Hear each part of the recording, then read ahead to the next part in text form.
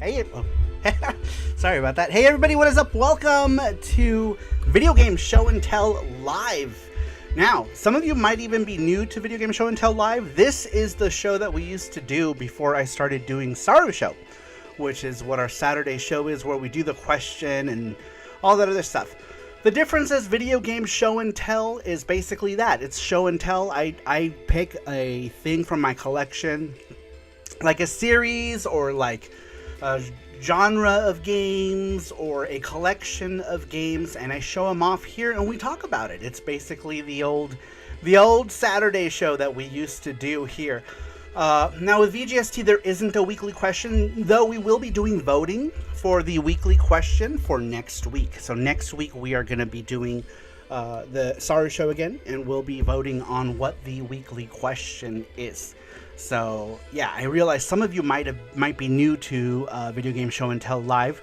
That's basically the difference, is that we do a little thing called Name That Tune, which we do a prize. We play a bunch of songs from video games, and you guys have to guess them for a prize. And that prize can be a few different things. It could be Gachapon, it could be the big prize. It just depends.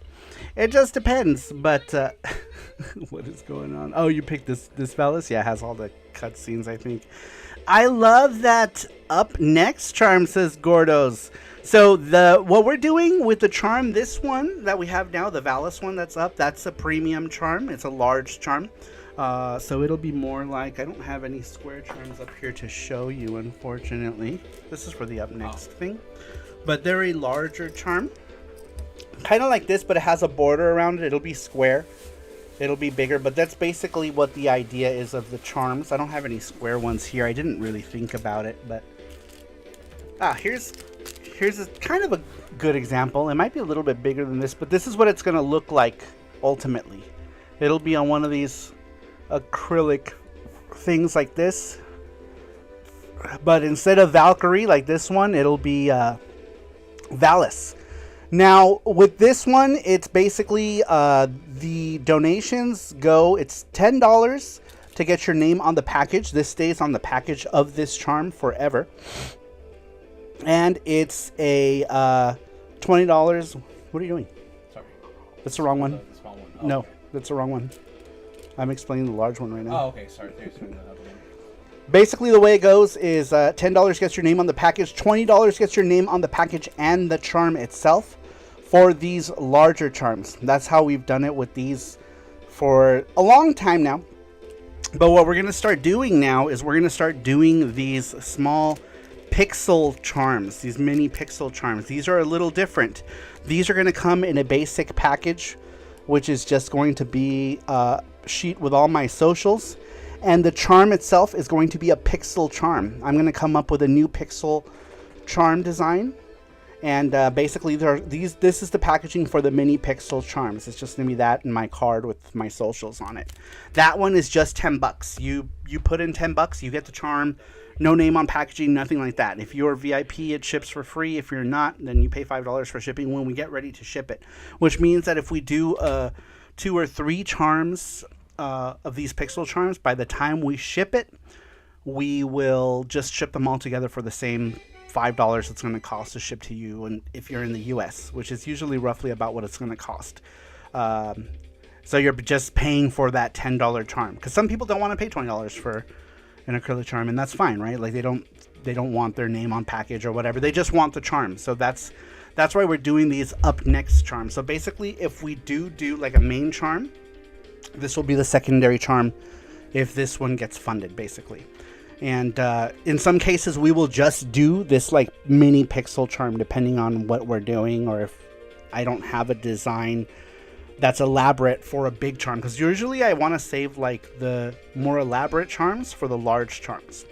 And then the simple things like these pixel charms look much better in these mini charms. Like this Yuki right here is a pixel charm. So that's what's going on. And let's go ahead and get started. Before we get into my collection, let me just go ahead and say hi to everyone in the chat. Gordos, thank you for stopping in. He says they're chowing down on pizza, aren't they? Who else? No, we had Jesse made yakisoba today, which was really good. He made chicken yakisoba. It was yummy. Matthew says, let's go. The Pope is here, says, I am here to talk Valis and bless the chat, says the Pope.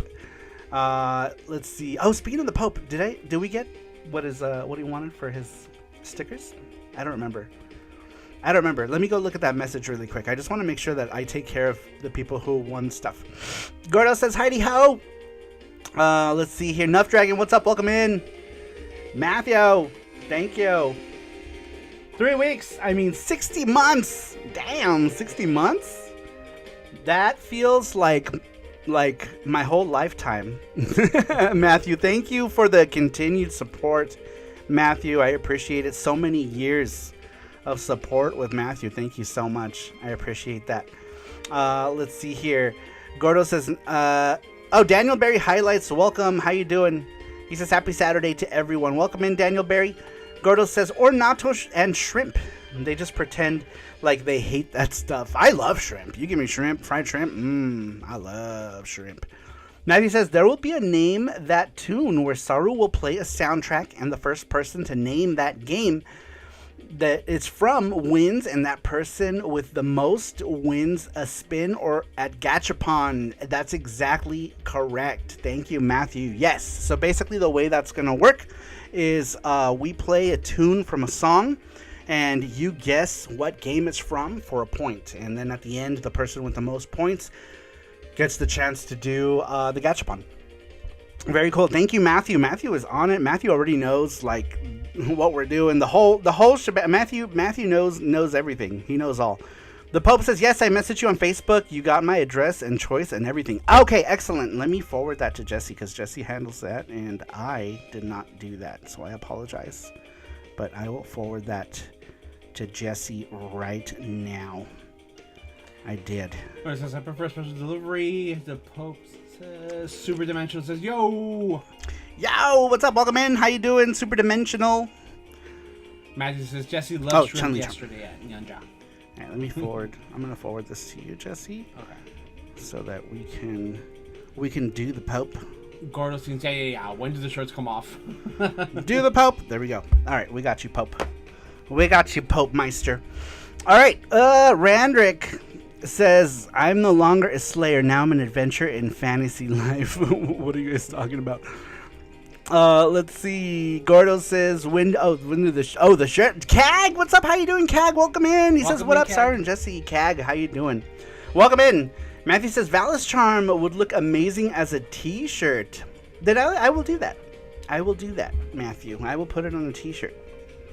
I will do that. I'm actually working on redoing a lot of the designs. This one in particular, I did clean it up and it's pretty much ready to put on a larger thing now. Like a shirt or something. It wasn't really like super print ready. There was another design, but because their bodies were smaller, it wasn't so bad. I did not know tonight was an old school VGST, and on top of that, it's about Valis and Yuna. Yeah, we pretty much did Valis and Yuna because you guys wanted Valis. It was originally supposed to be Bubble Bobble. I was going to do a Bubble Bobble, but I guess that could just be the next one. And we asked you guys what you wanted it on, and most of you said Valis. But I don't have too many Valis things, so I wanted to make sure to get a lot of stuff to fluff up the show. So I got all my Valis games and my Galaxy Fraulein Yuna games, and we will talk about both of those things, and hence why I did this little mini pixel charm. So I'm going to start doing these as well, because I feel like these also might be easier for people to get, you know, because it's a flat $10, no name, nothing complicated like these other ones where we put your name on them as a sponsor. A lot of people like to do these, right? They like to be the sponsor of a charm. It helps me make the larger charms, but these smaller, more simple ones are, you know, easier entry for a lot of people who just want to get like a small, simple charm. No names or nothing. It's just going to come in a generic Sarumaru backing. And that's it. Matthew says, and how Letta, the Fantastic Adventure of Yoko, is the Valis anime we never got. I was just talking about that with someone on Blue Sky who recently followed, was saying, you know, and the anime that we never got, and I had mentioned Letta. Let's see here. The Pope Meister is like Frame Meister, but more holy. Cag, how you been, Cag? It's been a while. How are you doing? Welcome in. Thank you for coming. Thank you for coming. Hopefully you're having a good night. Randrick says, Saru, I still got that shirt with the Valis fan art on it. It's this one, right? But with like their whole bodies. Yeah, I tried to reuse that design for this charm and then realized that it was too small when once I cropped them down to just their busts and their waists, it pretty much made it much smaller. Let's see here. Letta is so good. Man, I've been wanting to find that on Laserdisc, but it's expensive. It's an expensive one. All right, let's go ahead and show you guys some of the stuff here. So we're talking about Valis, right? We can't talk about Valis without talking about the very first entry of Valis. This one is the Famicom one. The original Valis games came out on PC. They were PC 88 games. I don't have any of those PC 88 Valis games. This one is the Famicom version of this game. It, interestingly enough, has a commercial that is like an 8-minute special commercial, which would have been cool if we had gotten an OVA in that style. This style right here. It was actually directed by, who is the guy? Evangelion director? Hideaki Anno? Is that his name? Yeah, I think it is. Hideaki Anno, I believe, directed the commercial. We were actually talking about that. Or I was talking about that with someone on Blue Sky. I believe he was the guy who directed it. Or was behind it. It's kind of crazy. It's kind of crazy. We did talk about that years ago. We talked about that commercial when we talked about Valis the first time, but many of you guys may not have been here for that. So here's what the game looks like. Your typical Famicom manual that's like kind of a monochrome color. Let me let that focus. There we go. There we go. So that's what the artwork looks like in the commercial. For it. It's this art style, which is really cool. I really wish we had gotten some sort of you can find actual soundtracks. You don't have to play the game. Oh. That one right there. This one? Nope. The very last one on the right. Yeah. This one? Yep. Okay. That way you don't have to deal with voice tracks. Because these are game rips, which you've been playing. I see. But anyhow, smells like Japan. You know how Japan, like games from Japan, have that that smell, that mineral smell. That's what it has.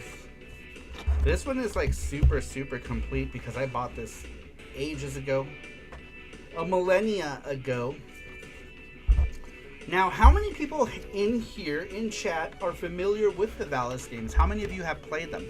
I know for sure Matthew and Randrick have played the Valis games.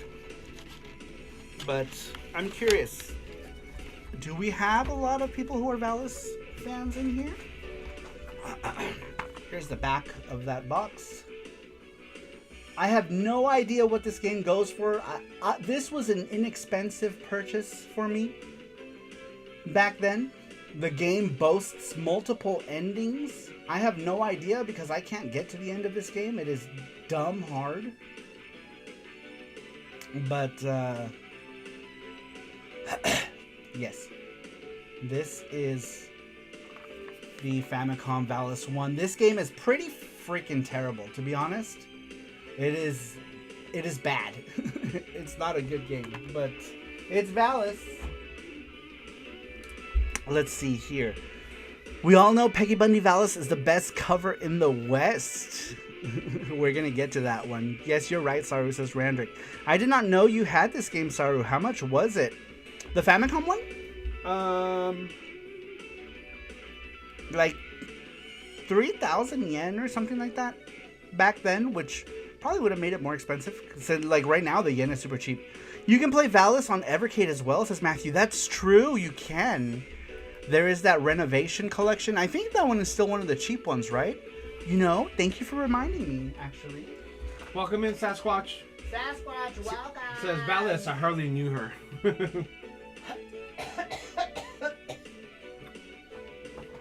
Pope says, so I was a young child and I saw Valis 3 in a Mega Play magazine and Yuko's armor kickstarted the puberty button. The what? I'm sorry? Puberty Oh, puberty button. Here it is. This is the Renovation collection. Thank you for mentioning that, Matthew. I would have not shown this had you not.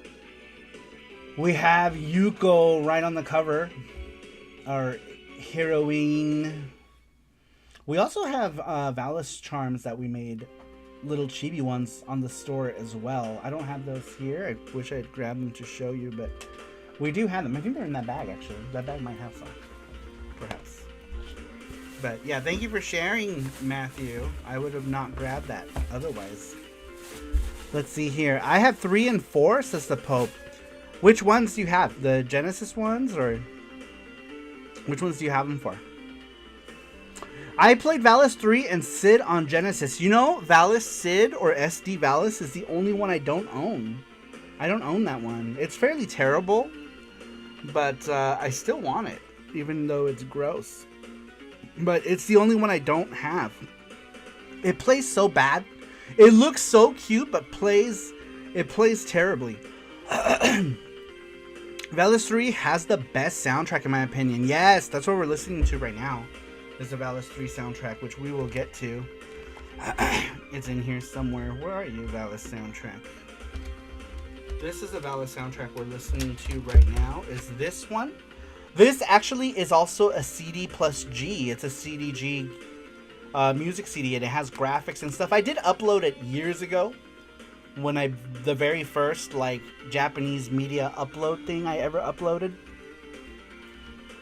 So you can check that out. It is up on there. Sweet. Here are the Valis charms, by the way. Oh, are we out of her? Yeah, looks like we're out of her. Oh. I guess Yuko, I did these charms some time ago. These are actually not charms. They're acrylic keychains. So they're double-sided. The charms are single-sided. Keychains are double-sided. But all of the Yukos are gone, unfortunately, because of course the main character, right? If I had known better, I should have ordered more of the main character than everybody else. But everyone else we still have charms for. Her sister, Chan, and Reiko, which is the dark one, the bad one, the bad girl, her friend. But you know, she goes to the dark side. Who is on here? Matthew is on every single one of these. Here are the people who donated to make these happen. Thank you again. Look at... We have Matthew on that one. Matthew on that one. And Matthew on that one as well. And Randrick's on that one. Oh, Randrick is on a couple of these, actually. And then everyone else is people who don't really show up here anymore. Except G2 Beakerman, he does. And Superboo, he does.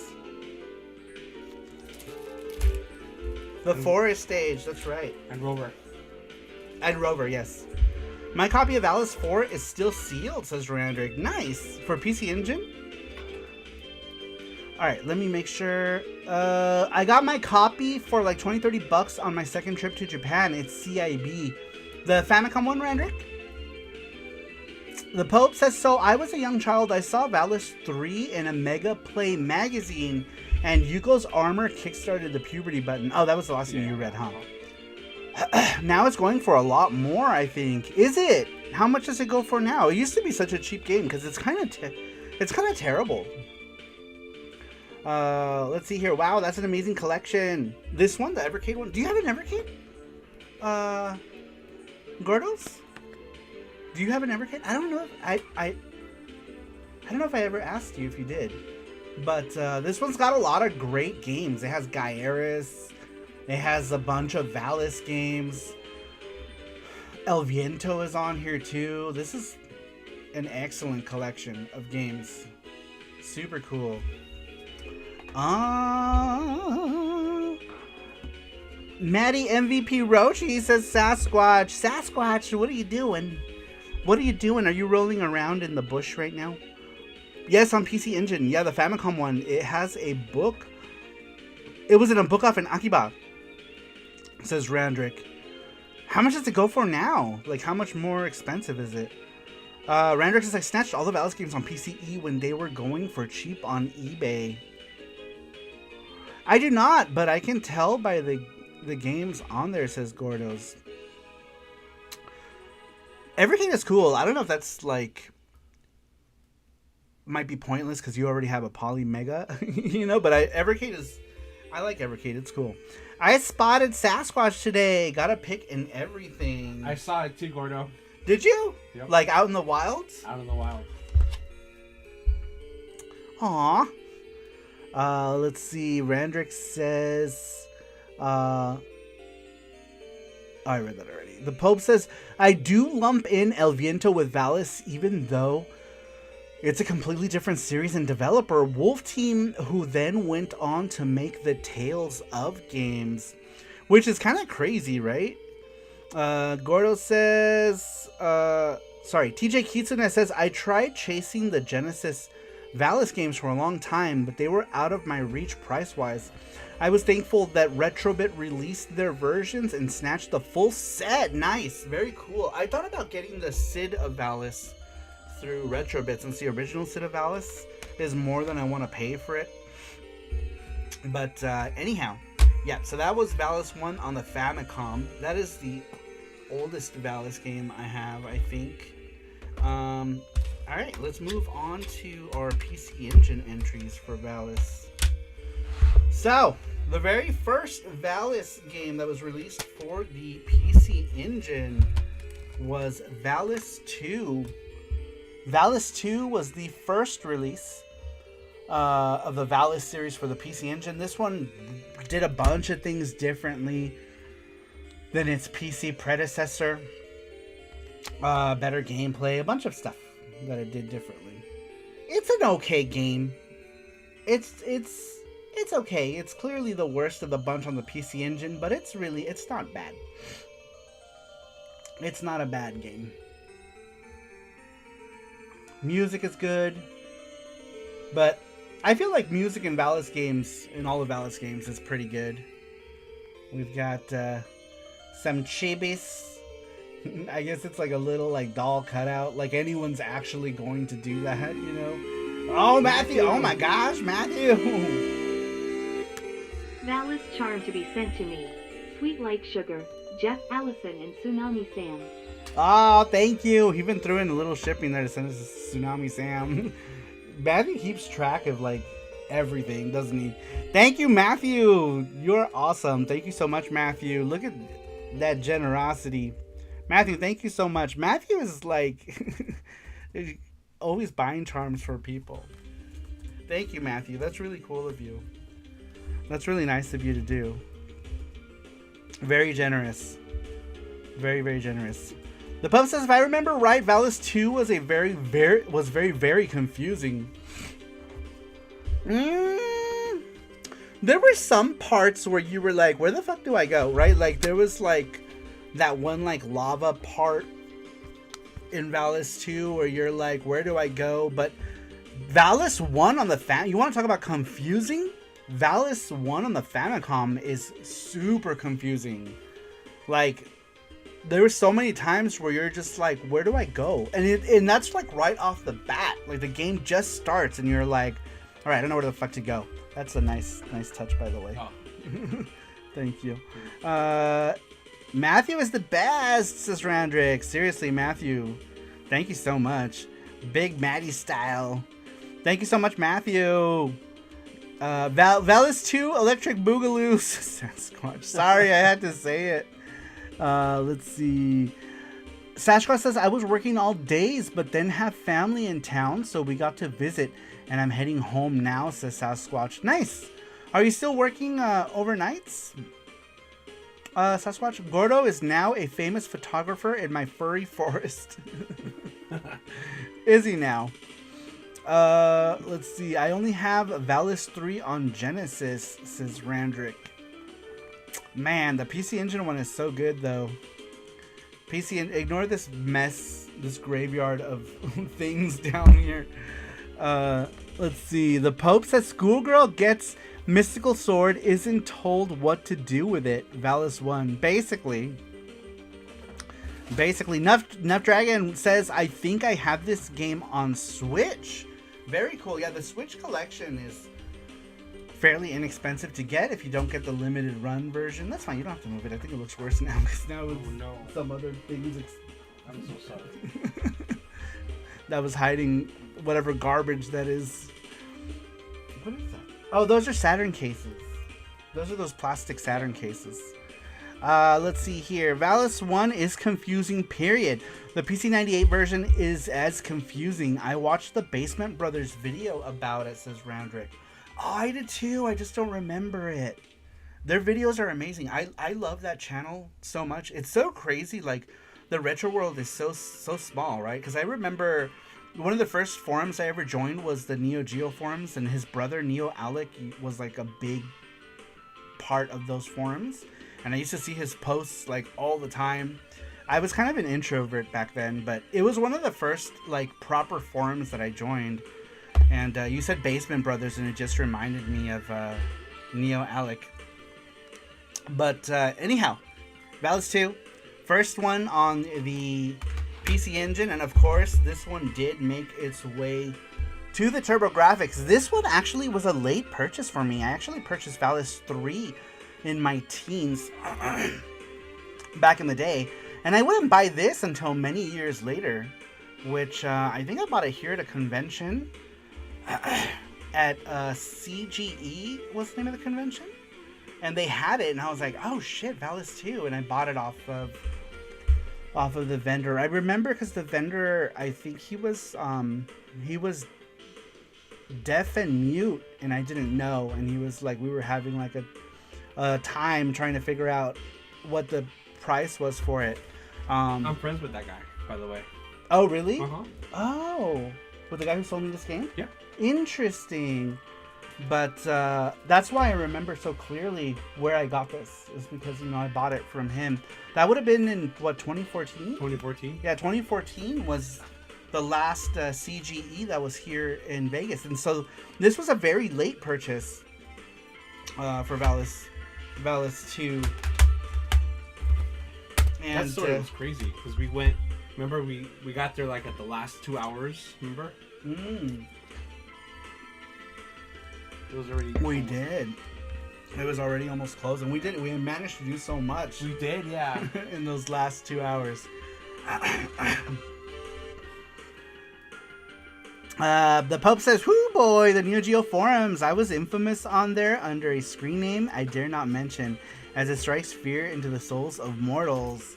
Oh, I'm curious now. I've had like 3 usernames there. My very first username was Marurun, just simply Marurun, and I think I made 1 post ever. 1 post ever, and then in like the early 2000s, I made 2 other usernames, which is one of the ones that I use now, with the Sarumaru username. What's that? What was that? The Retro Game Super Hyper, welcome in. He says, Valis, Yugo. Hey, Retro Games Super Hype, welcome in. Retro Game Super Hyper, how are you doing? Welcome in. Welcome, long time no see. How have you been? Are you still doing the magazine? Is that still a thing?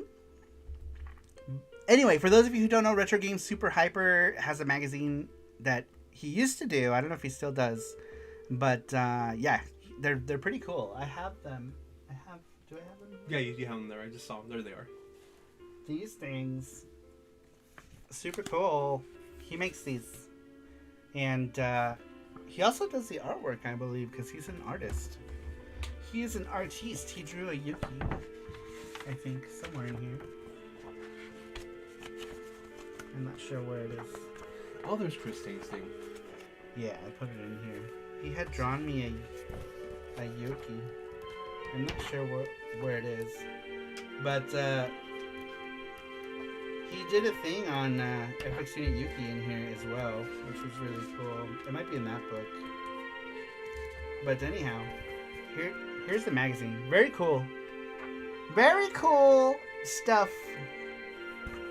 Welcome in. It says, yes, issue 5 finally came out a couple months ago. He makes these. They're very cool. They're very cool. Welcome in.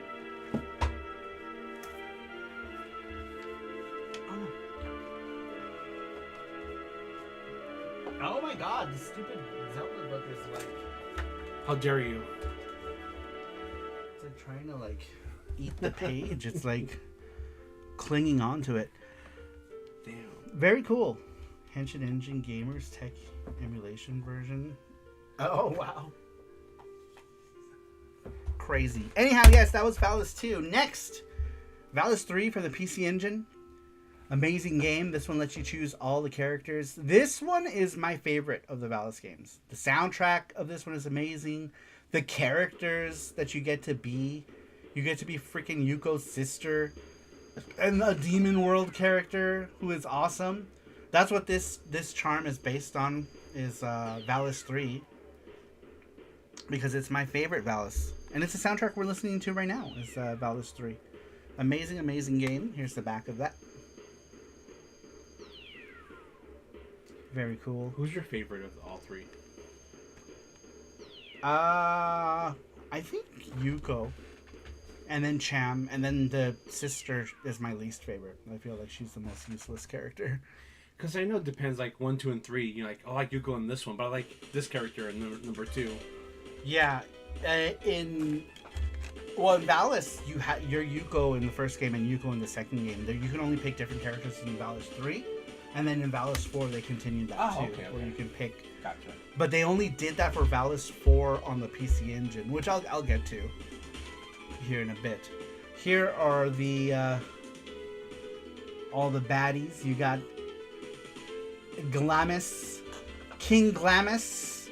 What did they call him here? I forgot. Ramses? Is that what his name is here? Ramses? I think it's Ramses. In Japanese, his King Glamis. They all have different names, except Rogueless. Rogueless is the only one whose name is the same, I believe. And everyone else's names are different. Here's the disc. All of the discs are very similar. They have that blue, very similar Telenet CD laser soft type of packaging. And of course, we have the infamous TurboGrafx CD version of Valis 3 with we got Peggy Bundy on the cover. Good old Katie Seagal with her cone boobies. Katie Seagal. She wore it best.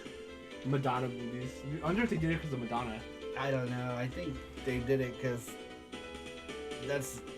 that was the artist's skill level, I guess.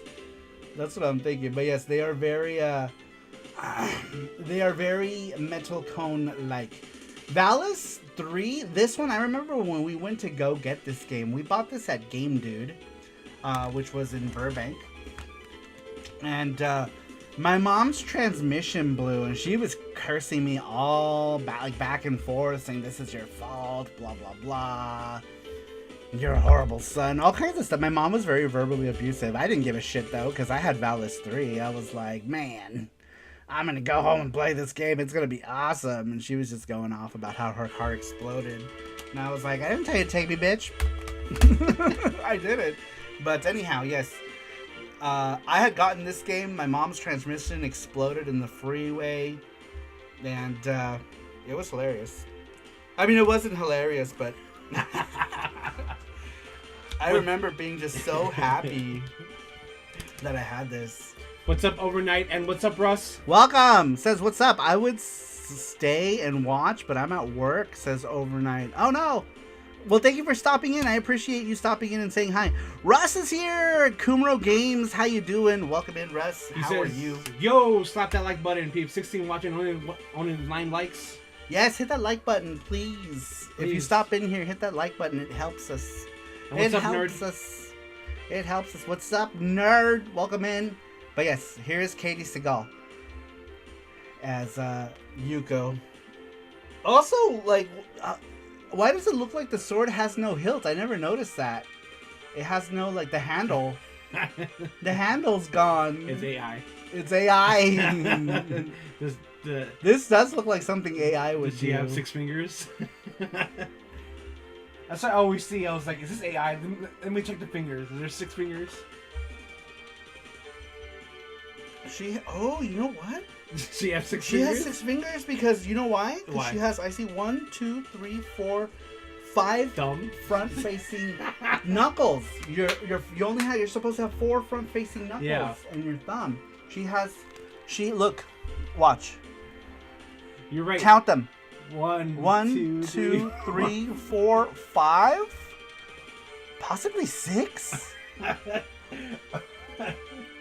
Does she have 6 knuckles? That means she would have 7 fingers, right? 7 fingers and her thumbs. She's like some sort of Spider Woman. Interesting. Anyhow, I took this home after my mom's car exploded. She was dealing with that. I ran straight to the room because at that time it was like I slept in the living room, so I ran straight to the TV, popped it into my TurboGrafx, and was like, "Yeah, this is amazing." And my mom was out there yelling about something, flipping out because her car exploded. But anyway, Valis 3 is my favorite, hence why this charm is based on Valis 3. Now we need Peggy Bundy Valis charm and t-shirt. Wouldn't that be funny? Right, if I just did like a random like Peggy Bundy and like The big ass hair. with the big hair in Yuko's armor. That would be funny, but probably also a waste of resources. I'm not sure anyone would actually want that.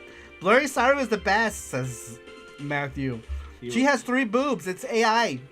Russ says, doing good. How's everyone tonight? Thank you for being here, Russ.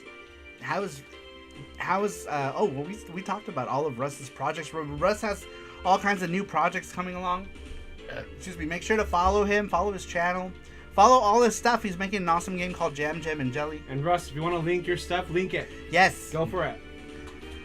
You're a mod. Link your stuff. Link all your Link stuff. people to Jam, Jam, and Jelly. If you guys are into shoot 'em ups, anyone who's into shoot 'em ups, you need to follow this game. It's amazing.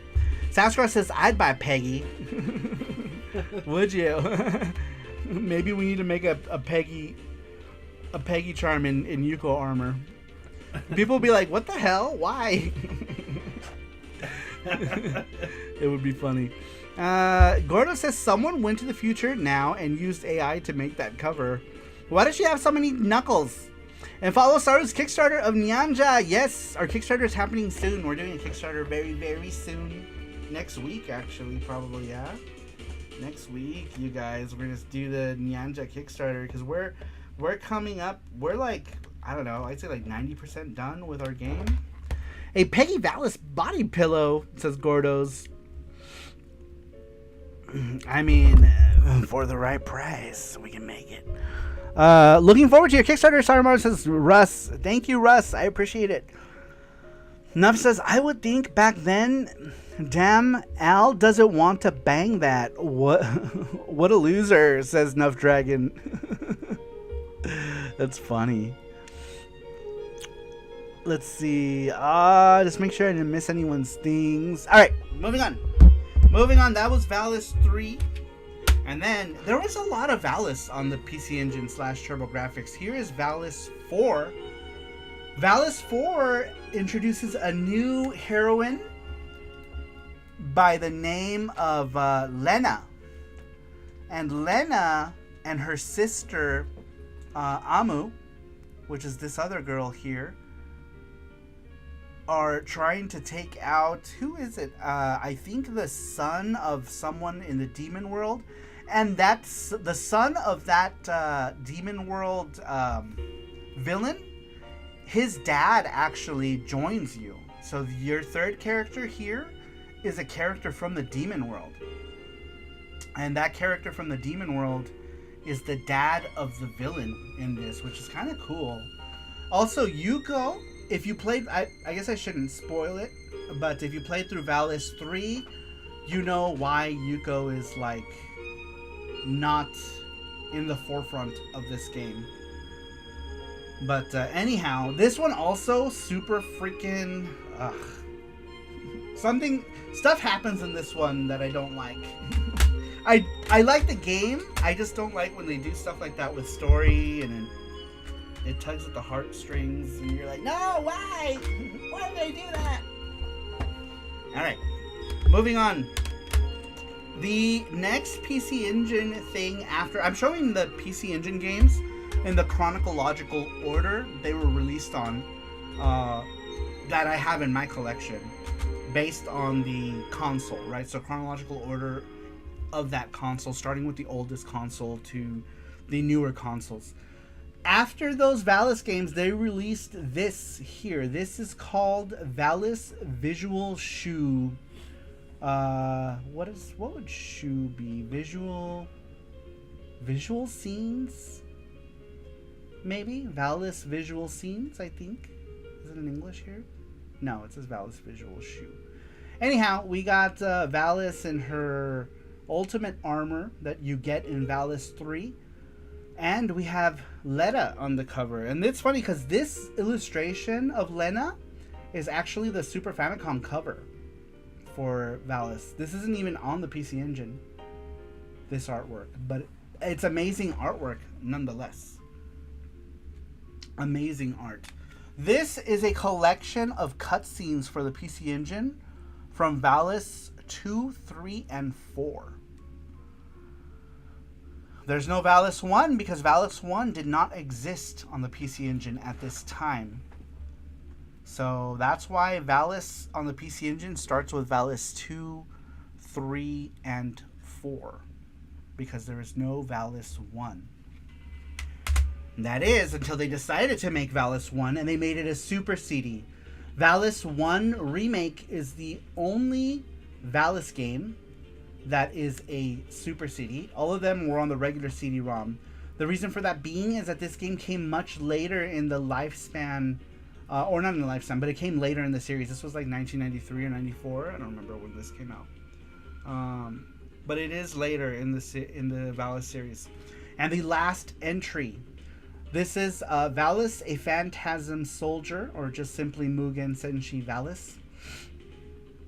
This one is an amazing remake and the best Valis game. A lot of people are always confused when they play this and they're like, why is Valis 1 so much better than the other games? It's because it came later. It came later in this series, and that's why. But this game is amazing. Music is amazing in this one. This one changes up how they do the design in it as well. Put out under the Riot label, but I mean it's all pretty much the same. CD Laser Soft, Telenet, it's all the same thing. Matthew, thank you for the super chat. Thank you. Oh, Radrick too. Valis charm. Let's make it happen. Let's go. Thank you, Radrick. I appreciate it. Thank you so much.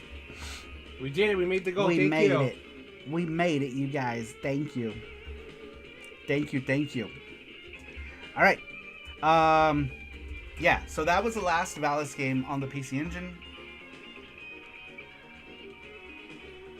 Amazing graphics, music. Beautiful game. Beautiful game. Beautiful game. Try to get almost over. What should I play? Valis. Do maybe Valis this one? The one? Yeah, but you're probably gonna run into the same issue with that one too. Game rip. Yeah, because they're all game rips. Maybe that one. Do the collection. See where it says. Scroll down. Sorry. Where it says Valis the Phantasm Soldier Collection. Game rip. You can try it. Yeah, it looks like it's no. Okay. Cool. Welcome in, Scruffy. Scruffy, welcome. That is the theme music for this one right here. perfect timing, actually, because this one, it's called, I think Flash of Sword is the name of the track. Flash of Sword is the main theme in Valis. It's like the very first theme in Valis was a Flash of Sword. And this is the track for this particular game. This is the Nintendo Switch one. Got any Japanese Valis, guys? I do not. I wish I did, but I don't, unfortunately. I would love some though. I would love some. Maybe next time I go to Japan. I always forget what to keep an eye out when I go to Japan. Every time I go to Japan, I forget what things I'm looking for. But anyhow, that is the music for that. Welcome in, Scruffy. How is Scruffy doing? Matthew says that must have been confusing back then for PCE owners. Like, where's Valis 1? And having to wait a long time while finally getting to Valis 2. Well, in Japan, it was pretty common knowledge. People knew, like, there was a lot of hype around Valis, so people pretty much knew what that was going for, or what it was for. Let's see here. This song is some good sounds for striding, says Sasquatch. Gordo says not to be confused with Diddy. What? Because we Diddy's. See? We did it. Man, I don't know why I've been watching Nancy Grace. She's crazy, but like it's comical to watch her. Just the way she's so, cause she's like so extreme about stuff, you know? So it's comical to watch. She's like, Diddy's itty bitty Tootsie Roll. And then she had one where she was talking about like P. Diddy and like Prince Harry. And she's like, Diddy sucks Harry. And she pauses, into a scheme. And it's like, you know what you're doing. Everyone gasps. Diddy what? Oh. But yeah, she crazy. To be fair, Valis 1 needed a remake. It was really bad. Yeah, and it finally got the remake it deserved with this one right here. And it was excellent. Excellent. You know, there was the Java game that also had really awesome designs. And I feel like it's lost to time because there aren't any like pictures of it. But I clearly remember the Java one having some really good artwork. Which I based one of the drawings I did years ago of Yuko on this Java game. We actually made it into a sticker for Print Club a long time ago. But yeah. I see something. Oh, this thing. Here's a postcard also of it's got some Telenet game called Elfine, which is a RPG, but who cares? This is the important piece of this postcard here.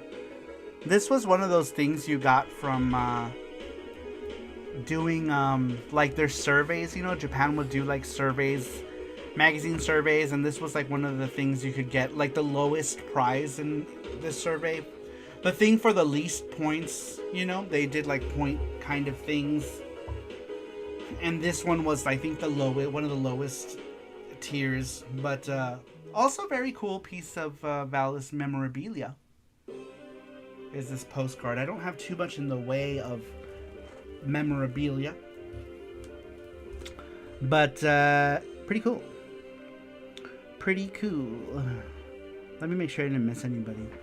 I'm in time. Collection talk sweet, says Scruffy. I missed that one. I missed it. Oh, by the way, since we hit the gold, should we just move on? If no one else is gonna get this charm, we're gonna close on this charm.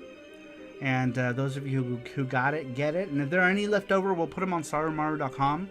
Sometimes we have like 1 or 2 left over. We'll put them on the shop that people can get later. But we can probably move to the up next one, right? Yeah.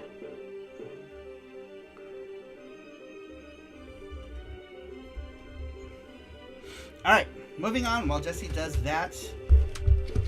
Next, we're going to move on to the Valis games for the Mega Drive. Mega Drive Valis games. Starting with Valis 3. I'm going in chronological order. I only have 2 of them. I don't have Sid of Valis or Valis SD. Valis SD, by the way, is just an SD version of Valis 2. So it's just Valis 2 in SD. You're gonna want to redo that as well. So you're going to say Valis Charm and all that other stuff. So the first one, or the oldest one that I have on the Genesis, is Valis 3. This one is kind of gameplay, is a little better, but they removed some stuff. I say it's a little better because you have a dedicated slide button. A lot of people got stuck. Who mentioned that earlier? Somebody mentioned earlier. I forgot to read it, but I did see it. Someone had mentioned that people got stuck in Valis because of the slide, right? You got to the thing where you had to slide, and unless you owned the instruction manual, you didn't know that you were supposed to press down and run to slide, so a lot of people get stuck. People would get stuck there because they didn't know they had to slide. But anyway, this is an interesting version of Valis. I think Randrick was saying that... Did you have this one? You said, Randrick? You only have this version? The Mega Drive or the Genesis one specifically? What do we call this? Galaxy Fraulein Yuna Charm. Or you can just say like Yuna Pixel Charm, maybe. By the way, if you guys are wondering, like the pixel style that I'm choosing for these mini charms is what I've based Nyanja's Nekomi is based on this same type of design. I had first made this for Miko Hearts. If you guys look at the Miko Hearts sprites, I started doing these cute fatty like chibi pixels, and so the Miko Hearts sprites that I'm doing are the basis for the character type sprites that I'm doing in this chibi style. So 60? Yeah, 60 is the goal for that one to make it happen. Valis 3 is the only one I own for PC. Oh, for PC. Oh, wow, how funny. Scruffy owns Valis 3 on PC Engine, and then I think Randrick says he has Valis 3 on the Genesis. Yeah, the Genesis. I like it, but never finished it. Dude, it's... Once you get... Let me guess, did you get stuck in the water temple level? Dude, because the water temple level is so hard. But once you beat the water temple, the rest of the game is easy. Especially by comparison. But yeah, the water level is tough. It's much easier on the Genesis. If you play it on the Genesis, that water level isn't even there. They removed the whole thing, I think, right? Don't they remove the whole water level temple? Yeah, I think this whole stage is gone from the Genesis one, I want to say. Looks awesome, says Russ. Thank you. Rovers! Rover? Welcome, Rovers. He says, what's up, humans? Valis 3 is... Yeah, Valis 3 is awesome. I love it. It's my favorite. That's what the first charm for tonight's charm was based on, was Valis 3. But anyhow, I had the Genesis one. I love the graphics though, says Scruffy. It's really good. It could have been. I vaguely remember. I recommend going back and playing it. The water level is bullshit. Oh! Gardos! Yuna gonna believe it. 2 charms in one night. Yuna gonna believe it. That's cool. Thank you. I appreciate it, Gordos. Yes. Now with this one, this charm, these mini charms, they're in basic packaging. They don't come in like. There's no charm sponsor thing for these, so they're much cheaper. These are $10, and they look like this. They're little.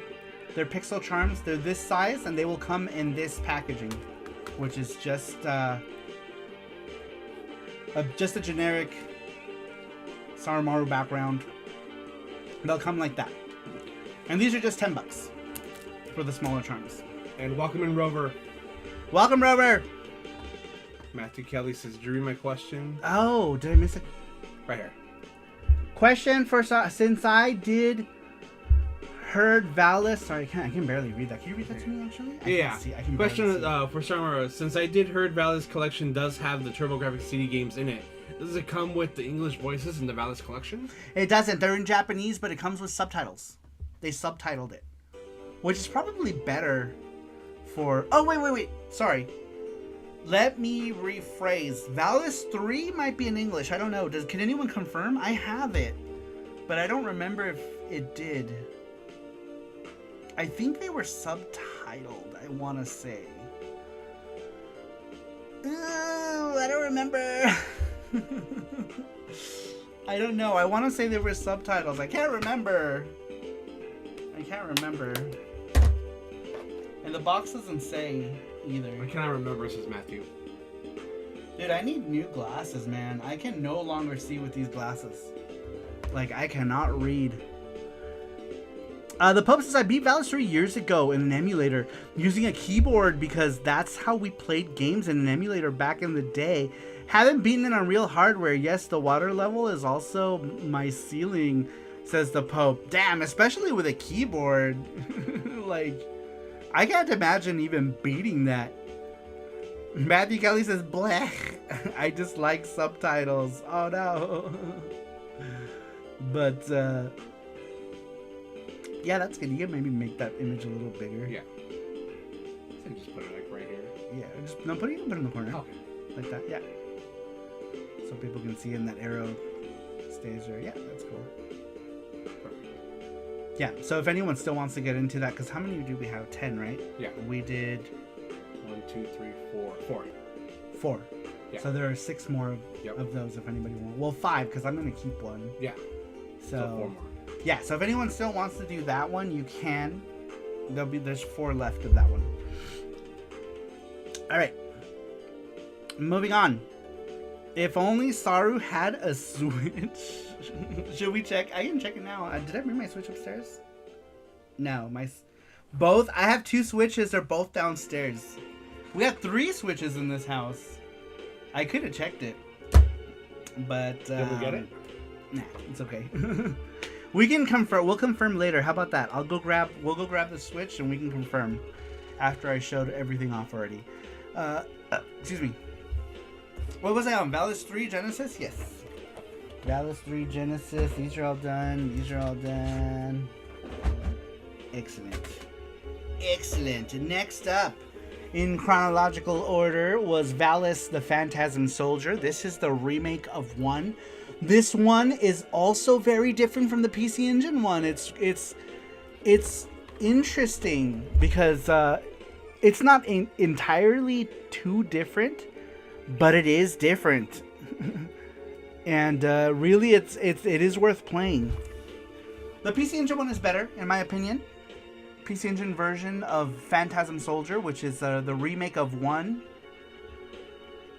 is definitely better on the PC Engine. But this one is still worth playing. Honestly, the PC Engine versions, I feel like the PC Engine versions overshadow the Mega Drive versions for all of the Valis games.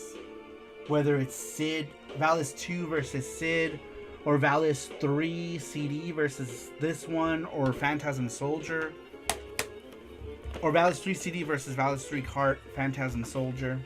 Excellent game. Did this come out in English? Does anybody know? I don't know if this came out in English. I don't remember. I don't think it did. I think we only got Sid of Valis and Valis 3 in English on the Genesis. But I could be wrong. I don't know. I'm not sure. I don't remember it though. If it did, I don't remember. I don't remember! They did when Retrobit released them, says Matthew. Oh, did they? Did they? Interesting. That would have been good to pick up. I didn't even think about that. I did not even think about that. Let's see here. I beat Valis 3 years ago. Oh, I remember that. Alright, moving on.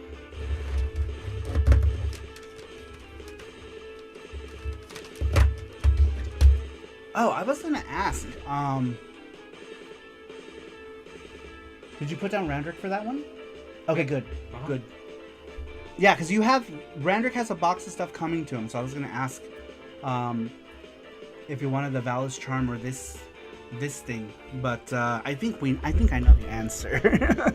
I think I know the answer to which one Randrick's gonna want, but you know, giving you the choice anyway. It did when retro. Okay, Sid of Valis, the translation error nobody felt like correcting, says the Pope. Yeah, the English in that is so bad. Did they not correct it in the Retrobit releases? Did they just leave it with all the broken English? You know me so well, Saru, says Randrick. Matthew Kelly says, I did see a clip from Bo had a guy saying, get these Japanese words off me. What do you think if there is an anime or game character that says, get these subtitles off me? That's so silly. That anime is just silly in general. Lol, English. English is great. Give me one of those. Alright, we're almost done with the Valis stuff, and then we'll move on to Yuna stuff. Should we, after you're done with the Valis stuff, should we do Name That Tune? Yes. After we do the Valis stuff, we're going to do Name That Tune, and then we're going to jump to the Yuna stuff. And then after Yuna stuff, we're going to do another Gachapon? Yeah. So are we doing two Gachapons? 2 Gachapons, yeah. 2 Gachapon. Sorry, my eyeballs are tripping out. Valis Collection is also on Steam, says Matthew. I wonder how much it is on Steam. I have part 1 on the Switch. I never played it. I think I have the Japanese version of this too, sealed still. But anyhow, we'll get to that in a bit. Alright, moving on. Now we're moving on to the Super Famicom. The only Valis game that came out on the Super Famicom was Super Valis. Super Valis is a bastardized version of 3. I'm sorry, is a bastardized version of 4 on the PC Engine. I say bastardized because you don't get the ability to change between characters. I don't know if it's because the Super Nintendo's processor speed is slow or what the reason is, but you can't change between characters. At least when they released. Whoa! Why is that track so loud? Scared the shit out of me. When they released this for the Super Nintendo, this was a very early release on the Super Famicom, Super Nintendo. So at that time, they only had 4 megabyte carts to work with. So I'm guessing that's why they didn't give you the option to change between characters. Was because they had very little space to work with. It was a 4 megabyte game, so they didn't have a whole lot to work with this game. It's alright. It's not a bad game. The PC Engine version is definitely better. But, it's still a cool game. It's alright. Eligos, welcome in. How are you, Eligos? Welcome in, sir. And thank you for stopping by. How are you? Hope you were having a good night. Matthew says, Valis game needed blast processing. Apparently. I'm surprised because the Genesis did it with Valis 3. I don't know why Super Valis. Super Valis is just weird. Matthew Kelly says he saw Super Valis 4 on the Super NES Nintendo Switch Online. Interesting. I wonder if is it just the Japanese one? Rover says it just needed a potato to fix it, says Rover. On Super Nintendo? I don't think does Rover doesn't know any Super Nintendo stuff, does he? Rover Tater. There is, huh? No, I just. There isn't a lot of homebrew on the Super Nintendo. Welcome in, Electric Knight Workshop says the first Valis game I ever played was Sid of Valis on the Genesis. Didn't even know what Valis was at the time. Sad I didn't buy it, only rented it. Those Renovation games aren't exactly cheap nowadays. Electric Knight, did you see when Retrobit remade those games? Retrobit did like a collection of those Valis games. And Sid of Valis is the only one I don't own, actually. Or Valis SD if we're talking about the Japanese ones. It's the only one I don't own on the Genesis. I have the Phantasm Soldier, and Valis 3. I'm just missing Valis SD, which Valis SD is just a bastardized version of Valis 2 for the Genesis. But either way, it's a terrible game, but it looks cute, and I kind of wish I owned it. Well, I won't say it's terrible. It's okay. There are definitely much better Valis games out there.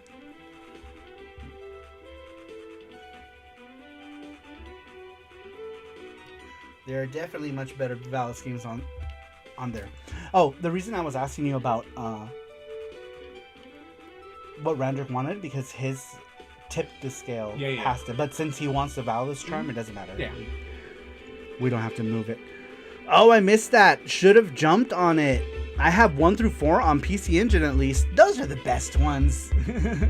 Anyway, to be honest, those you've got the best of what the series has to offer. If I'm being frank. All right, what did we do? Super Famicom. We talked about all of the console Valis games already.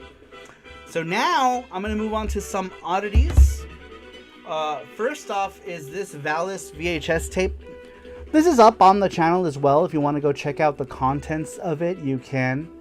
I did upload this to the channel. It's one of the older things, I think, as well, I want to say. Oh no, it's fairly recent. The CDG is the oldest one of these. 2 years ago, I uploaded this one. I think the CDG I uploaded like 6 years ago, maybe. If you're being biased, I am not. It's just the truth, Gordos.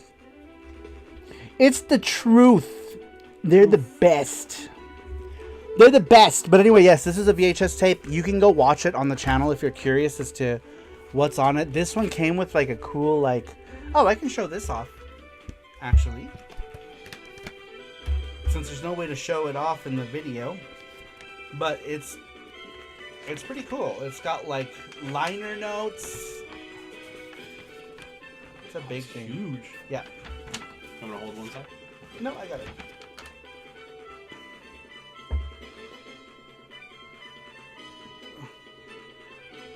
It's pretty cool. It's got like these are the people who voiced it. Yuko, Valna, and Cham. And they have other voice credits as well.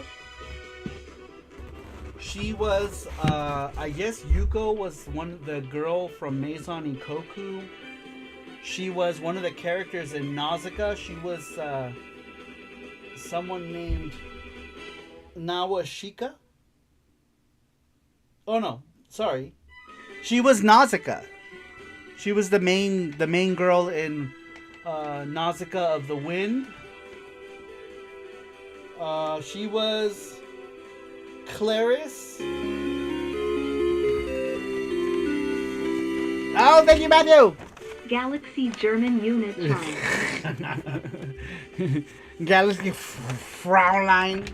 Anyway, it's cool. Those girls did voices for other stuff. Here are all the other characters. We got this is Cham's dad, Rada. Other people in the court. He dies. They kill him because he's opposed to. He's opposed of the human world takeover by the demon world, and so they kill him. And so Cham is his daughter. She that's why she's in the game, and she's like, she also feels that the invasion of the human world is wrong, and that's why she's in Valis 3. But anyway, I thought it was cool. That's so cool. Cool little extra they give you. Little extra liner notes with the VHS. Here's the back of the VHS. This will... I'm putting it too close. It won't focus. There we go. It's interesting because this gameplay, this playthrough, it's a playthrough of the game, but then they do extra voiced parts. It's kind of neat. Like the voice actors came back, and every time they like reach an enemy, right? Like a boss, they do this whole like thing, kind of like in the real game, but way more acted out.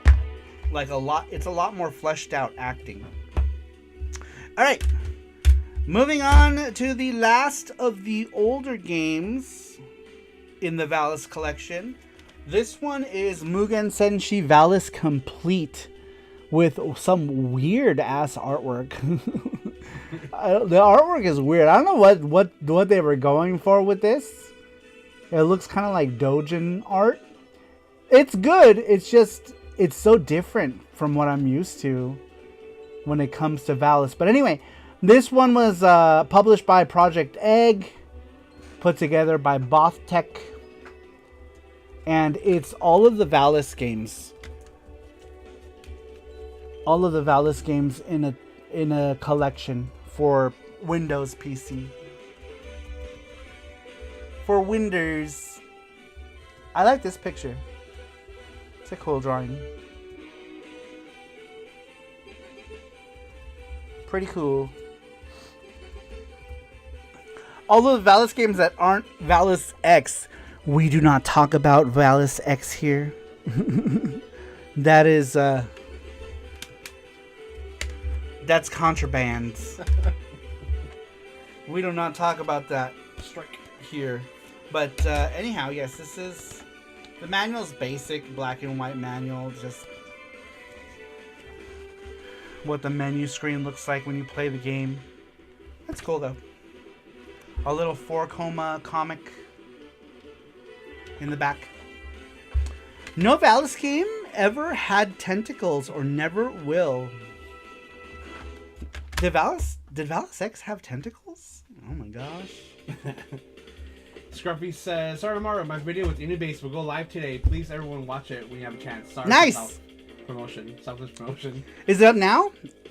Link it. Just put it in. Oh, he said it's gonna go up today. Okay. All right. I will keep an eye on it, and when it does, we'll share it. We'll share it on our Discord and stuff. Very cool. And if you share it on your Twitter, I'll retweet it. I will retweet it. Let's see here. I hated Warriors of the Wind edited version, says Matthew. Is that what that's called? Is that what Nausicaa is called? It's called Warriors of the Wind? Is that another name for it? The Pope says, well, I have a certain website open in another window and they got weird with it, that's for sure. I think some of it is fan art too, though. Oh, okay. Oh my. Oh my. You're on like Dan Boru or something. Matthew says, no Valis game ever. Oh. In less than 10 minutes. Oh, okay. Well, when it's up, just link it. We'll still be here. I still have to go through all the Yuna games. Still. And I'm not even done with all the Valis stuff. But anyway, yes, that was Valis collection for the PC. Next, we got some soundtracks. Soundtracks, I don't have that many, unfortunately. Here's a Valis 2 soundtrack that I picked up in Mexico, actually. I got this Valis 2 soundtrack at the first Retro Game Fest in Mexico City, which is cool. This one is just a CD, but it's got that awesome PC 88 artwork. Sorry, there we go.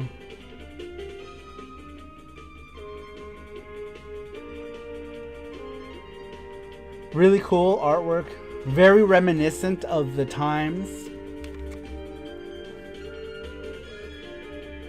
We got some cutscenes. We got Yuko looking amazing. And then the CD looks cool too. Shows you some of the... Let's see, will you focus? There it goes. Shows you some of the worlds, or acts as they're called. And then that's what the CD looks like. Pretty cool stuff.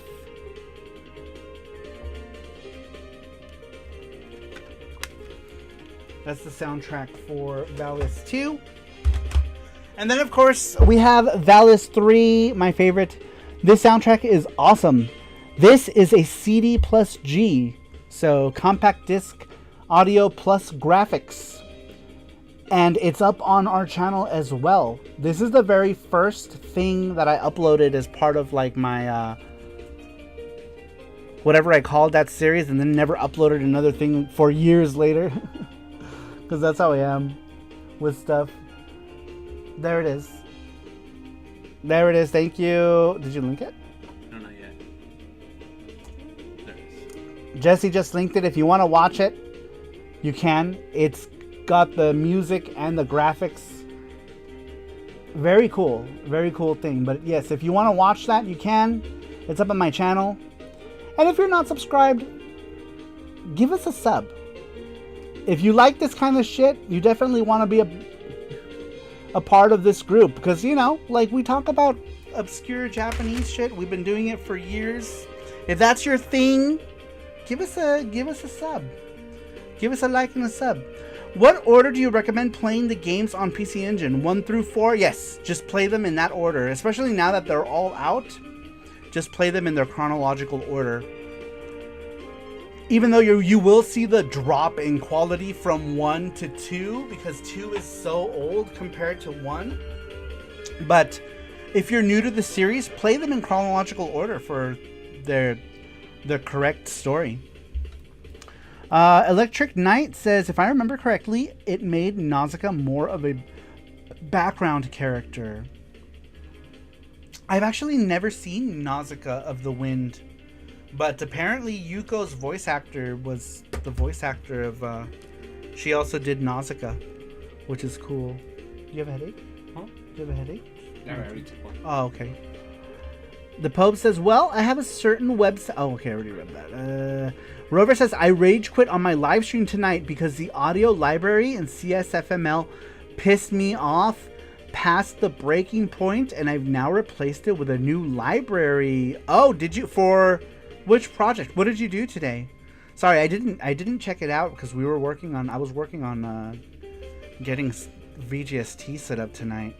But what were you working on tonight, Rover? For anyone who might be new to our channel, we made a game called FX Unit Yuki. Rover is the programmer, or Tater Pants in the chat. Sorry, I've always known him as Rover. Rover Tater is the programmer. FX Unit Yuki is a game that we made for the PC Engine, Sega Genesis, and Nintendo Switch. Most of you know. Do we have any new people here? But anyway, Tater Pants is the programmer to FX Unit Yuki. We're working on a new game called Nyanja right now as well, which is a game about ninja cats. And that's also for the PC Engine. And Tater Pants Rover is also the programmer for that as well. But yeah. Yeah, like... But let's see here. I was working on Mysterious Song, but it's the same base code for all of our 2D games, including Yuki. So this new library will replace the code in Yuki PC and Nyanja PC as well. Oh, really? Electric Knight says, really looking forward to Nyanja. Looks so cute. Awesome. Thank you. I'm glad you're familiar. That's awesome. Let's see here. 1 through 4 and then X, says Gordos. No, you play X first. Naked. No, don't play X. Alone. The Kickstarter for Nyanja will go live by the end of May. Yes, actually, probably next week. Next week, yeah. Next week, actually, probably. With me and Jesse got our fucking shit together. Let's get our shit together. Let's do it. Bye-bye. But yeah, we're probably gonna do the Kickstarter soon, which would be awesome because I've been hemorrhaging. We should work on that tomorrow. Yeah. Whole day. Yeah, we should. We should. Just do what I did. Look the art up. Actually, don't. It's weird. This is the Pope. And if I say something like that it's weird, it's weird. The Pope's like, and that's coming from me, who likes weird, then it must be super weird. How funny. But anyhow, me and Rover have another little project that's coming up too. That's part of it's gonna be part of like a whole like SaruPro related thing. I'm putting out a book, and the book has a music sampler of all of our games, and then there's also gonna be a bonus tier for a mini game that we're working on. So if you want to get, you can get the book with the sampler music CD and the PC Engine one. That one is an optional one because not everyone has a PC Engine, but that would be cool. I don't know if that's something we can put on PC too, and then everyone can play it. That would be awesome. That would be awesome, but we also don't want to overwork our rovers either. Monkey! Yes, we're working on a thing called Monkey Engine, which is going to be part of a project called SaruPro Works, which is a book that I'm working on. So the Kickstarter is for the PC Engine version and Nyanja. For the PC Engine and PC versions of Nyanja. There will be a physical PC version of Nyanja as well. And that's it. I'm not doing like Genesis. And yes, the Monkey Engine game is going to be a bonus that you can get in this Kickstarter as well. Which will be cool. Super cool. But yeah, you can get physicals of both the PC Engine and the PC version of it. I need the PC Engine version, says Randrick. Yes. So it'll be physical for both of those formats. And then if I do decide to do Dreamcast and Sega Genesis, they will be a separate Kickstarter on their own. And we will do it as a Sega release of these games later on down the line. Nice. Is the Kickstarter available to watch for when it goes live? Not yet. We're gonna put it up this week. So you'll be able to preview it this week, and then by the end of the month, or maybe even this week, depends on how quickly we can get our shit together. But this week you'll be able to preview the Kickstarter page itself, so you can bookmark the page. So when it goes live, you guys can pledge. Nyanja stinks on Analog Duo. For some reason on the Analog Duo, Nyanja has a weird thing where the last stage, once the music stops, it doesn't restart. And I don't know why that's an issue with the Analog Duo. On the Polymega, it works perfectly fine. And then, of course, on real hardware, it'll work just fine. But, yeah, it's weird. It's weird. Rover says, so the library I upgraded the game to is called FMOD, which is really popular around, or a popular sound engine, and it's commercial software. And you have to pay a license. And you have to pay a license fee if you make too much money. What does that mean for us? How much is the license fee? Let's see here. That is correct, Matthew Kelly, as in Steam versions. Oh, since you mentioned FX Unit Yuki and Nyanja PC, you're talking about PC as in desktop and laptop, correct? Not talking about TurboGrafx 16's Japanese name. Yeah, so TurboGrafx PC Engine, that's one entity, and then Windows PC. I need to keep in mind that I have to mention Windows PC. I keep saying PC. I have to start saying Windows PC. Yes, we are making a physical Windows PC version of it as well.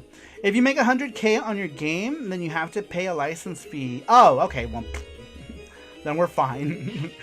We're not gonna make 100K on anything, I don't think. We're fine.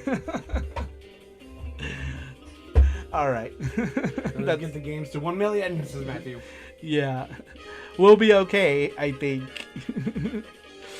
All right. Then I mean, don't get me wrong. If, somehow we made $100,000 on any one game, then paying a fee is fine. But yes, yeah, we don't have to worry about that. Not even close. Rover says, make it a promotion. Make us pay a license fee on FMOD by buying our game. Yeah. Yeah, $100,000? Man. Yeah, our games are small taters.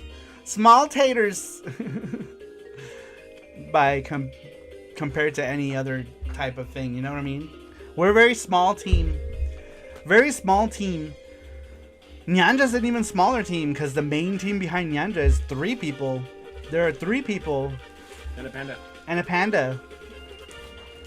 Well, 3 people behind the actual development of the game. There are people who help with all the other stuff too, like a panda does all of the back end stuff, and then we'll have testers and stuff. But the game's base team is 3 people. FX Yuki is endorsed by a panda, and you love and trust a panda, don't you? Says Matthew. Buys out Stone Age Gamers Yuki stock. Do they still have? They had Dreamcast versions, didn't they? I don't know if they still do. They probably don't. The places that had Yuki, I think, were like Video Games New York, Stone Age Gamer had some, Play Asia had some, and then a bunch of stores in Japan.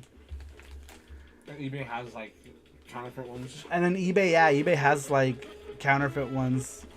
Oh, Panda's hungry. Panda's eating snacks. What are you eating? He's eating Cheetos. He's eating Cheetos. They do have them open in another tab. They do. Oh, Stone Age Gamer still has them.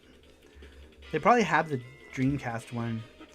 Since AVGN said PC Engine sounded like a computer on a train, does the PC and PC Engine supposed to be called Personal Computer Engine? Correct? Yeah, it's like PC, but they never refer to it as Personal Computer Engine ever. It's always referred to as just PC Engine. It's not documented anywhere that that's what it actually stands for.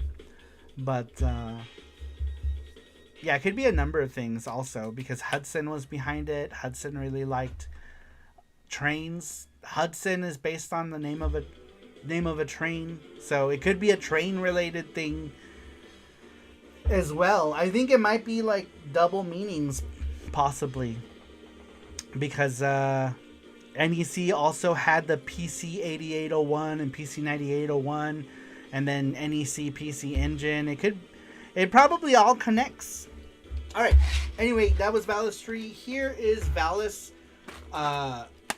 Collection soundtrack. This one came with the collector's edition from Limited Run, which they put in like the cheapest case I've ever seen in my life. I've never seen, like, I don't know why, like Limited Run and Strictly Limited, I don't know how they managed to find like the cheapest CD cases in the history of ever. Because even the ones that I get from like Amazon, because we bought ours from Amazon, are better than these. Like, I don't know. I guess they're just cutting corners for them or something. But anyhow, it's cool though, because this is multiple CDs. There's 1, 2, 3, 4 discs. So that's kind of cool. It's a lot of discs for soundtracks, which is awesome. But the case itself is the flimsiest plastic I've ever felt on a CD case. Ever. Small nitpick, it doesn't really matter, right? It's not even a nitpick, I don't even care. It's just an observation, really. But I just found it funny that they chose like the cheapest the cheapest plastic. Imagine fuck LRG. LRG cutting corners? Wait, what? I'm joking. LRG never cuts corners. Knowing Limited scam, they probably burned those discs on Maxell CDRs. When it comes to the music CDs, if the music CDs, I think these are pressed, but I'm okay if the music CDs were on CDRs. I don't care about that. No, these are pressed, I think. Maybe. I don't know. Because there's CDRs that look like this too. But the games? That's where the problem lies, is the games. You want to burn music onto CDR? Who cares, right? Music CDs will play on everything and anything. But game CDs? Those old consoles are super finicky when it comes to getting data off of old CDs. Yeah, when it comes to music CDs, if people want to do CDRs, that's cool. But the games, that's where you fucked up, LRG. Putting games on CDs. Like, how dumb is that? Anyway, that is part of this collection from Limited Run. It came with this. The last Limited Run thing I bought, by the way, is Cosmic Fantasy Collection 2. And even then, I did not want to buy it. But they were the only person that had it. I was trying not to buy it. But I didn't have a choice. There was no, like, Play Asia version of it in English. So I had to buy it. But I am actively not... I'm trying not to buy any Limited Run stuff. Just because, I don't know. I just think they're kind of a shitty company. So I'm trying not to buy Limited Run stuff. But if I don't have a choice and they're the only people doing a thing, that's where they'll probably get me.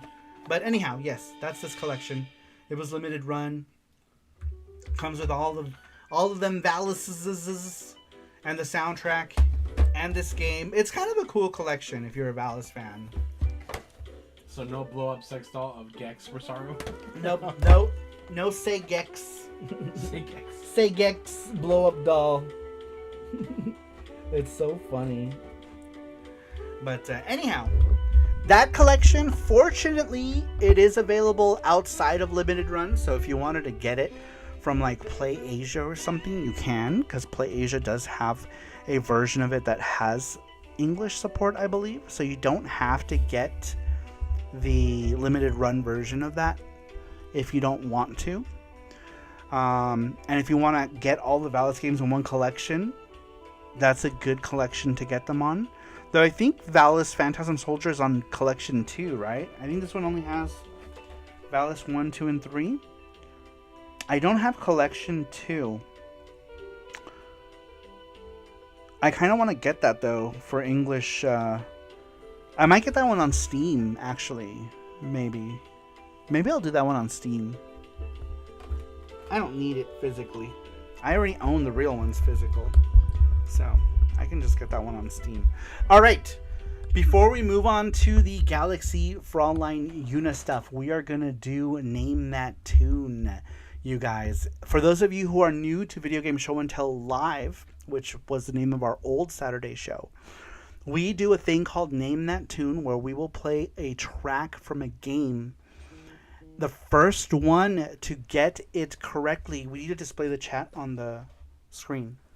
Oh, yeah, you're right. Yeah, we need the chat here. So give us a second. We're going to put the chat on the screen, because the first correct answer to pop up on our screen, not what's in your chat, because everyone's chat's going to be different based on your internet connection, the last time you refreshed, the browser that you're using, all plays into account. So we are going to go by whatever is in our chat here, right? So we're going to have the chat up, and it's going to be the first correct answer that pops up in our chat. Everyone press 1 for now, so see the chat will pop up. Yep. So go ahead and just start typing, press some stuff so that we can see the chat pop up. Very good. Thank you, you guys. Excellent. And there it is. There's the chat. So the first correct answer that pops up on this chat here is going to be the person that gets the point.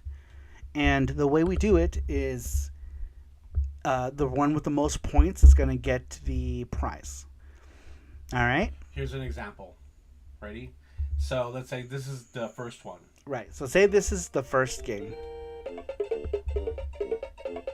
And you can answer it for bonus points. And we need the name of the specific game. Okay? So if it's Super Mario World. Yep. See right there? Randrick would have lost because he put Mario World. Right. And Rover would have got it. So like say if it was a Mega Man song from Mega Man 3, the answer needs to be Mega Man 3, basically. So that's how the game works, because many games have multiple parts, you know. So like if the track is from Crash Bandicoot, we need to know which Crash Bandicoot, etc. And it's a lot of rules, but we have had people get mad over technicalities, so it's better that I explain stuff now and not have people get mad. It's not that big a deal. It's just for a prize. All right, here we go, you guys. Koji Kondo. They ate potatoes on a Saturday in 1993. Yes, we need all those details. And composer, year it came out, and what the composer ate after composing it. Everyone reload. All right, reload your chats. Hit refresh really quick. This is fine. Or that'd be fine right now. Or is that too close to other ones? What do you mean too close to other ones? It's good, right? Just yes or no. Yeah. Good. I don't know what you're asking. I'm so sorry. I wasn't too sure if it's like if the other ones have the same. Okay. That means yes. All right. Okay. All right, here we go, guys. Rest in peace. I'm on mobile. Good luck, guys, says Snuff Dragon. I mean, you can still try. Sometimes people don't. People don't get the answer correctly, and then your delayed answer might be the only correct answer. So you never know. You never know. All right, here we go, you guys. Hold on, we have a live chat here too. Oh yeah. Okay. All right, here we go. We're gonna be starting Name That Tune. First track in 3, 2, 1.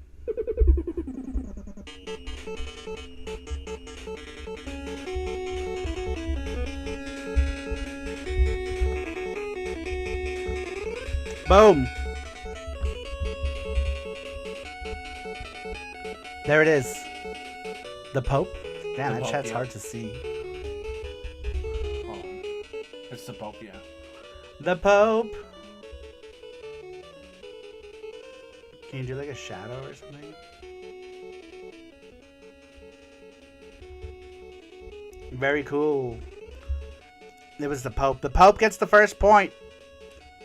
Alright, give me 1 second. We're gonna add I don't think you can. Background color? yeah, do background color.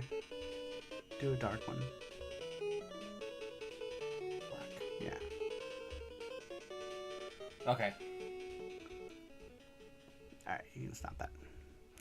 Didn't know the forest had better internet. This is Matthew. Didn't change anything. So the same. Okay. That's okay. I That's made fine. the text smaller too, so. We can see it Yeah. against the contrast of my shirt. Alright. It's weird that you don't get any options like shadows, text color, font size, background color.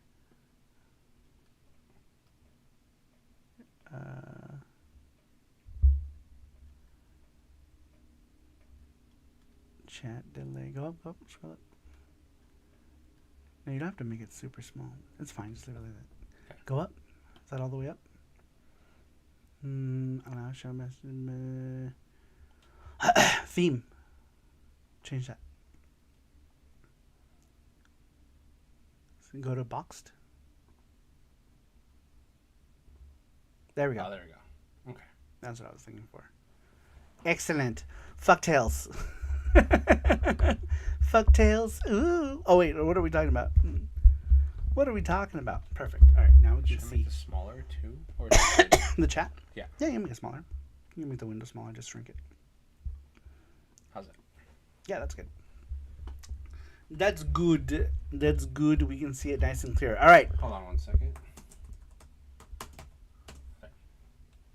Point goes to the Pope. The Pope. 1 point for the Pope. Okay, I made two. Which one should I do? The second one. This one or this one? What did you point at? Number 2. This one or this one? Oh, I see. I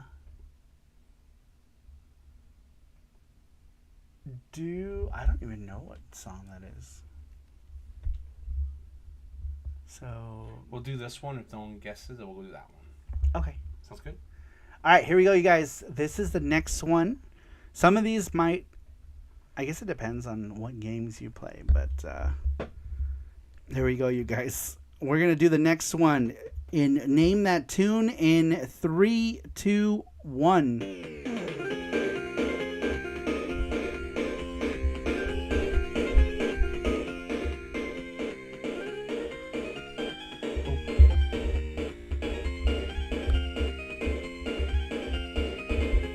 This one might be too hard.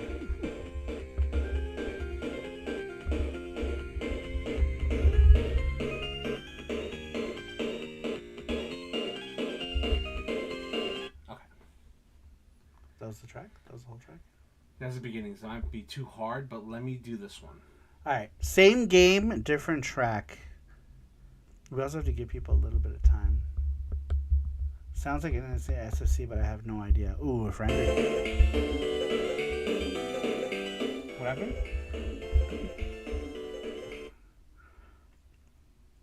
I was saying that if Randrick doesn't know what it is, then we're not gonna know. But I mean, like, you gotta give. I did. I am so sorry. All right, here we go. Name that tune in 3, 2, 1. Same game, different track. I've never heard this track in this game. No? Never. I have no idea what this is. Okay. All right, let's do. Just do stage 1. That way people will definitely get it. All right, here we go. Same game. Definitely sounds like a PC Engine game, but I can't figure out what it is. Dang, that's some good hearing. Electric Knight. All right, here we go. This one will. If you guys know what this game is, this track will. If you don't know what it is, this you'll know from this track. All right, here we go. In 3, 2, 1.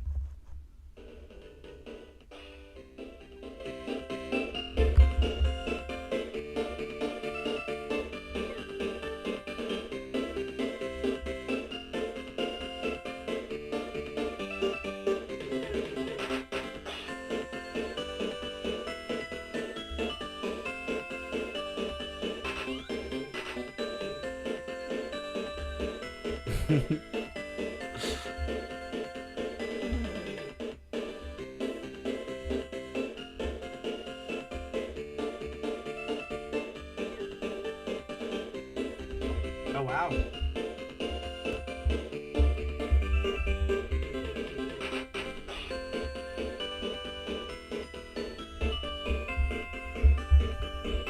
I'll give you a clue. Lucky. Lucky. Lucky. Sonic. Oh, wow. Okay. Here, go on.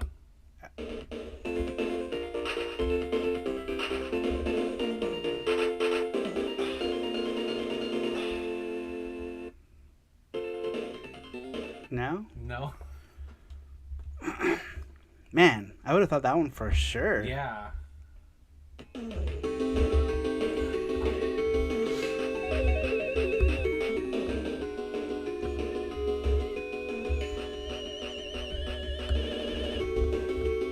Okay, well, I guess we'll give it to Randrick. We'll give it to Randrick. It's close enough. We'll give the point to Randrick. It's Corey Yoon. Just the spelling is incorrect, but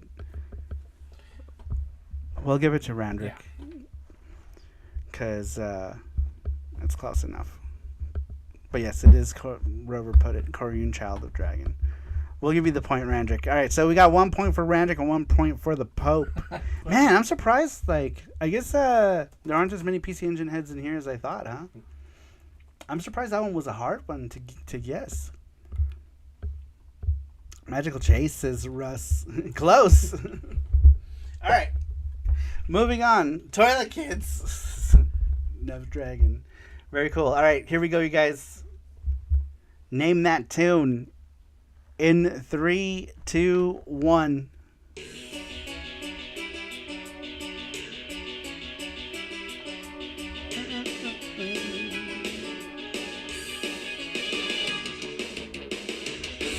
Boom. There it is. There it is. There it is. Who came in first? Randrick. With Dracula X. And Rover right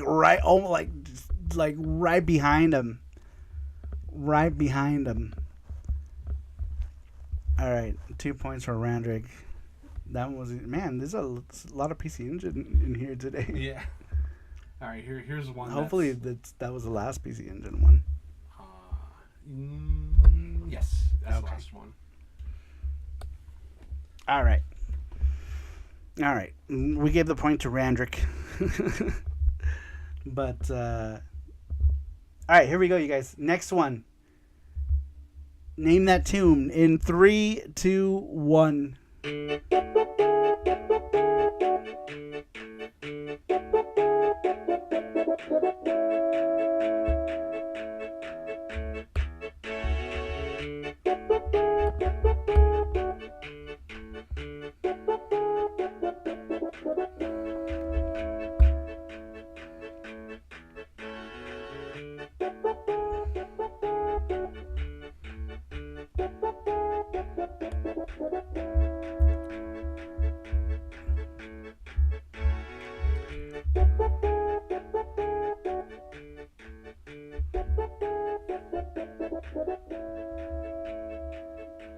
Matthew got it. Oh wait, no. No. Oh shit, sorry.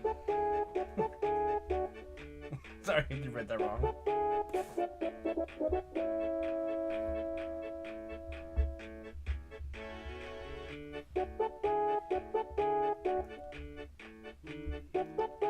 Do we have another track for this game? Remember that if a game has multiple parts, it has to be the track for that specific game.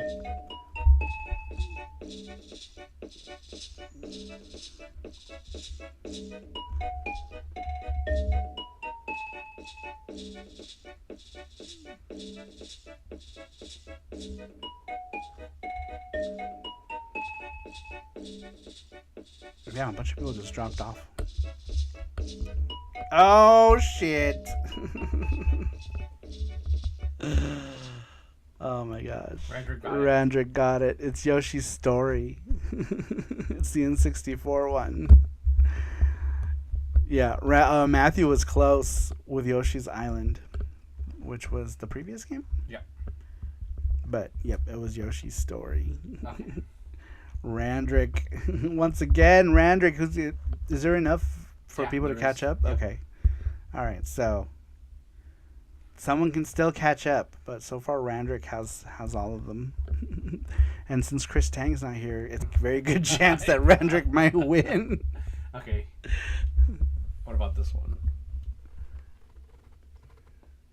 Got that one. Oh yeah, but I guarantee you he's gonna Okay, let's instantly get that one.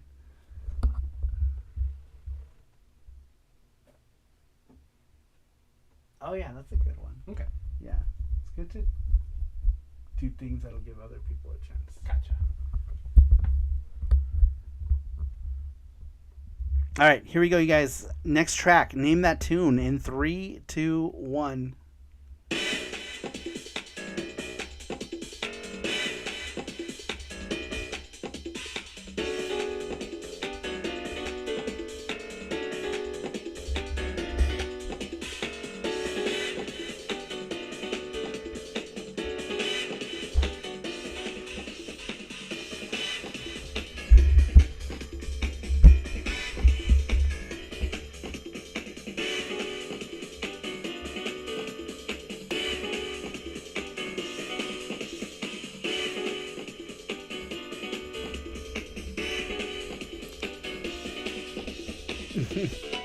It was my stuff. I was like, what the hell is this? Nobody?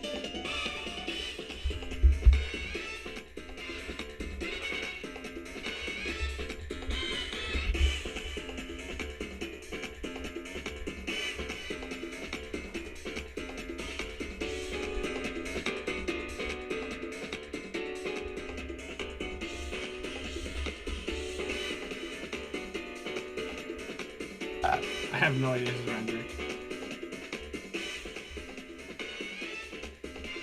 Alright, should I pick a different song? Sounds like something on CD, says Randrick. Yeah, it's definitely a CD game. Maybe do another track from that game. Okay.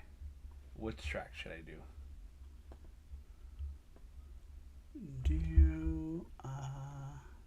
Just pick a number.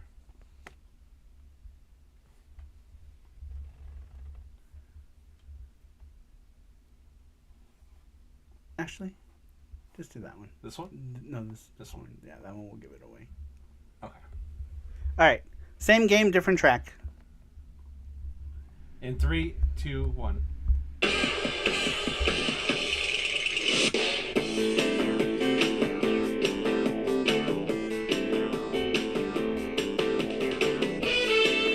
Pope got it. The Pope got it.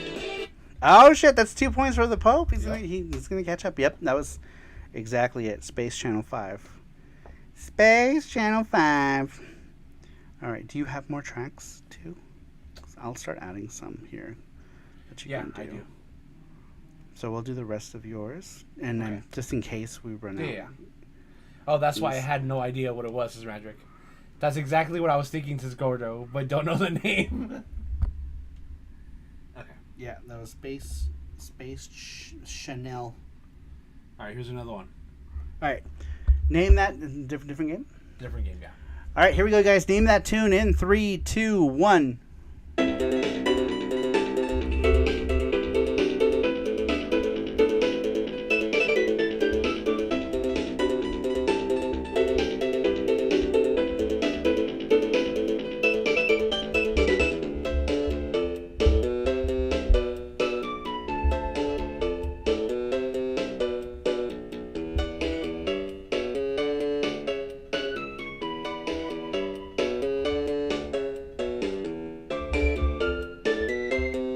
That part, yeah.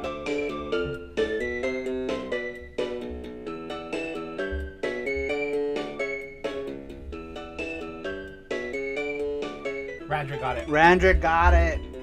It's Super Bomberman. Yeah, everyone knows that Bomberman tune, right? Because it's in every single Bomberman. Yeah. But specifically, that was Super Bomberman. That's 4 points for Randrick. I don't know if anyone's going to be able to catch And up. Pope has 2. And Pope has 2. So the Pope has a possibility of catching up. The Pope. Actually, yours. The Pope. The other ones are really easy. Yeah. All right.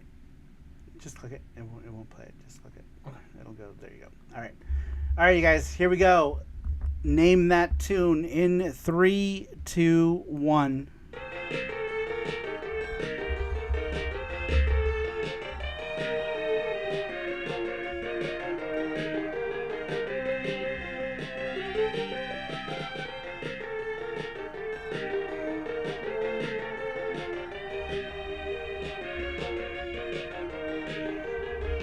Mega Man Soccer.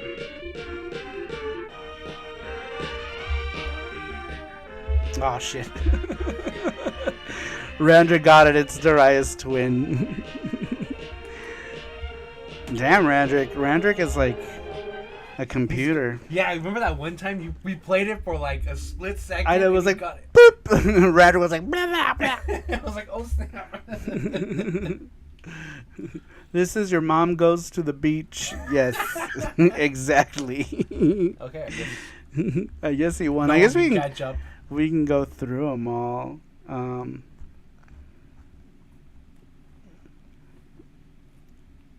Yeah, that was crazy. That was crazy. Well, I had this one right here. We'll just play for fun. Yeah, we can keep doing them. I Yeah. mean, like, Yeah, let's keep doing them.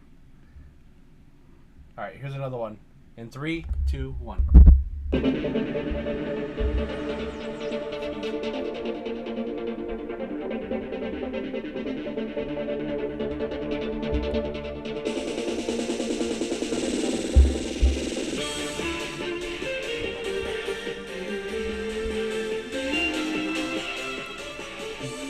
Brandon got it.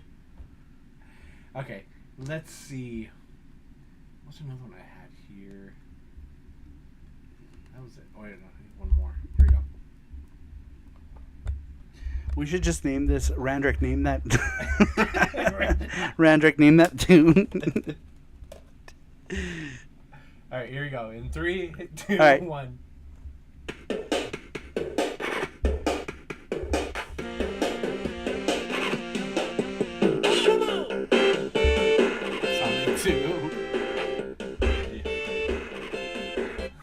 Randrick got that one too. Randrick. I feel like Yeah. Jesse picked a lot of easy ones too. Except for Koryun, which surprisingly nobody knew. And actually Space Channel 5 too. Oh yeah, and Space Channel 5. And Yoshi's Story. There's other. You want to click on the other ones that are in the Discord, Yeah. or do you have more there? No, that was Those that was were all the of them? last All right. How many points is that for Randrick? Like 72. one. 72. Magic names those tunes as Gordo. That threw me off since Matthew Roach. Okay. All right. Here's the next one. In 3, 2, 1.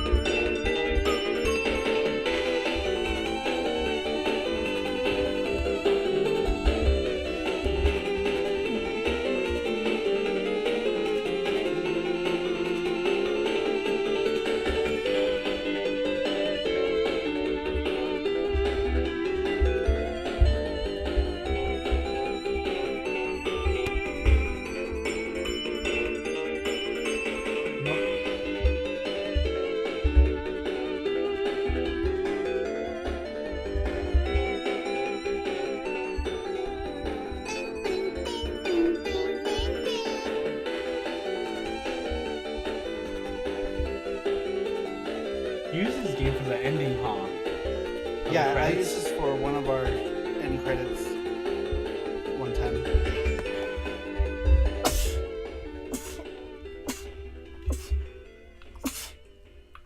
Sorry. That was from Socket or Time Dominator, whatever. Whatever you want to call it. It was from that. Bless you, says Matthew. And Thank Randrick. you. All right, next one. Oh, I love this song. Want to play it? Yeah, play it. In 3, 2, 1. いつまでもいつまでもこんな時でも I sing いつまでもいつまでもこんな時でも I sing 何度でも Yeah, I don't think anyone's gonna get this. Randy pretty much won already. We're just playing the rest of the songs that are on this list. 嬉しいことも悲しいことも It's a game. なぜかうまく伝えられない言いたいことが溢れ始めて頭をいつも悩ませるだから全て二人して君に This is impossible because it's from a Puyo Puyo game, but it's like a what do you call it? A spin-off. It's from a Puyo Puyo spin-off game. It's clearly Glover. You noobs, says Rover. All right, I think that's it. Oh, Yeah. there might be one more, right? Yeah, there's one Yeah, more. there's All one right, more. this is the last one. We should have started off with these. Give some people a Yeah. chance. Well, that's true. Yeah, it's from that one. That last one was from Puyo Puyo Da. Ready? All right, here we go.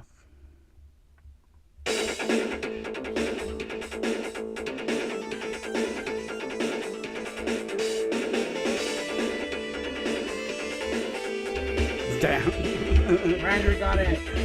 Like instantly, yes. That was Mad Stalker. Mad Stalker. The song didn't even get underway. That was just the intro. It was just a. And Randrick's computer brain got it. Okay, well, Randrick, you won. So Randrick, we're doing sorry, Gachapon.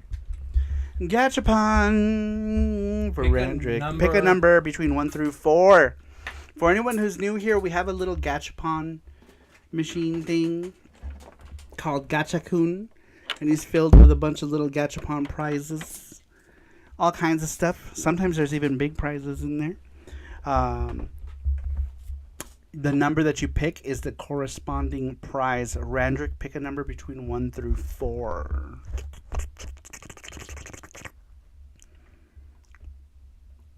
Got your what? I'll give my win to Matthew, the most generous of the Saru crew. Aw, Oh, Randrick. that's nice of you, Randrick. Well, there we go, Randrick. You pick a number, Randrick. Matthew. Matthew. Sorry. Mathrick. That's cool of you. That's cool of you. Here, push the camera more this way. Oh, you're right. Sorry. Right there. Yeah, that's fine. Perfect. Perfect. Perfect. All right, 4. he's giving it to you. He picks 4. There's one. All right, ball number 1 is the one gay guy from Dragon Ball. One game.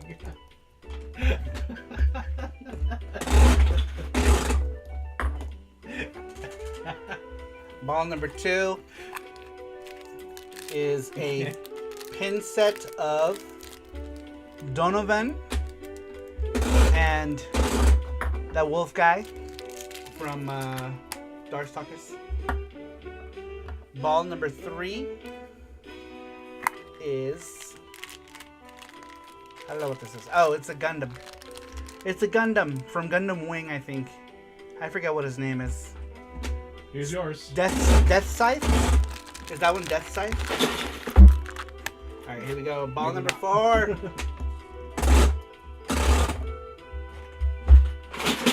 Why won't you come out? Oh, it's stuck, that's why. There's a ball stuck. Yeah, there's a ball stuck.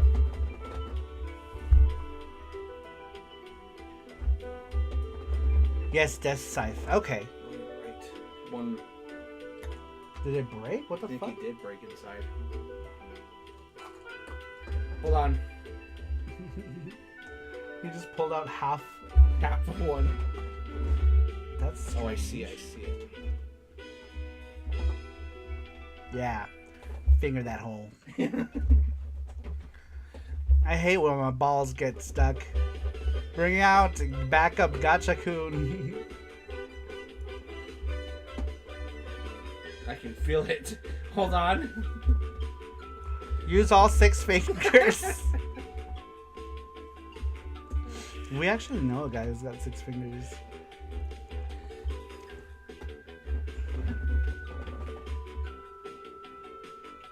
I need a stick. Give me a stick.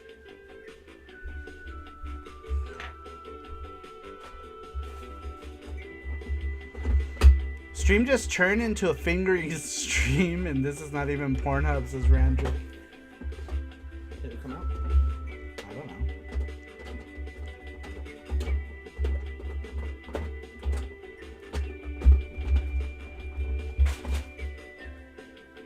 Oh, I forgot to show my Valis girlies.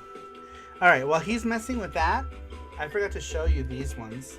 I'm not going to put them up too close or touch them. The last time I showed off my Valis figures, I had a wardrobe malfunction. And let me just say that these figures are very well detailed in certain areas. So I won't be touching them from the chest area because the wardrobe malfunction happened because the chest part is very it is not secured. I don't even want, like, okay, I was gonna wiggle it. Looks like you can wiggle it. I'm afraid. But yeah. Oh, did you get the ball out? I did, yeah. All right, There. here's the ball. But before we show you the ball, are we applying the same Gachapon rules? Where they get bonus balls? and- Yeah.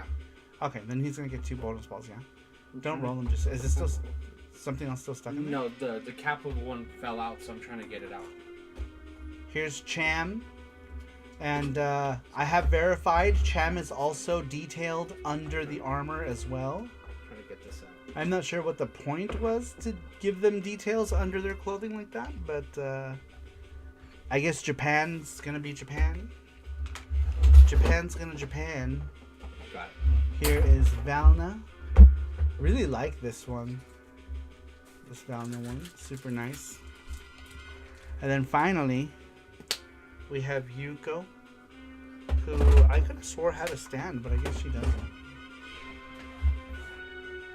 Yuko, oh shit. Super Yuko.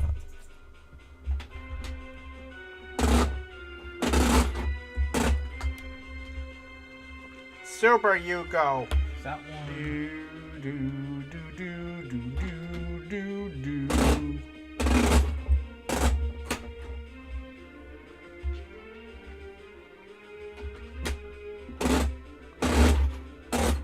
I don't know if this one, the armor comes off on that one. Alright. Why are you taking more balls out? I told you to wait. Huh? I told you to wait. Oh, sorry, I didn't see.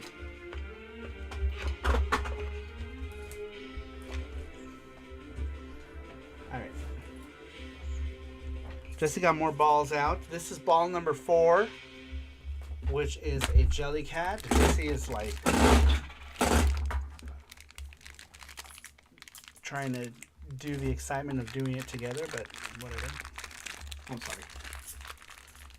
That is number 4. Bonus ball number 1, because Randrick is part of the SaruPro VIP. Matthew. Matthew is part of the SaruPro VIP. Bonus ball number 1 is these, what are they called? Virtual Fighter pins. And then bonus ball number 6 is spin the wheel, but that one has to land on a number. So, Randrick. Matthew, sorry, I gotta keep saying Randrick. Matthew. Good night, Randrick.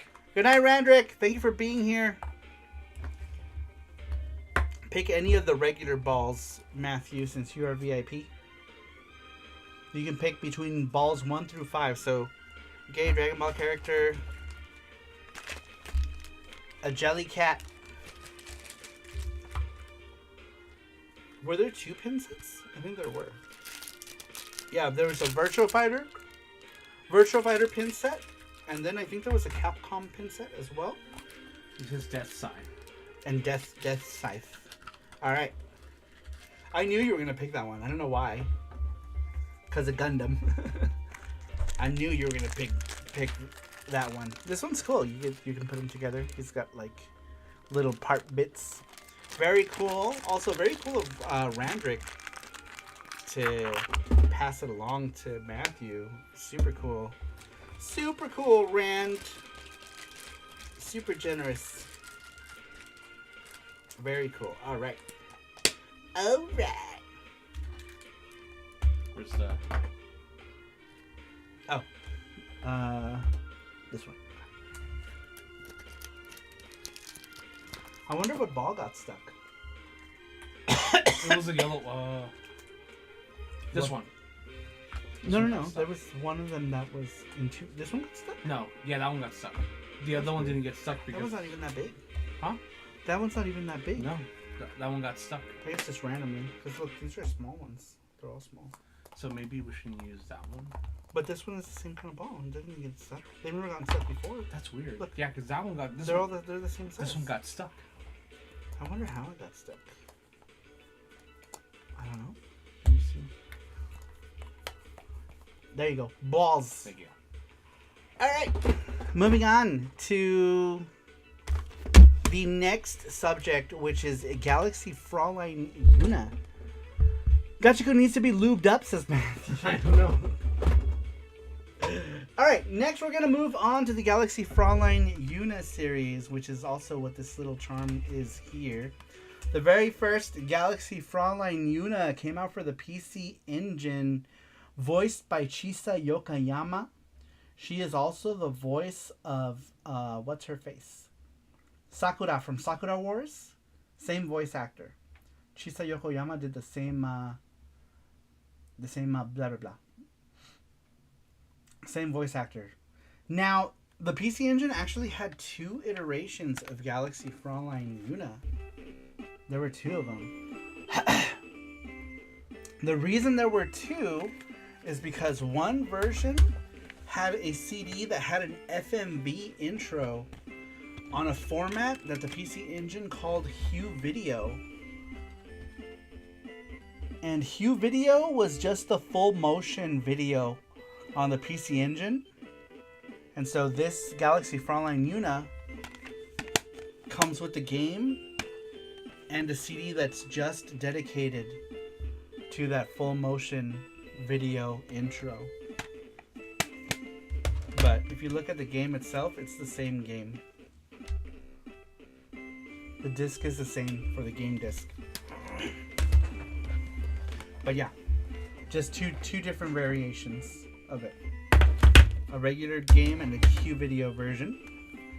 And then there was the sequel, which improved in the character design. Well, I don't know. Some people like the more retro looking one, I guess. But this, I feel like this more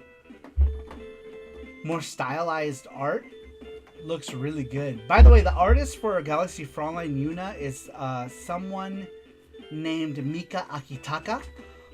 Mika Akitaka got his big break for doing something called Gundam Girls, MS Girls, Mobile Suit Girls.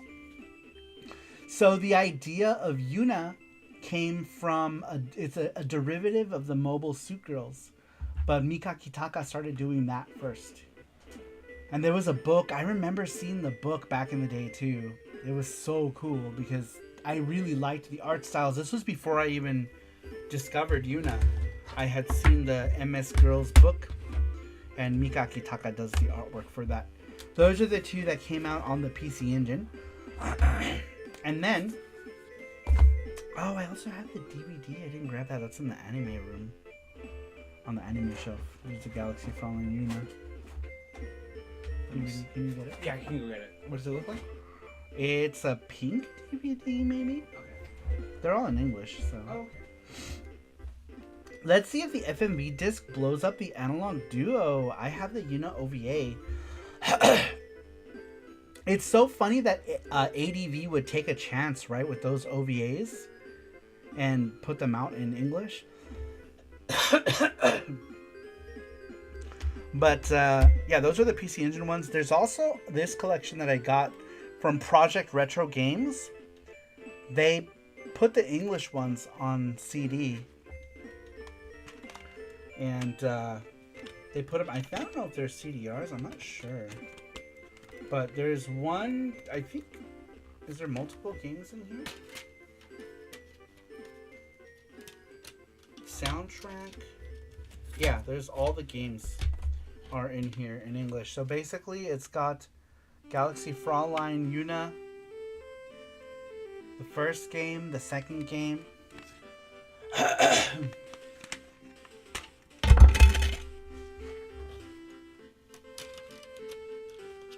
Put this in there more secure. A soundtrack CD, and then Sapphire. Sapphire is also drawn by Mika Akitaka, the artist of Galaxy Fraulein Yuna.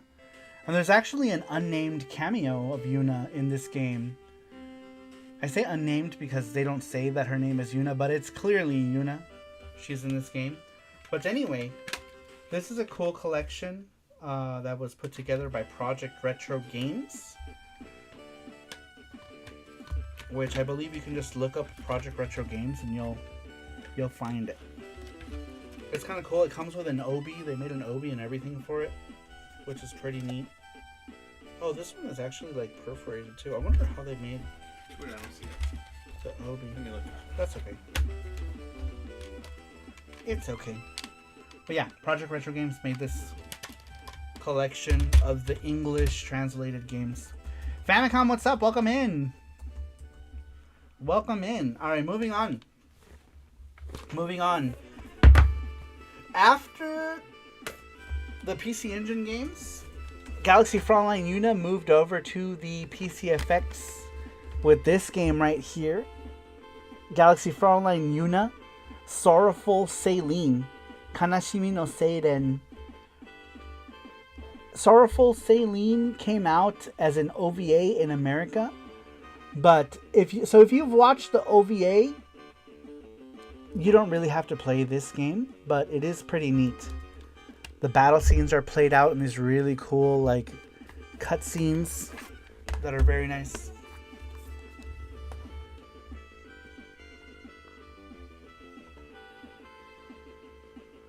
Very cool. And then of course PCFX games came in like these PC like boxes, because that was the whole vibe they were going for, right? They were going for PC box style, Japanese PC box. So we've got the manual for it.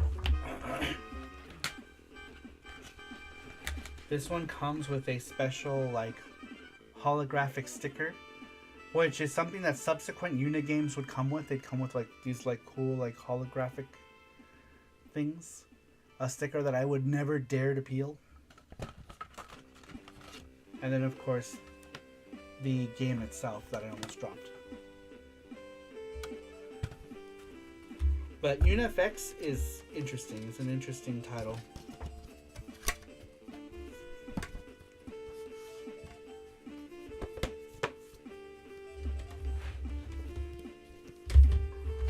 And then there's this Yuna FX Taikenban right there that says Taikenban, which means trial version. This is the demo for it.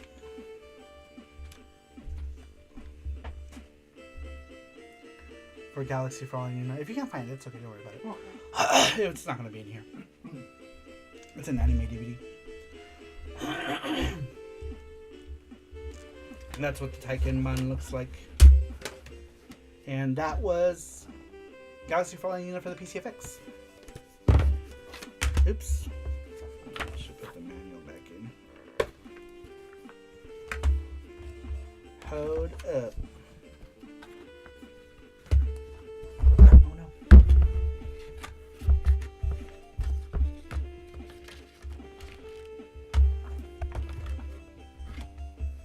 Corzine says, that's awesome. I think you should work with Carlos to fulfill your game prints. I've got a few of his productions. Super nice. That's Gordo. To fulfill your game prints? What do you mean?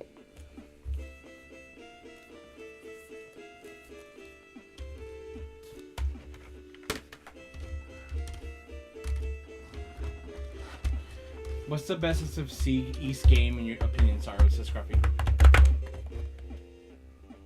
What's the best what? SFC. Oh, the best SFC East game. Ugh. I don't know. I hate all of them.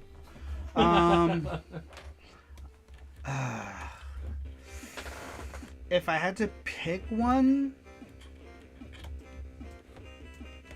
maybe Mask of the Sun.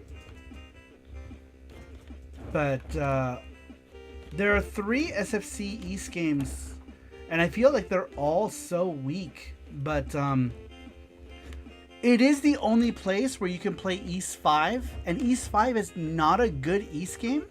But if you're going to play any one East game on the Super Famicom, it should probably be East 5, because you're not going to play it anywhere else. So if you do pick one to play on the Super Famicom, do 5. Do 4 on the PC Engine. I would do 1 and 2 on the PC Engine. 3 on the PC Engine, if you don't mind its disgusting scrolling, because the scrolling on the PC Engine version of 3 is ass. I went with the Genesis version of East 3 for my East 3 experience back then, because it didn't hurt my eyes to play it. But the music in East 3 for the TurboGrafx CD is excellent. I did get it. I do have East 3 on the TurboGrafx CD. But for manuals, covers, box production, ooh, maybe boxes. The CD stuff, I take care of all. When it comes to the CDs, the CD manufacturing place takes care of that. They'll do everything when it comes to that. So maybe, maybe for the PC version of Nyanja, they can help. I can reach out to them for that, because that would be maybe. But yeah, the production for this one is good. They are CDRs, but they're done really nicely. I'm not sure what kind of CDRs they are, because they do like some sort of like disc printing on these that's legit. And I'm not sure how they did it. And they're CDRs, but they're like, I'm not sure what kind of printing, because they are CDRs. Pretty sure. Or maybe they're not. I'm not sure. They're pretty legit CDs though. They look good. They look good. I keep dropping them out of this thing. Stay. And there's an Obi. Yeah, the packaging is good for them. I like the packaging. Good stuff. But yeah, Scruffy, if you play any one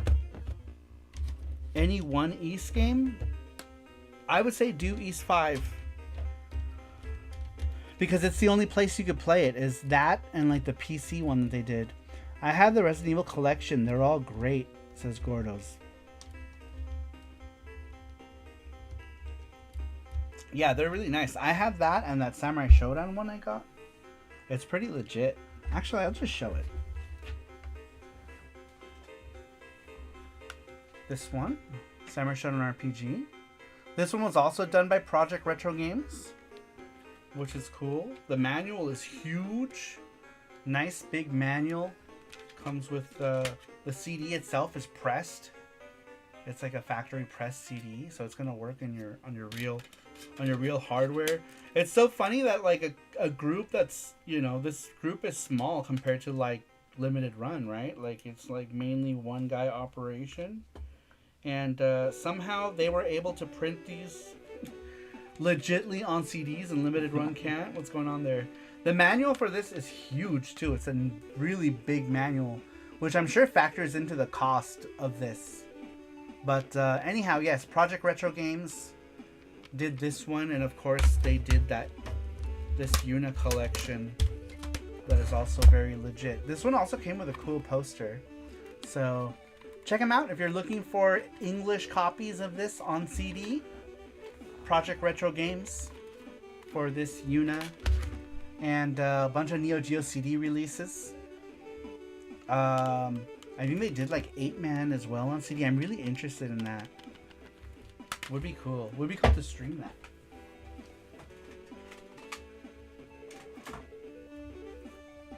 But yeah, Project Retro Games, check them out.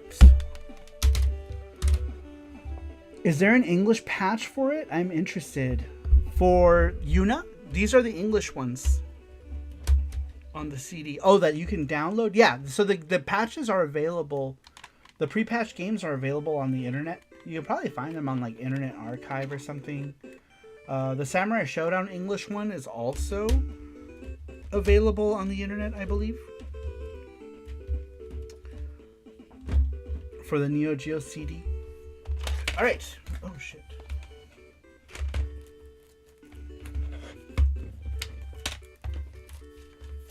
Should we do voting? Oh yeah. Well, we still have people here. Yeah. So these are the top 6. All right, let's do the voting for next week's question for Saru Show. Just check them first to see if they're okay. I can't see them. Move them. Remember, my eyesight's super sorry. bad right now. What's a retro video game that you/others try to convince you is good but is not? What's a video game series you started that got too overwhelming over time? What was the most disappointing boss battle in a retro video game for you? That one's kind of lame. Should we keep that in? Do you think that'll make a good show question? I would not. I feel like Because people would probably be like, I don't want to watch this because I might not know. Yeah. I feel like it made for a weird subject. Next one is, which video game was a lot easier to you when you were younger? Or for you? Yeah, for you.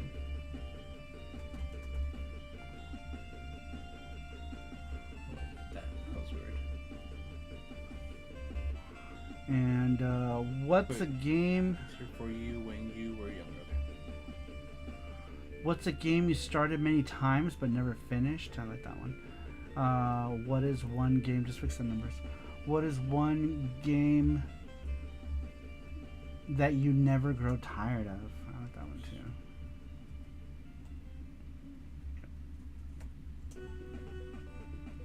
And then 5. And then we had other maybes. What's a game you played once and never want to play ever again? I think these 5 are good for now. Okay. All right, we're gonna vote on the questions. These are the 5. Hold on, let me save it.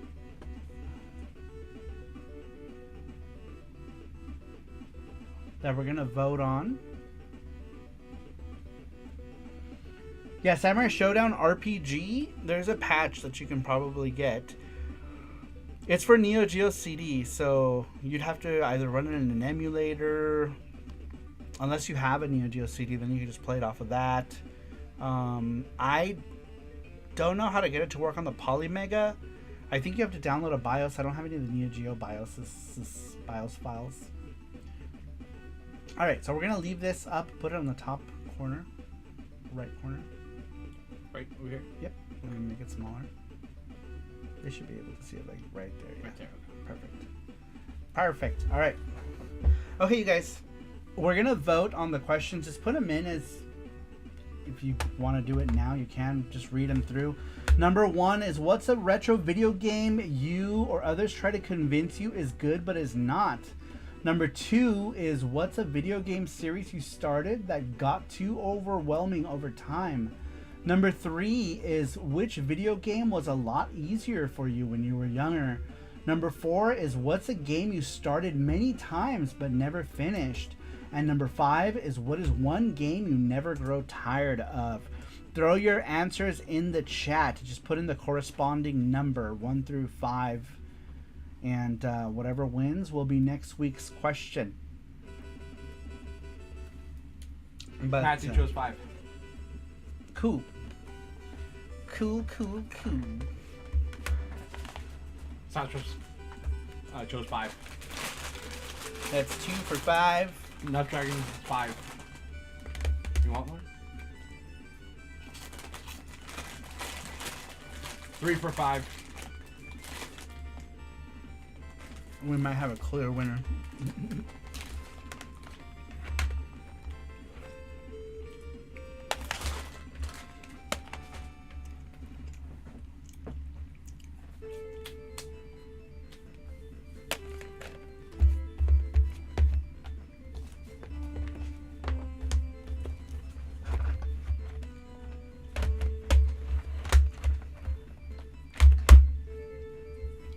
All right. I guess it's safe to say number 5 because there's only 15 people here, so Yeah. we'll just make that. I don't know if anyone else is going to vote, but 3 is good enough for me.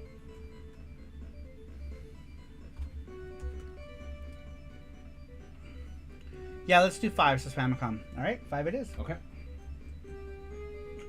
5 it is. Like that or not? Period. How would you word that? That's fine. You can do question mark. It is a question.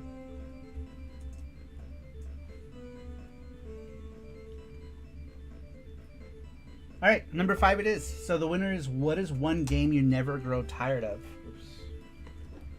And press 5. There. Perfect. Great. Matthew, You can can you remove send that now. Can you send that to Sweet Like Sugar, please? All right, moving on with Yuna in the games. What did I show you guys? All the PC Engine games? Thank you, Matthew. Next up is Galaxy Fraulein Yuna 3. This one is tactical adventure. This one is kind of like a RPG strategy kind of game. The story continues from the OVAs. This is a very interesting mixed media decision with this one because there were a second set of OVAs for Yuna.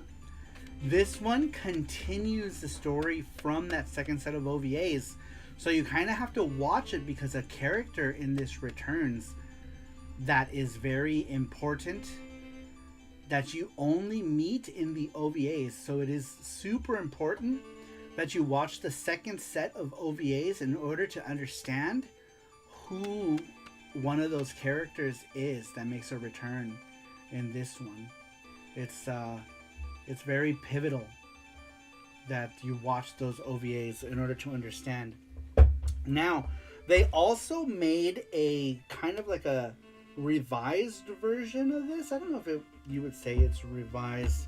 I guess I can show you the back of it. The back is like nonsense. There's so many quotes and things happening here. They're really trying to sell you on this game. Oh yeah, and then they have a guest character designer. She was in the last game too, but if you look at this character, she looks kind of like Belle Dandy or something, right? Her style is like different. The guest character designer for this particular character was Kosuke Fujishima. Kosuke Fujishima did artwork for, of course, Oh My Goddess, which is why I kind of feel like she has this Belle Dandy look to her. You're Under Arrest, and Sakura Wars. He did the artwork for Sakura Wars. So it's kind of cool that Kosuke Fujishima had a guest character design in the Yuna series. I don't want to show you the back too much because it's kind of spoilers for this game. So that is 3, and like I said, this one also, they started adding those holographic cards. This one did a whole like card with a frame in it. It's got Yuna, Kagurazaka, Erika. Fuck, what the fuck is Erika's last name? I don't know. Erika. We'll just call her Erika. I forgot what her last name is. And then Lievelt von Neustein. That's her name. I'm not even kidding. Sweets is here. Sweets! She did the question already. Oh, Sweets. Thank you. Amazing. Thank you, Sweets. I appreciate that. And welcome in. And welcome, Sweets. Thank you so much. Thank you so much. But yeah, that one comes with a holographic card. This is the Sega Saturn one. Oh, before I showed that, I should have showed the first one that came out for Saturn. Actually, Galaxy Fraulein Yuna did get...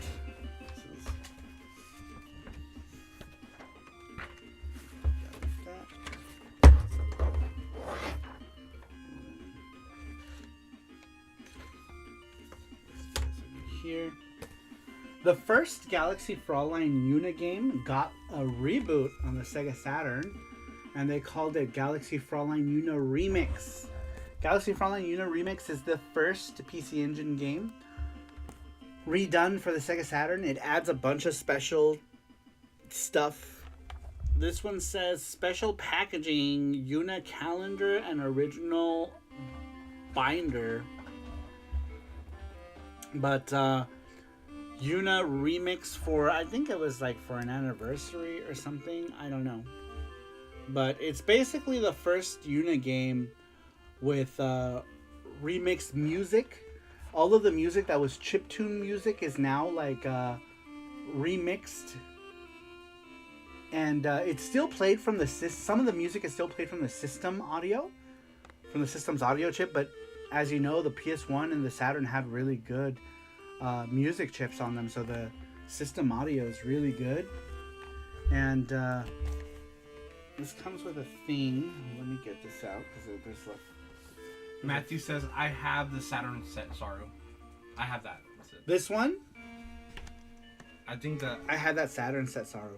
I think I have the second Yuna Saturn game as well as the remix one. This one? This one was the second game on Saturn. Which was Lightning Angel, right? Is this Lightning Angel?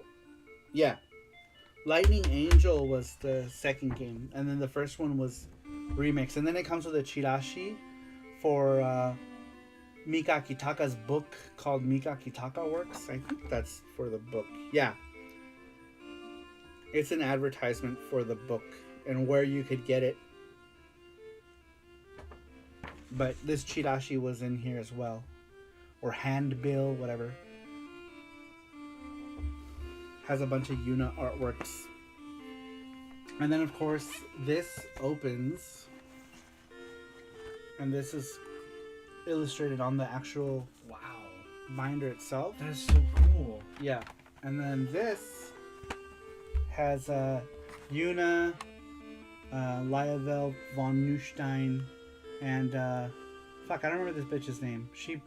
She's the commander of some other fleet. And then here's what the inside looks like. Comes with Galaxy Fraulein Yuna Remix. It's funny because I actually have this game again, but I have the loose version of it. Just because I don't want to remove this one from here, so I have the loose one of Remix. I didn't pull it out for this because I don't know, it's somewhere. It's not important since this one is in here. And then this is the desk calendar. The desk calendar is still sealed. It hasn't been opened. The game itself has been opened, but the desk calendar is still sealed. Cool. And I will never open it. And then here's what the CD looks like for Yuna Remix. I think this one also came with a holographic card. No, it didn't. I thought it did. Maybe it's in my other one.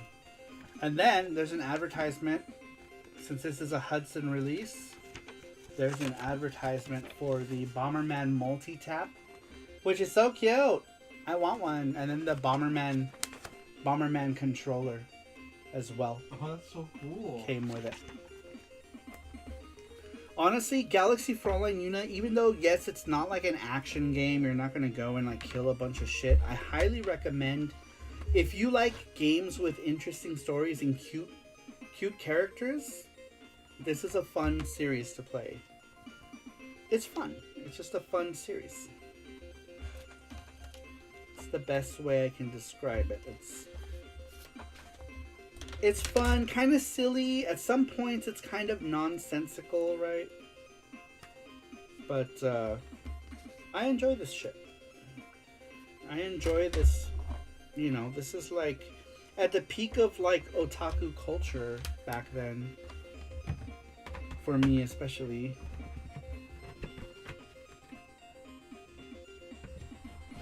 Matthew says, "Yep, I got them on eBay back in 2020 for a very affordable price." Says Matthew. Famicom says, "I got that controller in box. It's so cute." Yeah, the tap is adorable too. I want it. I want it. I want everything though. So you'll always hear me say I want it. Nuff says, "Like, nice. I like your otaku culture." Says Nuff Dragon. Oh, taco. But very cool box of this. I really like it. And then Galaxy Fraulein Yuna 3 Lightning Angel got kind of like a revised version for the PlayStation. And this one is called Yuna Lightning Angel Final, I believe. Final Edition. But it's the same like tactical adventure game. But this one adds some stuff. I forgot what this one adds. This one has a card collection system. Is that in the old one? In the first one? I say old one, but there was... The Saru one is different. I'm trying to think. It says cutscenes over 300 visual and movie scenes. Yeah, I think this one has like... Damn, Yuna has 41 characters. 41! Why is there so many characters in this game? Matthew says, "This gets her to $1 million of his game so you can pay a software license." Pay a software to license like something cool. This cover's cool. This one I think might have an English patch. I think it might have an English patch. If it does, I need to play it. One day I should just play through all the units. It's hard to play through these games because like so much stuff happens on our streams. Maybe I should just play them and not read them. What do you guys like, by the way? When I'm streaming that stuff on Twitch, do you guys like that I read through the stuff? Or should I just play it and talk to you guys and just... I don't know what's boring and what's not when it comes to games that are wordy like that. Like when I play East, I read everything out to you guys when I play the East games. Square says, "Good problems to have." Matthew says, if it does, I have not seen it." Oh, I don't know. This one continuing the whole holographic card thing that all the other ones did. Starting with the PCFX one. The PCFX started doing these holographic cards. These are Yuna and the 3 Guardians. Those little robot things that are with Yuna. These are their human versions. That's cool. And like they just pop out of nowhere too. That's another thing. Yuna kind of just doesn't really make a whole lot of sense. Things just happen. And you just have to accept them. Like when these girls got their human forms, they don't say why they have their human forms. They just pop up and they're like, "Oh, I'm blah blah blah blah blah." And then she's like, "Oh, you're that one bitch." And it's like, okay. Now Dragon says, "I like to hang out. I rarely see gameplay. Games bore me." This is not Dragon. Matthew says, "I like it when if the characters are not voiced, then I like when the streamer does the voices." Says Matthew. Sugar says, "Just chatting while playing games is the best for me." just for that sugar. Okay.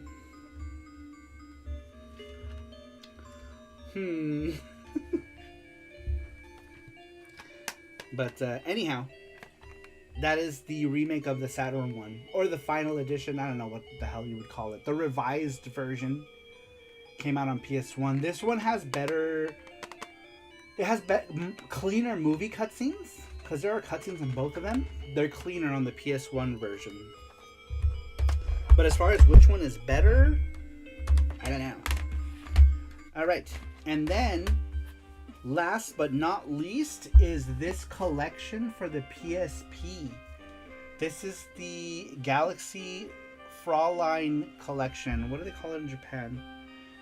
Ginga Ojosama Densetsu collection. Galaxy Ginga Ojosama Densetsu. Galaxy Fraulein Densetsu is Destiny, right? Collection. Or story? Legend. Galaxy Fraulein Legend Collection. This one was on PSP. It collects all of the PC Engine Mika Akitaka works. That's why Sapphire is there. Because Sapphire is not part of the Yuna series, but Mika Akitaka did it. So if you see it as a collection of Mika Akitaka games, these are all the PC Engine games by Mika Akitaka, which includes Sapphire. Matthew says that PSP collection has Famicom Sapphire. It does. And this one is just the UMD and the manual. Fortunately, I bought this when it was just a normal price game, but I believe it's also expensive, probably because of Sapphire, I'm guessing. I'm gonna take a guess and say that's why, but I feel like it's an expensive game now. I think I remember you getting that Yeah, I got it from Play for cheap. or somewhere. I don't remember where I got it from, but I got it for not expensive. Not expensive, but now it's expensive. Snapdragon says, so which version of Valis 3 is your favorite? It says Snapdragon. 3. Famicom says, if I collect PSP, I would want this. PSP collecting is not expensive. Even the Star Parodia collection is expensive. I don't have that one. That one comes with like the Soldier games, right? Like Final Soldier and Soldier Blade and Star You were gonna Parodia. pick it up, remember? I know, I was gonna get it and then I didn't, and now I regret not getting it because it's well, I mean, This is not. back in 2018. It would have been cool to have though. Yeah. Like this one. I'm missing, I think, I don't know if I have the Tengai Monkey one. I don't think I have that one either.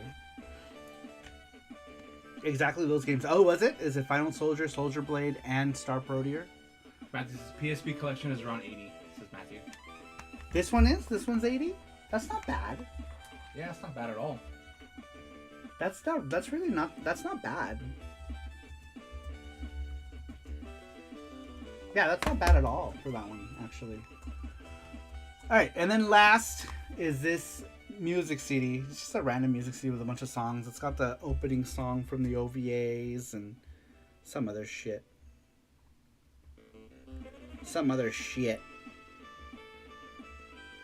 I don't remember what. But it was cute. It was Yuna. I got it.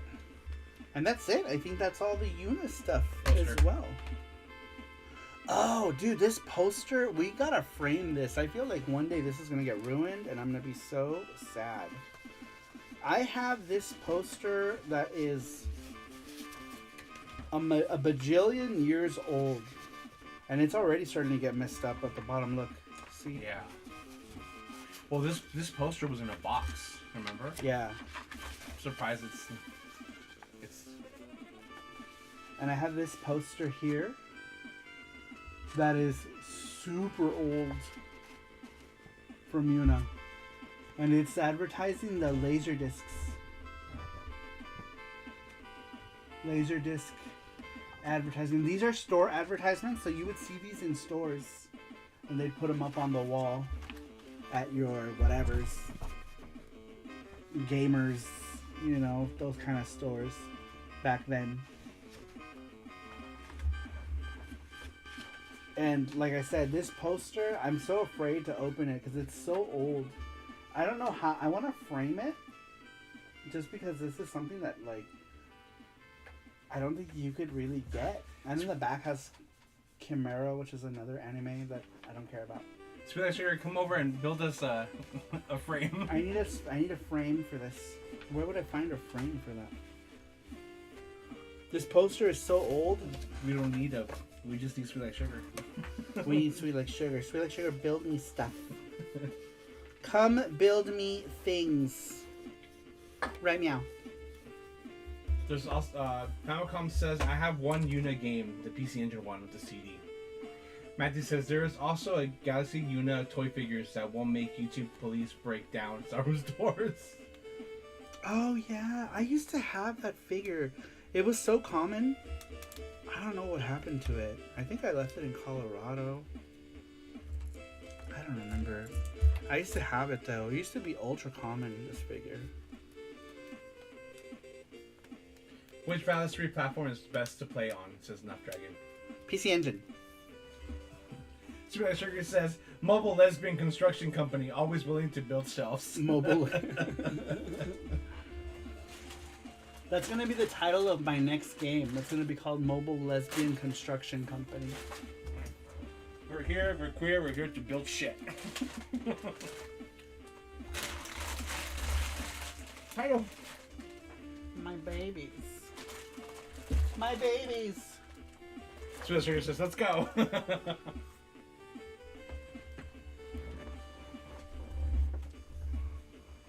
Except that stupid water level in the PC Engine. Yeah. The Genesis one is good too, because that one is in English. Nuff Dragon. So if you have access to the Genesis one, that one's good enough, I would say. Or if you have it on Switch, if you have a Switch, just get the Switch collection. Yeah, just get it on Switch. That'd probably be the best way, actually. If you have a Switch, maybe just get it on Switch. That would probably be the best way, actually. Yeah. If you have it on Switch. Or you have a Switch, just get it on Switch. Or Steam. If you have Steam, then the Valis collection is on Steam, says Matthew. I might get the second one on Steam. I have the first one on Switch. So yeah, I would say that the Switch ones would be good. It's a decent version on the Genesis, and there's no water stage. Valis the Fantasm Soldier Collection 3. What's on 3?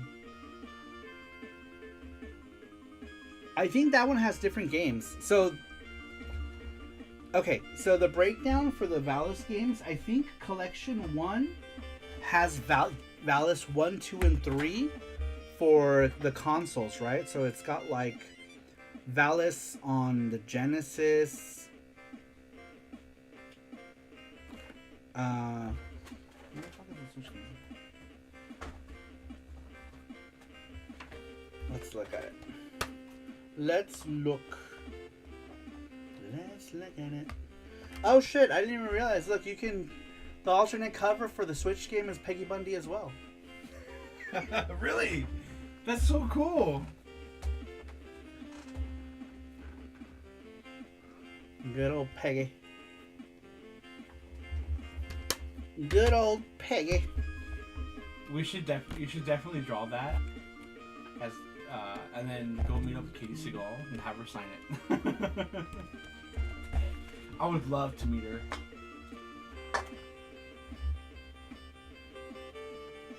Oh, Steam has our books, says Nuff Dragon.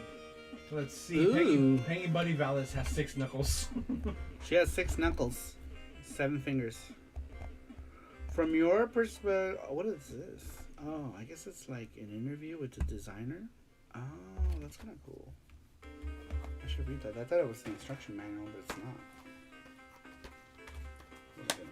not. You know, we should definitely do this on Discord on this computer right here.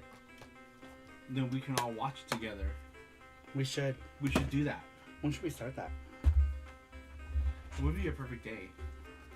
And what time? Maybe early. Early, yeah. Because that would be cool. What? Oh, because it was gifted to me by Cybergirl. Oh, you're right. And it came with a DVD and the Blu-ray. So Oh, she okay, kept the okay. DVD. Oh, but how would we play it? It's Blu-ray. We have a Blu-ray player. I know, but we can't do it off this computer. Then. No, we can just bring the Blu-ray player here and just connect it. Uh-huh. Yeah. And then we would just watch it. Yeah, watch it here. Oh, well, we use this monitor and watch it here. Uh-huh. Yeah. We Yeah. should do that.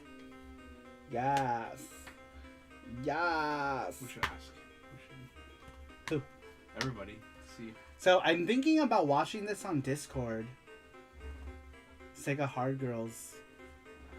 We all watch it together. I want to ask you guys, since most of you here are part of our private Discord, what day should we do it? Like, what's a good day and time? And the reason I want to ask is so that I can stick to that day and time. But I want to do this. Yes, Saturn Girl versus Dreamcast Girl. Who wins? They both win because they scissor. I think it would be fun. Look at the chow. So cute. Probably when you usually stream on Twitch. But oh, you mean like the same time frame? I guess we can ask on Discord. Yeah, we'll ask on Discord maybe. And what I've seen people do too, when they do Discord, they use your Twitch chat, so people can chat. Because you know how you can use the Twitch chat. Let me show you. So you know how you can't chat on Discord, so we can use this, and people can chat here, and we can read what they're saying. Oh, like it's part of the overlay? Yeah, we can do like an overlay, or for us, you know, because we'll be watching, people will be watching too. Well, Discord has a chat. Does it? Oh, okay, I didn't know that. Yeah, Discord has its own chat. But I mean, like, are we gonna do it like a stream? That's what I'm trying to figure out. Should we do it like a stream where I'm commentating and we're watching, or we're just watching? I feel like you commentating. What did you say? Sorry. What do you guys want to do on the Discord? Because I mean, this is for you guys. Should we do it like how we're doing like right now? We're like watching a stream. I'm talking to you guys and we're watching it together.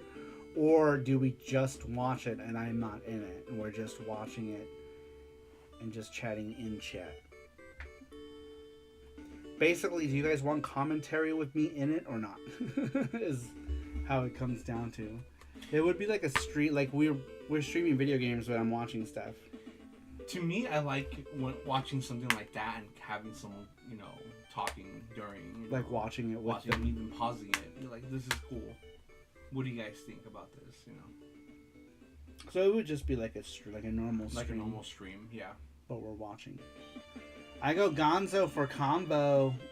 Welcome, Screw the Net. It's so cute. I know. Heart attack time. Famicom says, yeah, like a stream. Yeah, then we'll do it that way. Matthew says, I am always fine with commentary during watching. I have been in streams like that and it doesn't affect me. He says, Matthew. Okay, then we'll do it that way. Yeah, because then sometimes you'll like give a little like. Right here. I'm yawning. I'm just yawning. Like little like tidbits or pop video. Tidbits. Tidbits, that's what it is. Tidbits. Oh, Discotech, how I love them. They are so much better than LRG, says Matthew. Yeah, this is a cool release too. Good lord.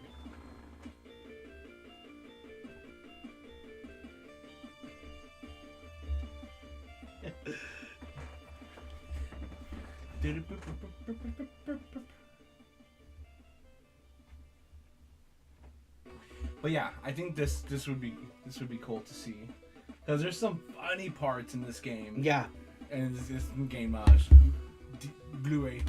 like the whole part with Gilius Thunderhead and this Ulala. So funny. Oh, there he is. There's Gilius Thunderhead.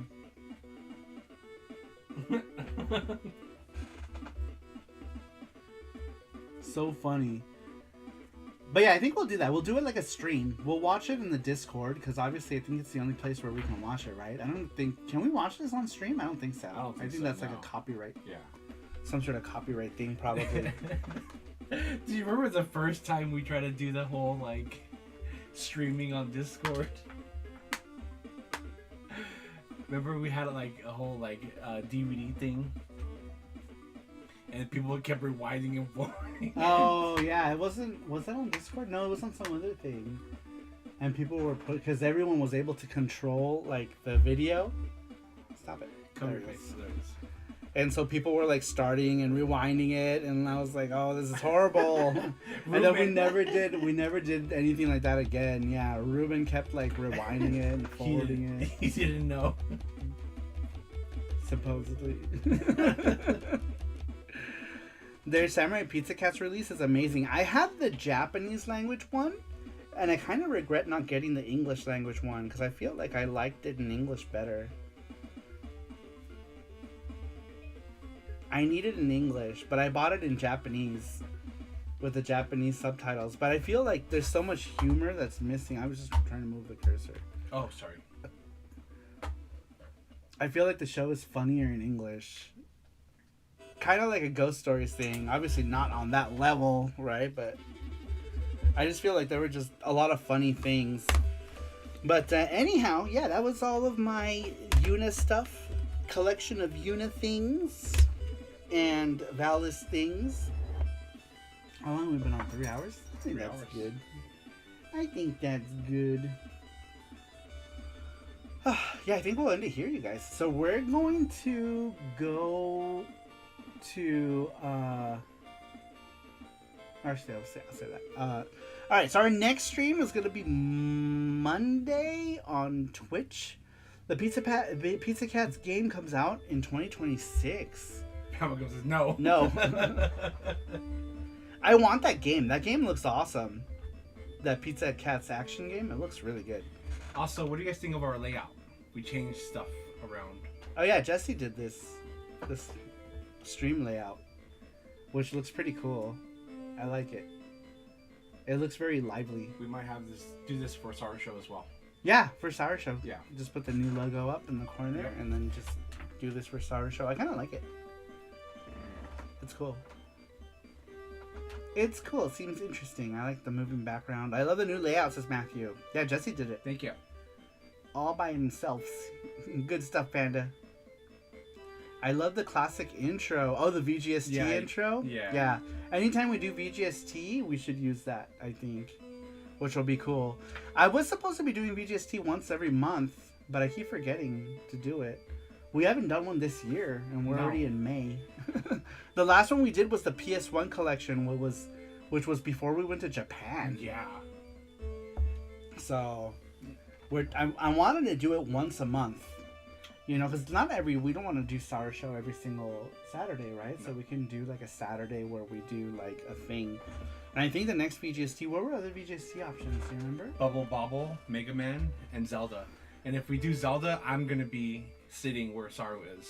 Yeah. Showing all my Zelda stuff. He'll entertain. And maybe we could do like a mini charm. Yeah. That would be cute to do a Link in this style. Yeah. Right? Like that would be cute. Yeah. The Miko Heart style. I don't know what else to call it other than the Miko Hearts style because I made this specific type of chibi for Miko Hearts. So I always call it the Miko Hearts chibi style. Oh, yeah, and the Nyanja characters are based on that same style. Go ahead.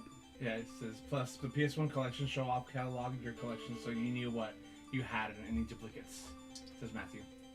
Is that what we did during that stream? Mm-hmm. We were cataloging and then we did VGST on it? Yeah, we were. Good night, Enough Dragon. Good night, Enough Dragon.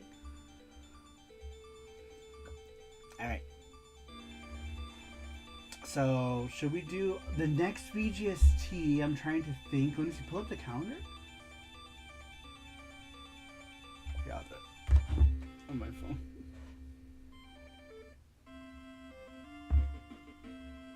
Calendar. There it is. Let's see. We're in May.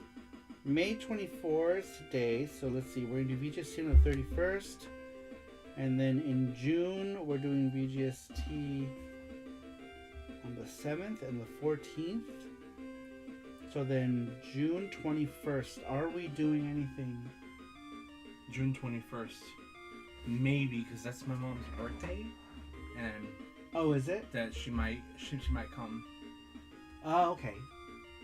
So then maybe if she doesn't come, we do VGST Yeah.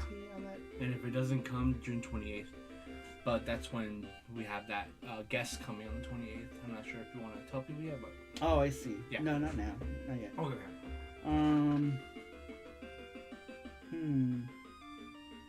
So then the next VGST is potentially going to be on the 21st of June. Because we got to do some...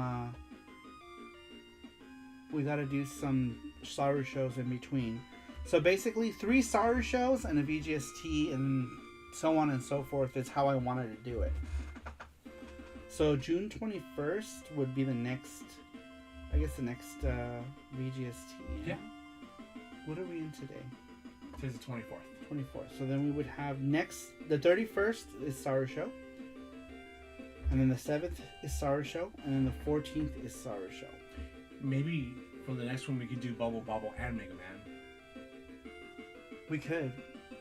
Though I have You have a lot of both. Bubble Bubble. I have a lot of both. But I mean, yeah, I guess we could if we wanted to condense them. You know, I guess it depends on how many VGSTs we want to do this year too. That's true. The only reason we did this one, Yuna and Valis, is because I didn't really have a lot of both. But Mega Man, I have like plushies. Oh, you're right. You have lots of like. And I have Bubble Bobble. I have a lot of games too, and I have Yeah, you're right. I have quite a bit of Bubble And Bobble Mega Man stuff. too. And Mega Man stuff. So I feel like I already can see like 5 over here. Yeah, Five Mega Man by itself is easy to do. One on Mega Man.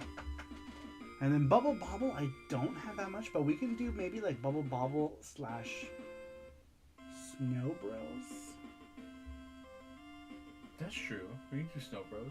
Snow Bros, I don't have a lot either though. I have the Evercade collection of Snow Bros with You the got tool the plant Switch.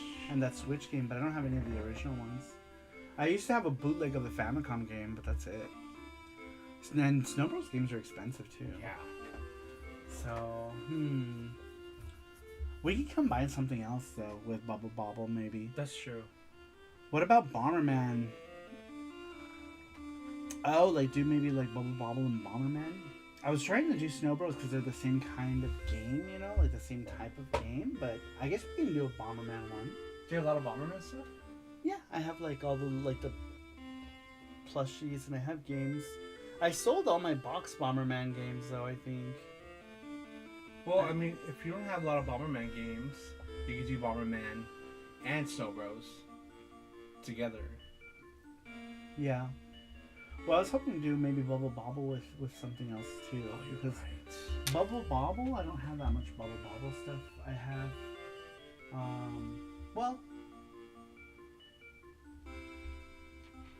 Bubble Bobble and I think Bubble Bobble and Bomberman might be good. Yeah, I think so too. Because I mean, like Valis and Yuna, they're completely different types of games, also. Yeah. 2 different companies. So maybe Bubble Bobble and Bomberman might be cute. And then maybe we could do. How about a Taito VGST? Oh, that's a good idea too. And just get all my Taito games, huh? Yeah, we could do that. That sounds like a good idea. We could do that. And then we could do. What would I do a mini charm on if we did a Taito one? Because the idea of these mini charms was going to be for VGST. The only reason we did the Valis one also is because it was a cool design. The taiko drums. The taiko drums. Because there's like Kiki Kai Kai, there's Bubble Bobble, there's ooh, actually have a cool Bubble Bobble design one too. Yeah. Actually. What's up, Bort Bort? Tenga. Tenga. I have a cool bubble bobble design already that we could do for the title one. Mizubaku. We did a Mizubaku charm. Where's the Mizubaku charm? We did do a Mizubaku charm. It was super cute. Here's the. We did a Rainbow Islands one too. We did a Rainbow Island one.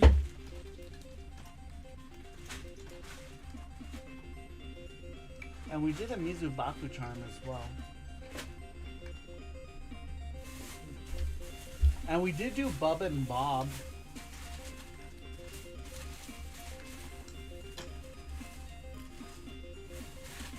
I don't know where he went. But we did do Mizubaku. Is this on the shop? I don't remember seeing it on the shop. To the internet. We did this guy. Look how cute he is. The bubble's all transparent too. It's not focusing because the glossy packaging. But who is on this one? It's not on here. Jin-chan, Sweet Like Sugar, and Borderline, and Russ. With an asterisk. I don't know why there's an asterisk there. For which one? For For Russ, because that's just his name. He doesn't get the package. Oh, I see. That's how you. Yeah. You just forgot at to the take time, it out. forgot to take it out. Yeah. But yeah, we did this one. Mizubaku one. I love So that red cute. and white ring he is on. No, Yeah, I that's know. from the the stage. He's on the ring on that water stage. So I decided to put him. I thought it would be cute to put him in the ring like that. Oh yeah, Matthew's New Zealand story charm. Maybe we could do that if you want that, Matthew. I will do one. No, you did Do I- already. Didn't you? Did I? It was like the yellow one. Did we do a New Zealand story one? I don't remember doing a New Zealand story one. Did we? I don't. We've done so many charms. Or a Space Invaders charm. I don't know how I would do a Space Invaders one.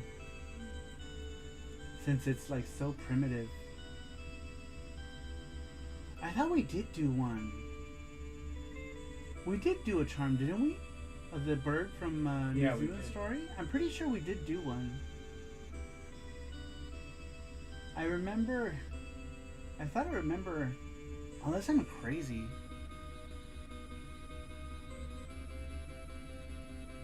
But I kind of remember... I remember one. To Saru's computer! There it is. I did, yeah, we did do one. Where's the charm? They're all gone. Damn, we didn't even keep one for me? No, we kept one, but it's in that bag. I forgot where. There's another bag downstairs. We gotta put all of my charms in one place so I can show them.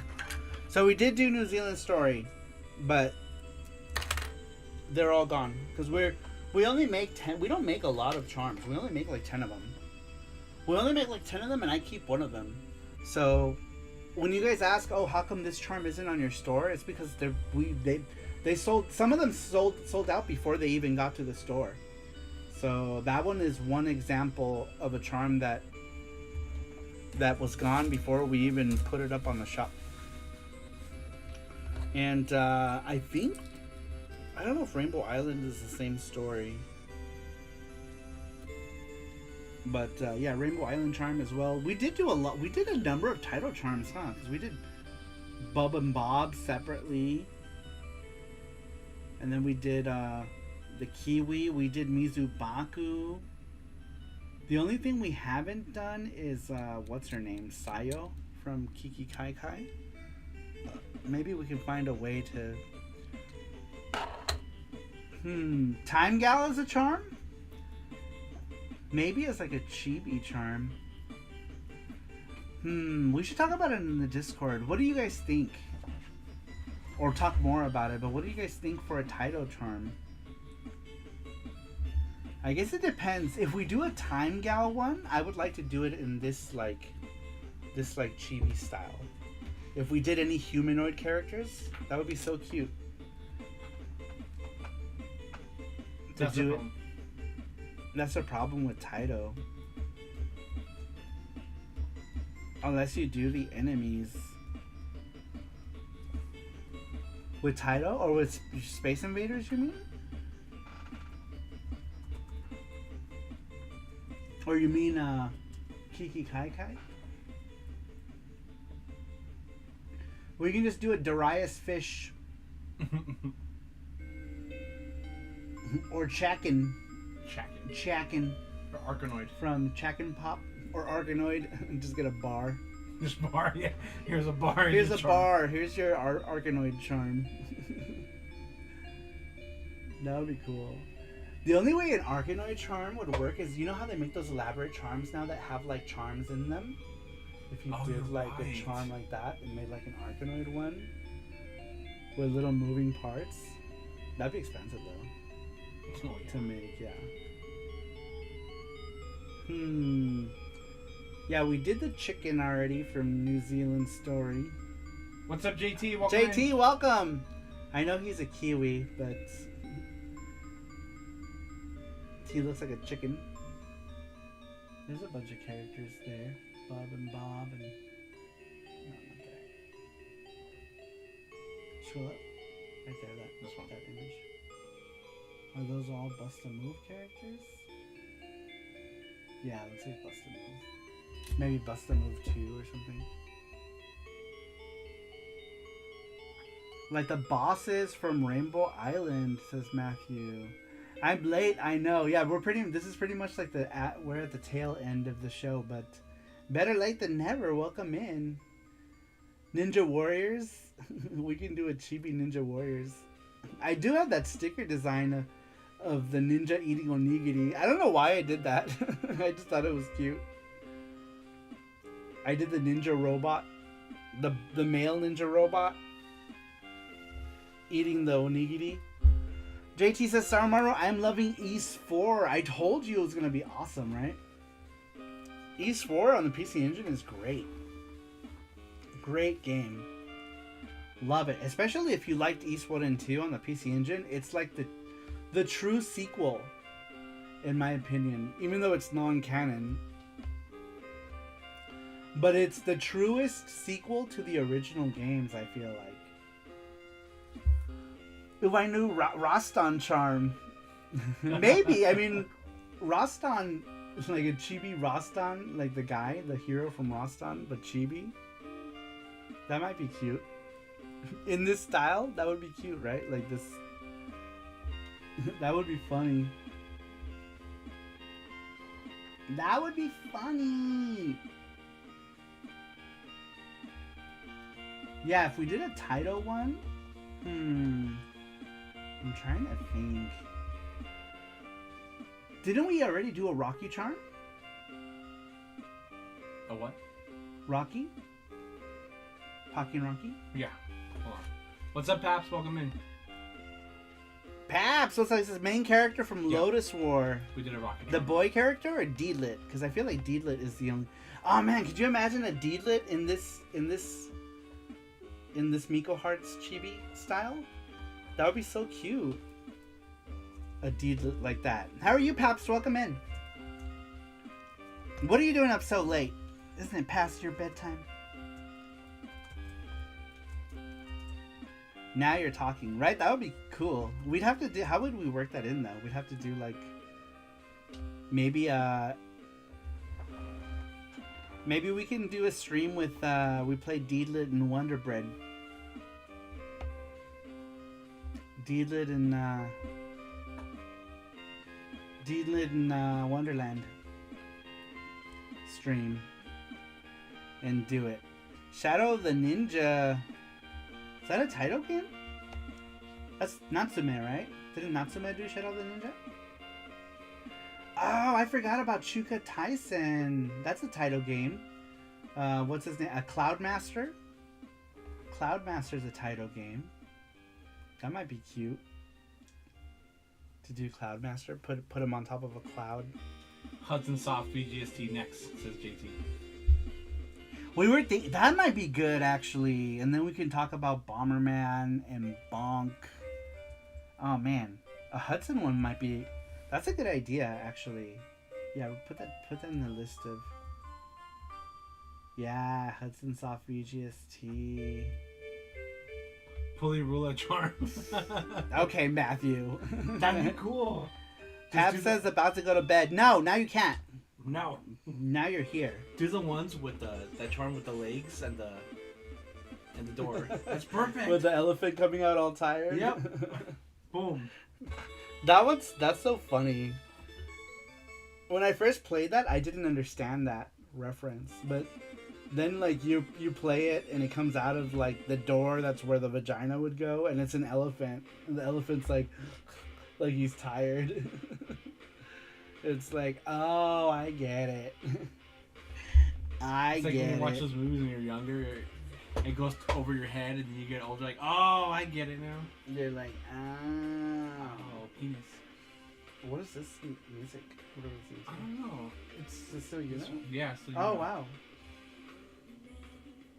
I like it. I like it. I like it. Alright. So now we have a bajillion ideas. I'll get a Pixel Units, please! Awesome! Thank you! Cerulean. Thank you, I'll get a Cerulean. Pixel Uners Plaza. Underscore. Plaza. Hold on. I gotta pause this and redo that again. Why it's so low?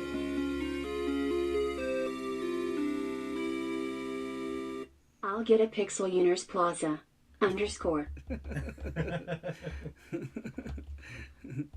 Pixel Uners! Thank you, Cerulean. I appreciate it. Thank you. Let's update that thing. Alright. So, looks like we got a bunch of choices for VGST. Should we vote now? On the next VGST? Which will be in 3 weeks from now? 3 weeks? 4 weeks from now. Because we're going to do it next week is Saru Show, and then Saru Show, and then we're going to do another VGST. Can you show me your Valis figures? Yes, but I can't touch them in anywhere other than the legs, because if I do, I put the sword there because she keeps dropping it. As soon as if you touch her weirdly in any way, like I tried shaking it, it won't come off. But if you guys remember, we had that wardrobe malfunction Sorry, hold on. There it is. for her the one time. That was Yuko. And then here's Cham.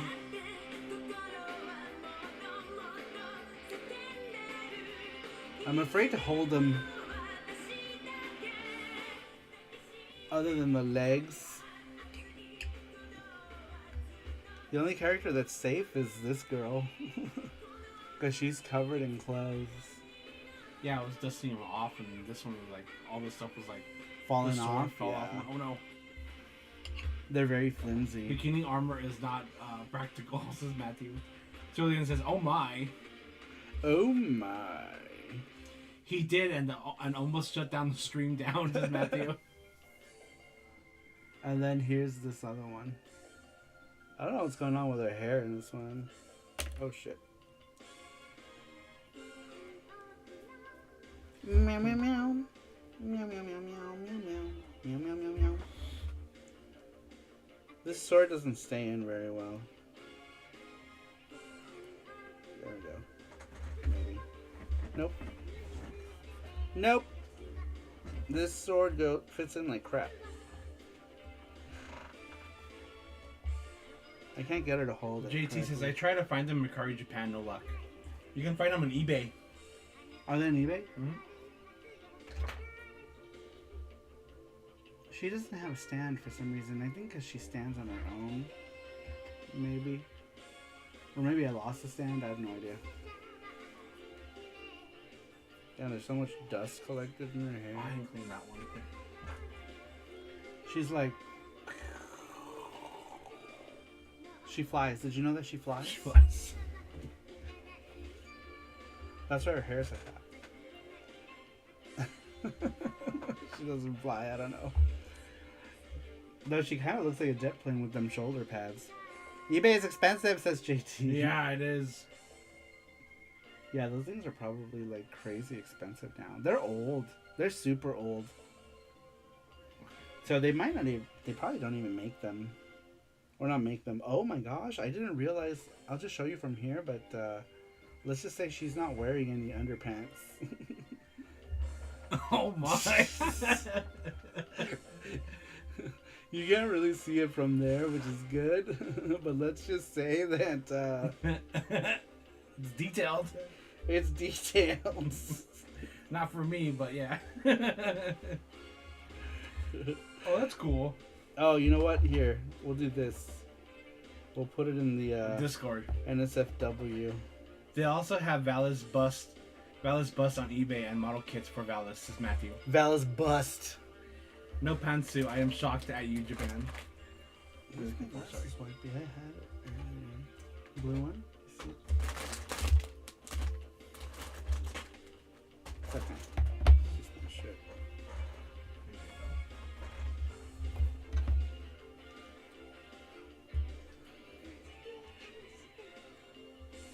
Oh my, I need them for research purposes, says JT.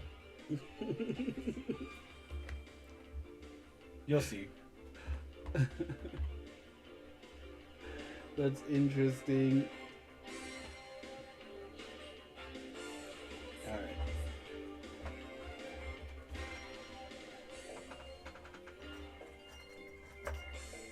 Valis figures and all their detailed rated E for everyone, says Matthew. I put it in the Discord. Oh my god. Not safe for work. Oh. Yes. Okay. In general. General. Oops. Yeah, that's funny. That's funny that, oh, Japan. You know, Japan is, you know, very detailed with their works of stuff. Is that my soda? It barely had anything. Valis figures and all of their detail. So detailed. Here you go. Oh no. Can I have the strawberry one?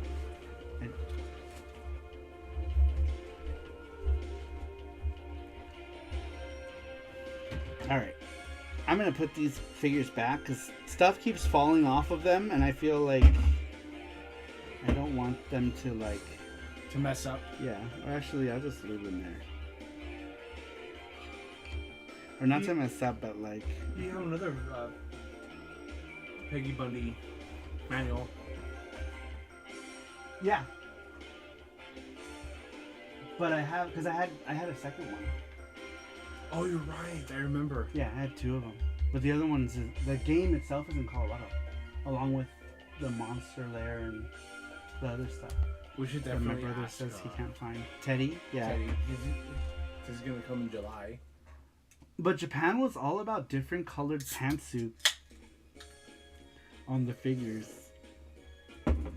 Have you displayed your new Sakura figure yet, Saru? No, it's still back No, here. it's up there. Oh, yeah. You can't see it. Here, let me see if you can... There it is. There she is. I'm not gonna take her out of the box, obviously.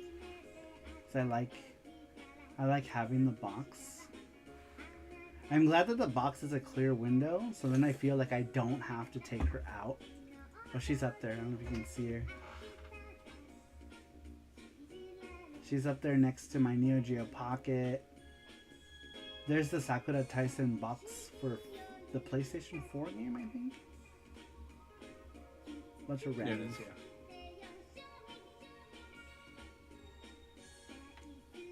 There's the rest of that shelf back there. You can't see it because of my big ass head. There we go. You can't normally see that top part. This back here used to be a closet. Yeah, this was a closet.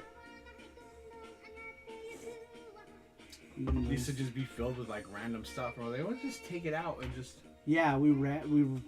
This was Jesse's idea. We ripped the doors out and put all that stuff back there, which was awesome. Very cool. I see PC effects box. Yes, the hentai effects. Play all of your best hentais. But yeah. There's where Sakura is. You can't see her from here because of the camera view. But yeah, she's up there. And that's probably where she's gonna stay.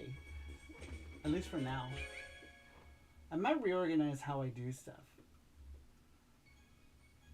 But I like her there. I like her there.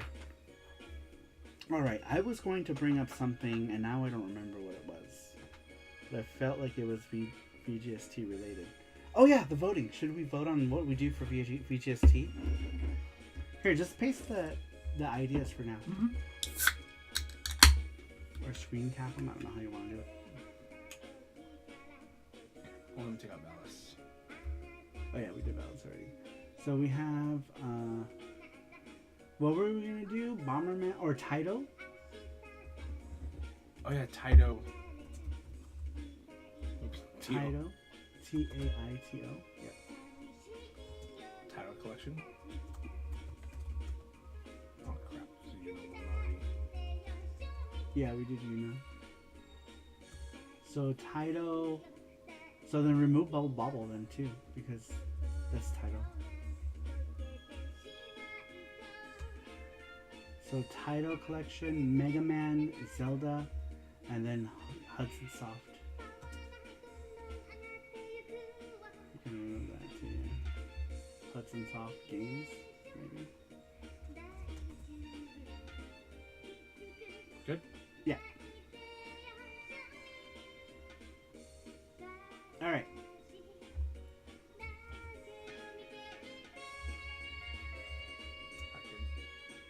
No. That's what. Alright, well there is the ideas. Oh! Matthew! To fund you. Oh, thank you. To fund Yuna charm. Thank you, Matthew. I appreciate that. Thank you, Matthew. Even though Matthew funded most of the other charm too. Thank you, Matthew. Alright, here are the different ones. It's formatted weirdly there, but number 1 is Taito. Number 2 is Mega Man / Rockman. Number 3 is Zelda. And number 4 is Hudson.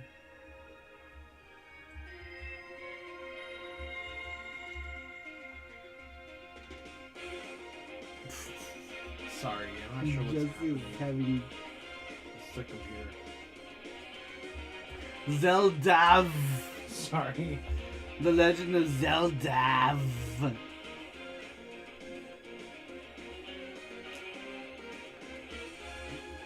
Alright.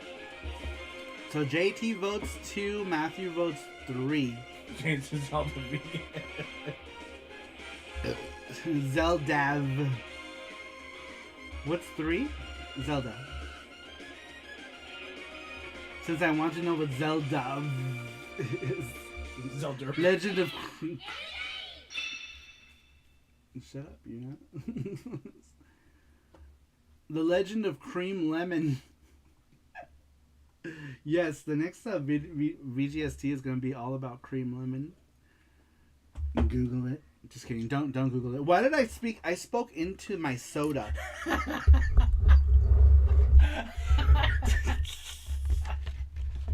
The microphone's right here. Oh my gosh. I think we should vote next week on the next Saru show. Okay. Maybe at the beginning. That You're way, right. when there's more people. There's 22 people in here. It's not like there's That's true. a lot of Saru crew is asleep. Well, they're probably listening in the background. Yeah, or they have us. They might be lurking.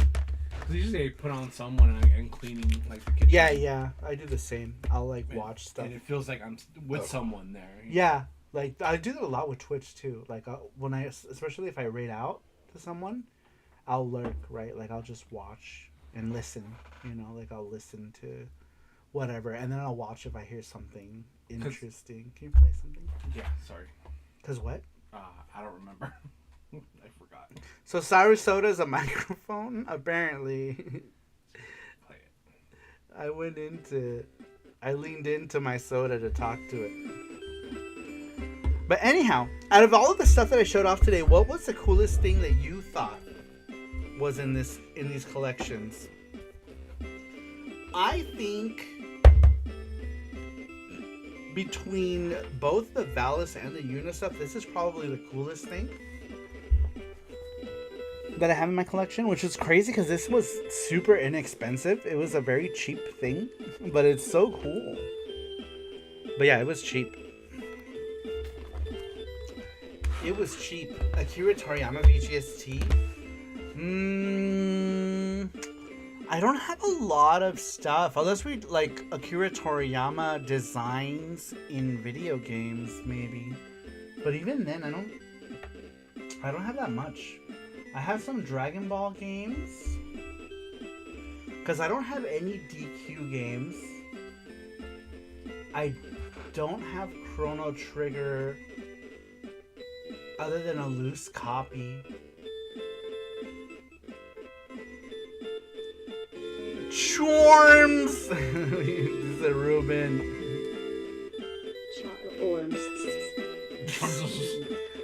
Charms. ¿Cuál quieres?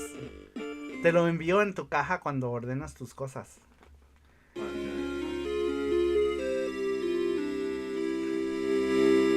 Charms. Charms. El de Valis, make it bigger. Este es el que estaba a 20, es el de Valis. We'll leave it there. Este es el de Valis y este chiquitito estaba a 10. Me imagino que quieres este.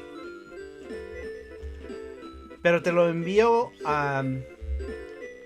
cuando ordenas tus cosas. Ya que vas a tener cosas enviadas, te envío también este Valis. Do you have a Yuna Laserdisc? I don't have any. I used to have one Yuna Laserdisc and I don't know what happened to it. Did you have it last? No, I had before I moved. I likely left it behind. I used to have one back in 2005, 2006 I bought it. And I left it when I moved to Australia. When I moved to Australia, I left all my VHS and all my Laserdiscs behind. Who knows where that stuff ended up? I'm sure it ended up on eBay at some point. But I left behind all of my VHS and all of my Laserdisc before I moved to Colorado. Not even before I moved to Australia. I moved to Colorado. And because I knew my next move was international. So sometimes when, you have like if I moved internationally again, I would probably sell off probably my entire collection. And then I would probably do what I did last time, is I broke down all of the CD cases and I donated the CD cases to Goodwill or something. I don't remember what I did.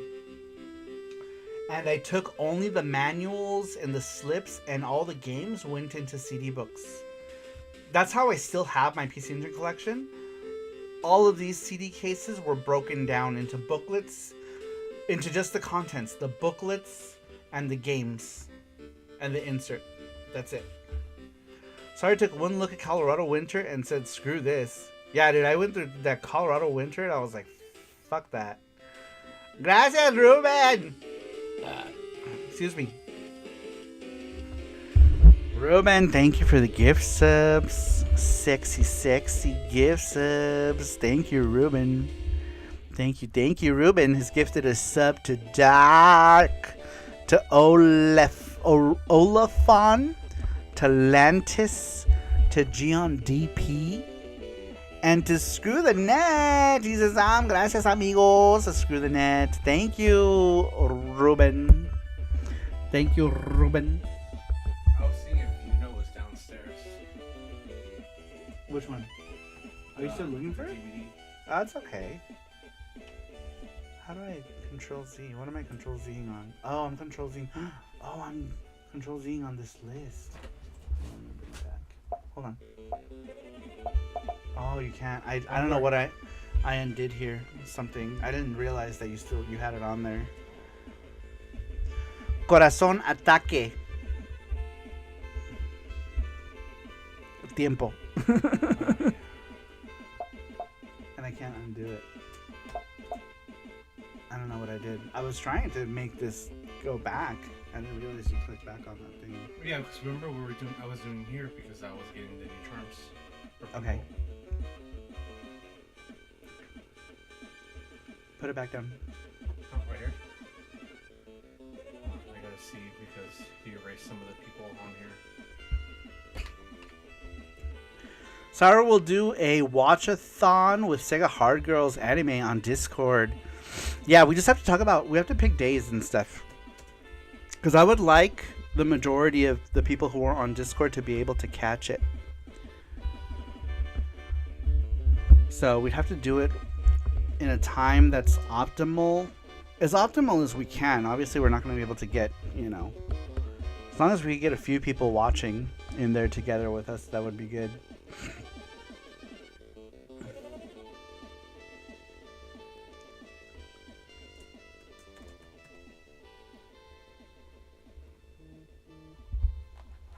Good.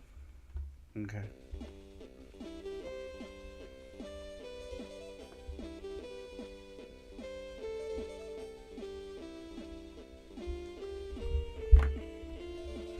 All right. Are you trying to see who? Yeah, it'd be easy. Even if you miss it, just grab this channel and just watch it. Everyone on East Coast move to Vegas and be neighbors of Saru. Problem solved. There we go. That's it. Yep, just move to the West Coast. Problem solved.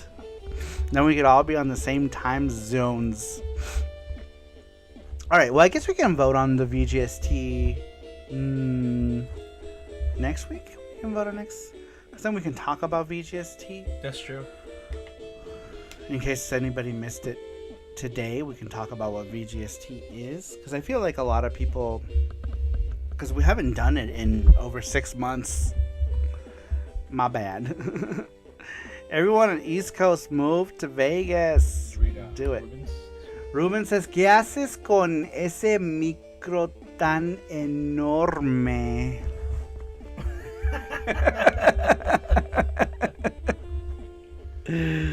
Don't ever come to Canada, Montreal. It's hell there, says no. JT. We went to Canada, to what was it, Vancouver? Yeah. Oh, God. Dude, coming back into Vancouver, the airport was a fucking nightmare. They made LAX look good, and that's bad, because LAX used to always be like one of my worst airport experiences, and now Canada, it was weird because when we left Canada it was so easy, but coming back in was shitty. I did not like it at all. Canadian Customs was like, why so many Jellycats? I know. Yeah, it was weird. It was a weird experience. I think my worst airport experience was still in China. Yeah. Over my lighter incident. But after that, Canada takes it.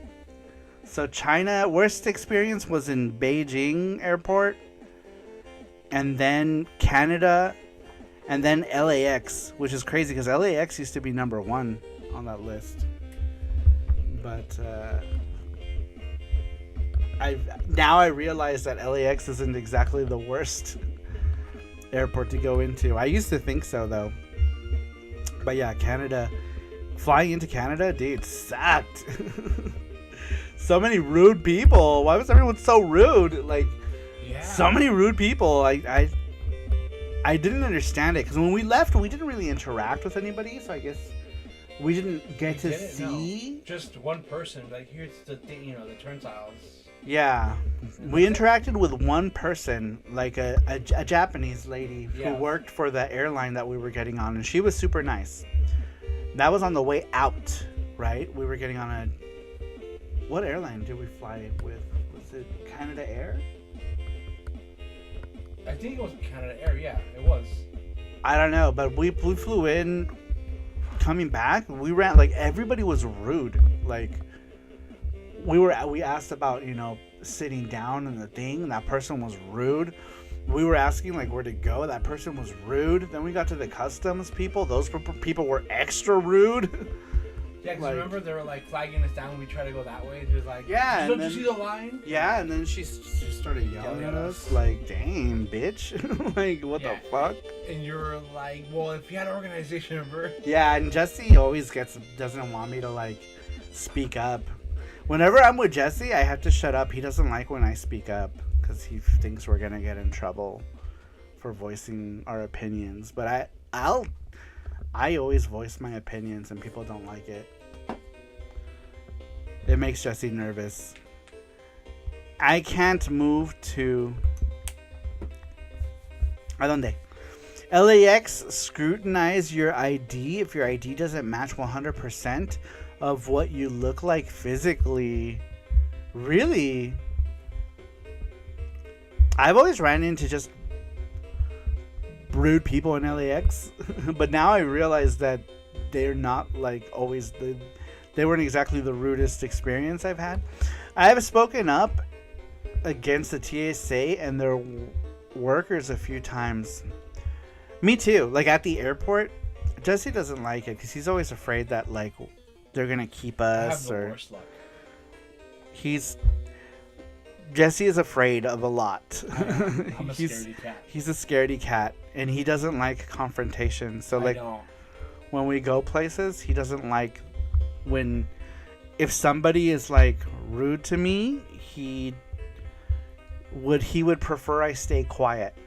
So I try to not cause a scene if Jesse is around. But, like, I don't know. Like, I feel like if people are rude to me, like, I should speak up, right? I've always been brought up that way. If someone is rude to you, speak up, say something. But I grew up with a family where I couldn't speak up because maybe that's why. You know, parents weren't from here, and, you know, one step away of getting kicked back. So maybe that's why it got taught like that. Yeah. I guess, Different. like, the fear of constant deportation or Yeah. whatever. And I didn't grow up like that. You know what I mean? I always grew up to speak up. I've been taken into a room before. Waste of time. Nothing happened. I laughed, walked out. I used to joke if they were going to strip search and cavity search me, they got to have a hot redhead TSA lady. Canadian Customs is like, no one buys video games. Why are you doing that? JT says Canadian Montreal Customs. Why did you buy these games? What reasons you went traveling? Shit like that. Oh yeah, Randrick was saying that, JT. Randrick was saying that when he came back from Japan. when Randrick came back from Japan, he said that they were, like, judging him because he had, like, a bunch of stuff that he had brought from Japan or something.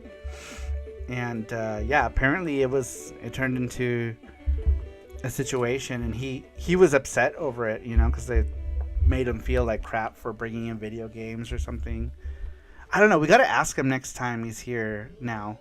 I need to know. From the land of JT Landia Land.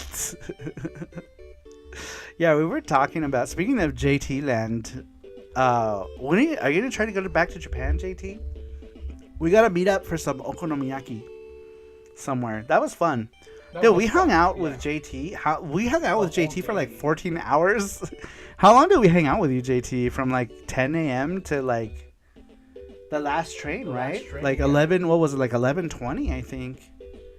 So we hung out with JT for like A long time. 11 hours, I think. Because we went all around, Namba area.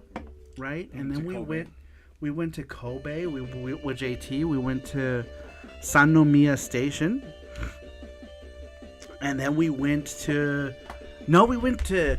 Before we went there, we went to go see Tetsujin. Samuel Santana dice, Maestro Saru, ¿todavía se puede comprar FX Unit Yuki de PC Engine? Sí, claro que sí. Ahí está, en sarumaru.com. Se pueden comprar copias. No hay muchas, pero todavía sí hay. Y gracias, bienvenido, ¿cómo estás? JT says, for sure, I'm saving up money. When the money is right, I'll let you know, Sarumaru. Yeah, let us know. Maybe we can coordinate it at some That was point. awesome that, it was all random too, that we all meet up, the same dates. Oh, that JT Yeah, JT happened to go to Japan. Yeah, because JT was doing his whole trek around Japan too, right? Because didn't you go to that Dragon Quest Island thing the next day? I think it was the very next day.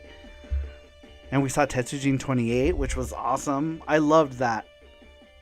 I loved going to that Tetsujin statue. I've been wanting to go to that statue for years.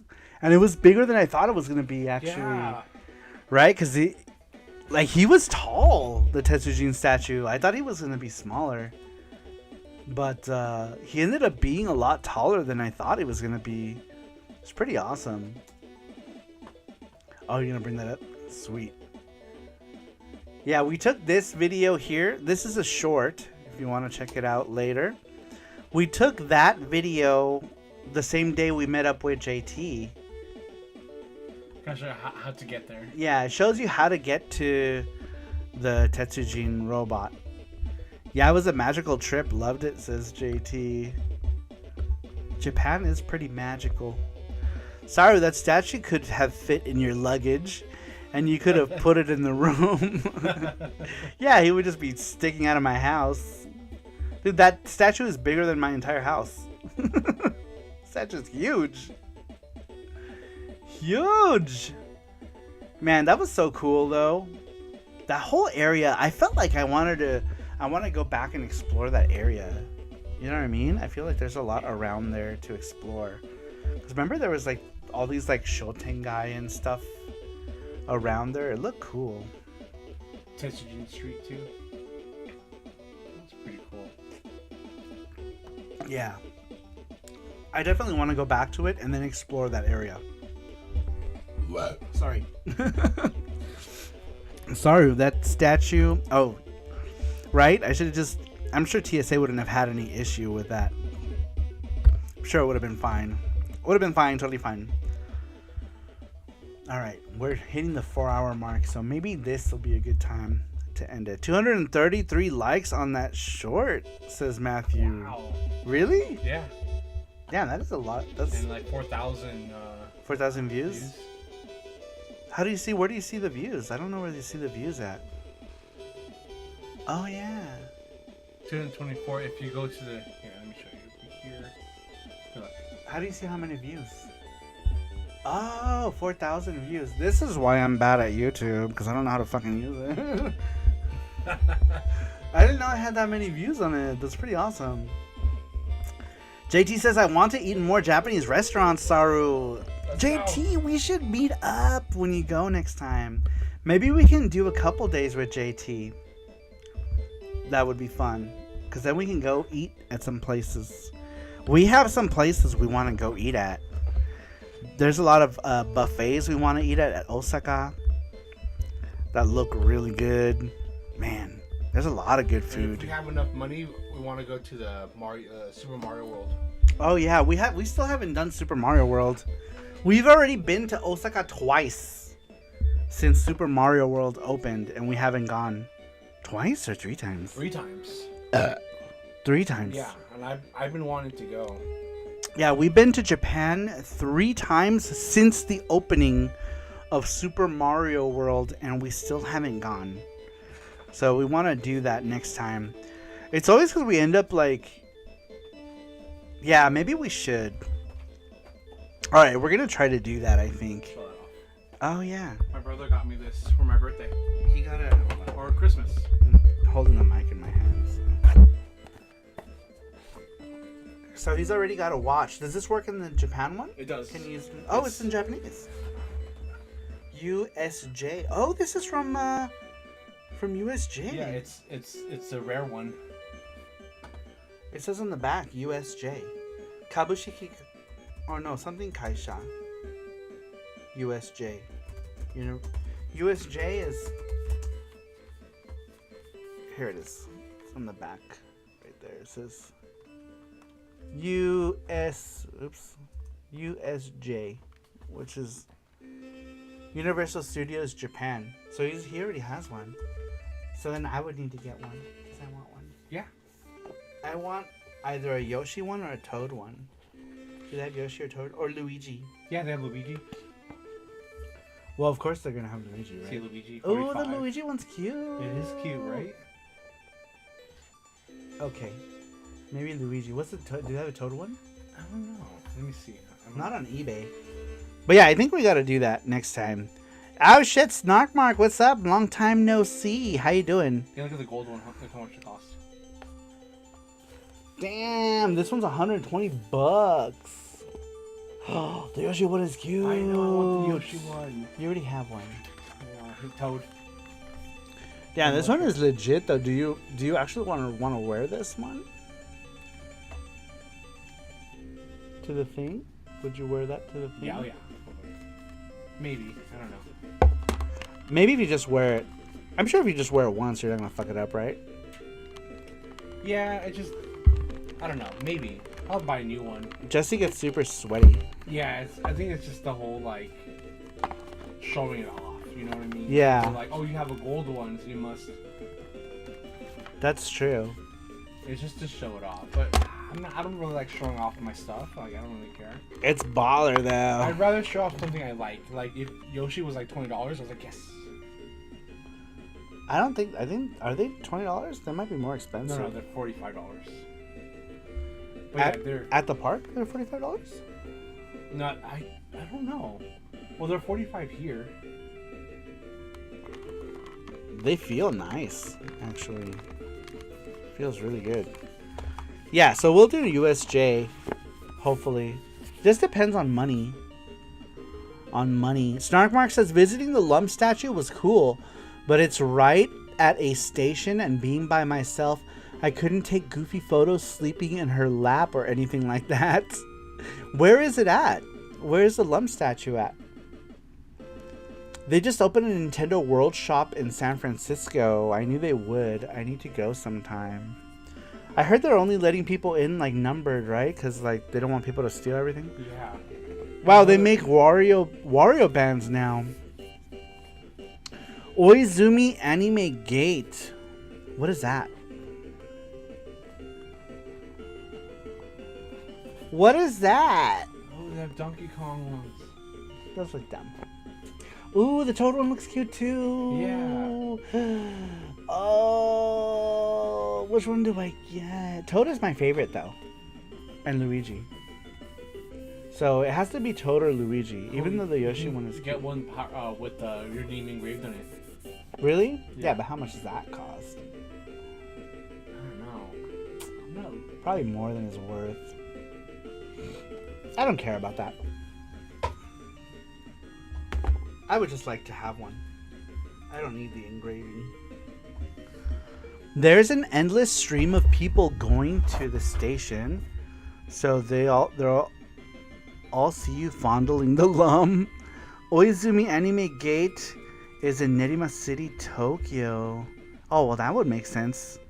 Oh, I guess it's because it's in Nerima. Okay, that makes sense. Kind of like they have the statue of what is Ryo Saeba? Is that his name? Ryo Saeba from City Hunter. If you go to Shinjuku Station, right outside of Shinjuku Station, if you go down the escalator, they have like a tourist something or another, and they have a statue of Ryo Saeba. Yes, that's his name. I couldn't remember. From City Hunter. I haven't watched. I've watched so little City Hunter that I feel like it's kind of criminal because the show is good. They cost $40 each. Oh, do they? And I'm sure all of the women are hitting him with the mallet. It's because there's a toy museum right there, says Snark Mark. And isn't there a bunch of other statues there too? Yeah. Wow.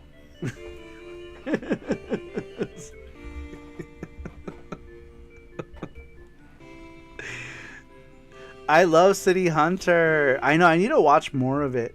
It's so funny because Jesse loves the song Get Wild because he got into it because Nami Tamaki did it.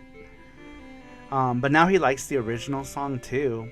But he had no idea it was from City Hunter. I was watching City Hunter the other day and he's like, isn't this song? I'm like, yes, this is where it came from. I'm like, cool. He didn't know. He had no idea. He loves the song, but he had no idea it was from City Hunter. Yes, there's also a Mytel. Who's that? Joe from Ashita Joe It's cheaper to get them in Japan. and Astro Boy. In Japan, they're 4,200 yen. That's what I thought. Yeah, 4,200 So yen. $32. So we should just we'll get them. You go to City Walk in Universal. You don't even have to go in. You can just get them. Oh, really? Oh, I wonder if we should go. Do you think that restaurant's gonna be there? Yeah, I think so. There's this buffet we want to go to in City Walk. That looks good. It's kind of expensive though. It's like 5,400. It's about like $34. Yeah, 5,200 a person, but it looks good. And it's in City Walk. But I don't know. Maybe we don't go there if we go to USJ, because I don't want to go to a buffet, dude. I would be incapacitated. Oh, from Galaxy Express 999. Oh, okay. Yeah, I'll probably get a new one. Watch Lazarus. It's a cool anime show. I saw the trailer for it, for Lazarus, JT. It does look cool. Is it out already? It looks pretty neat. I might watch it. I do have... Is it on Crunchyroll? What is it on? I have Netflix, and I have Crunchyroll, and I have Prime, and Hulu, and Apple. Now that I realize it, I have way too many streaming services. We should probably turn some of those off. We need to get rid of some, yeah. Yeah, maybe Apple, because we're done with it, right? Because when is the next season of Severance? Next year. We'll also have Acapulco, but I'm going to check all the lists. But I think that's going to be till like August or September. Well, But yeah, we should definitely turn it off, because rather just wait until we have like a list of shows, watch them, because then we can binge watch, yeah, too. Binge. And Max and Peacock and Zumo and Tubi and Screen Picks and Netflix and oh yeah, I need to watch more old anime shows, says JT. What have you watched? What old anime shows have you watched that you like? You've seen Bubblegum Crisis, right? Did you like Bubblegum Crisis? You could always watch Galaxy Fraulein Yuna, since we just talked about Galaxy Fraulein Yuna. It's fun. I feel like it's you have to play the games to understand it, because Galaxy Fraulein Yuna, the anime, kind of like starts you off assuming that you know about Yuna already. So I think you'd have to watch the anime to understand. I'm sorry, you'd have to play the games to understand the Yuna anime. Scooter says it's easier to watch all the older anime than newer 2000 stuff. There's so much modern anime. Watch list grows endlessly. I still watch a good deal of modern anime, but I feel like I don't watch anywhere near as much anime as I used to. I feel like anime was easier to digest back in the day than it is now. Yeah. I feel like so much newer anime is kind of samey. Do you know what I mean? Like, I feel like a lot of it's generic, right? There's a lot of, like, I don't know. Like, I feel like the designs are boring now, if that makes sense. Character designs are very stale. as to where, like, you know, character designs, you know, back then had like crazy big hair and eyes and Big ass foreheads. huge foreheads. Forehead. Forehead Monogatari. Where is that? That's one of those games, by the way. Where? Every time you stay there, I forgot what store. I think we were in Surugaya. You're like forehead. It's talking about this game. It's called First Kiss Monogatari. But I always call it Forehead Monogatari. 'Cause look at this, guys. Look at her. Look at her head. How is this even possible? Look. Oh, the background. Look how much forehead. Have you seen Dallas?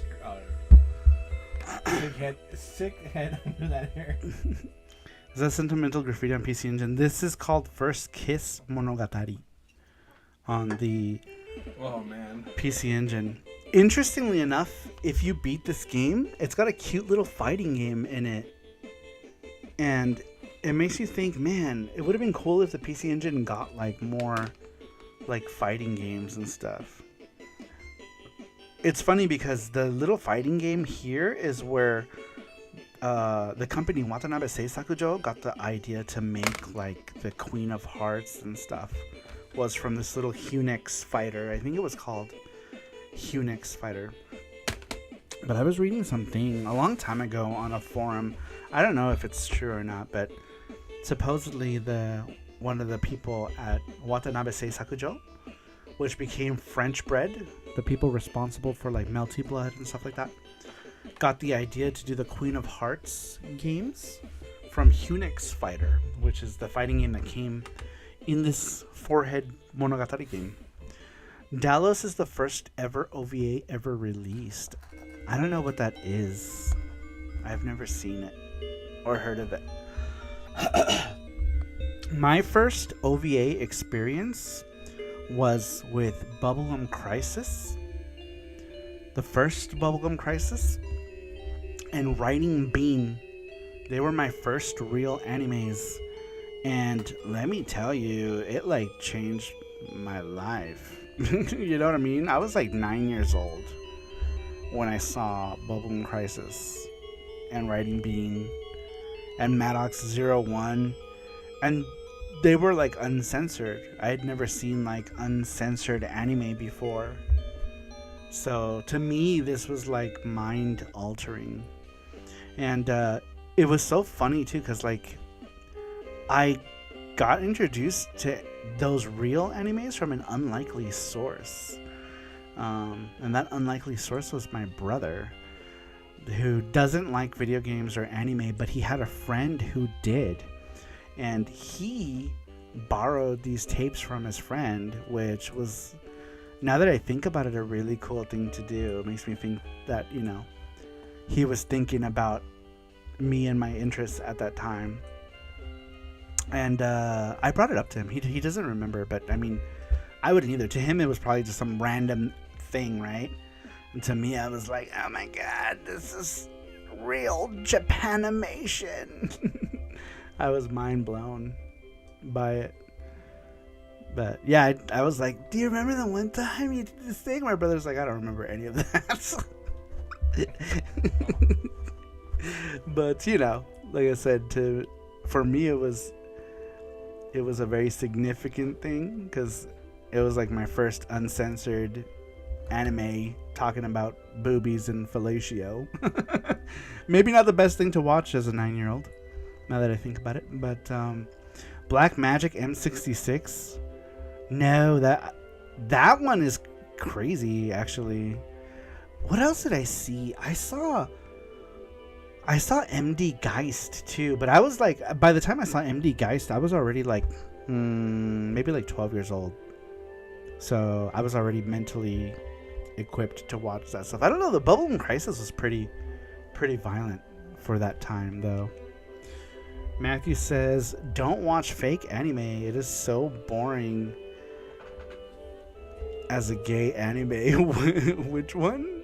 Oh, fake. I've seen fake, actually.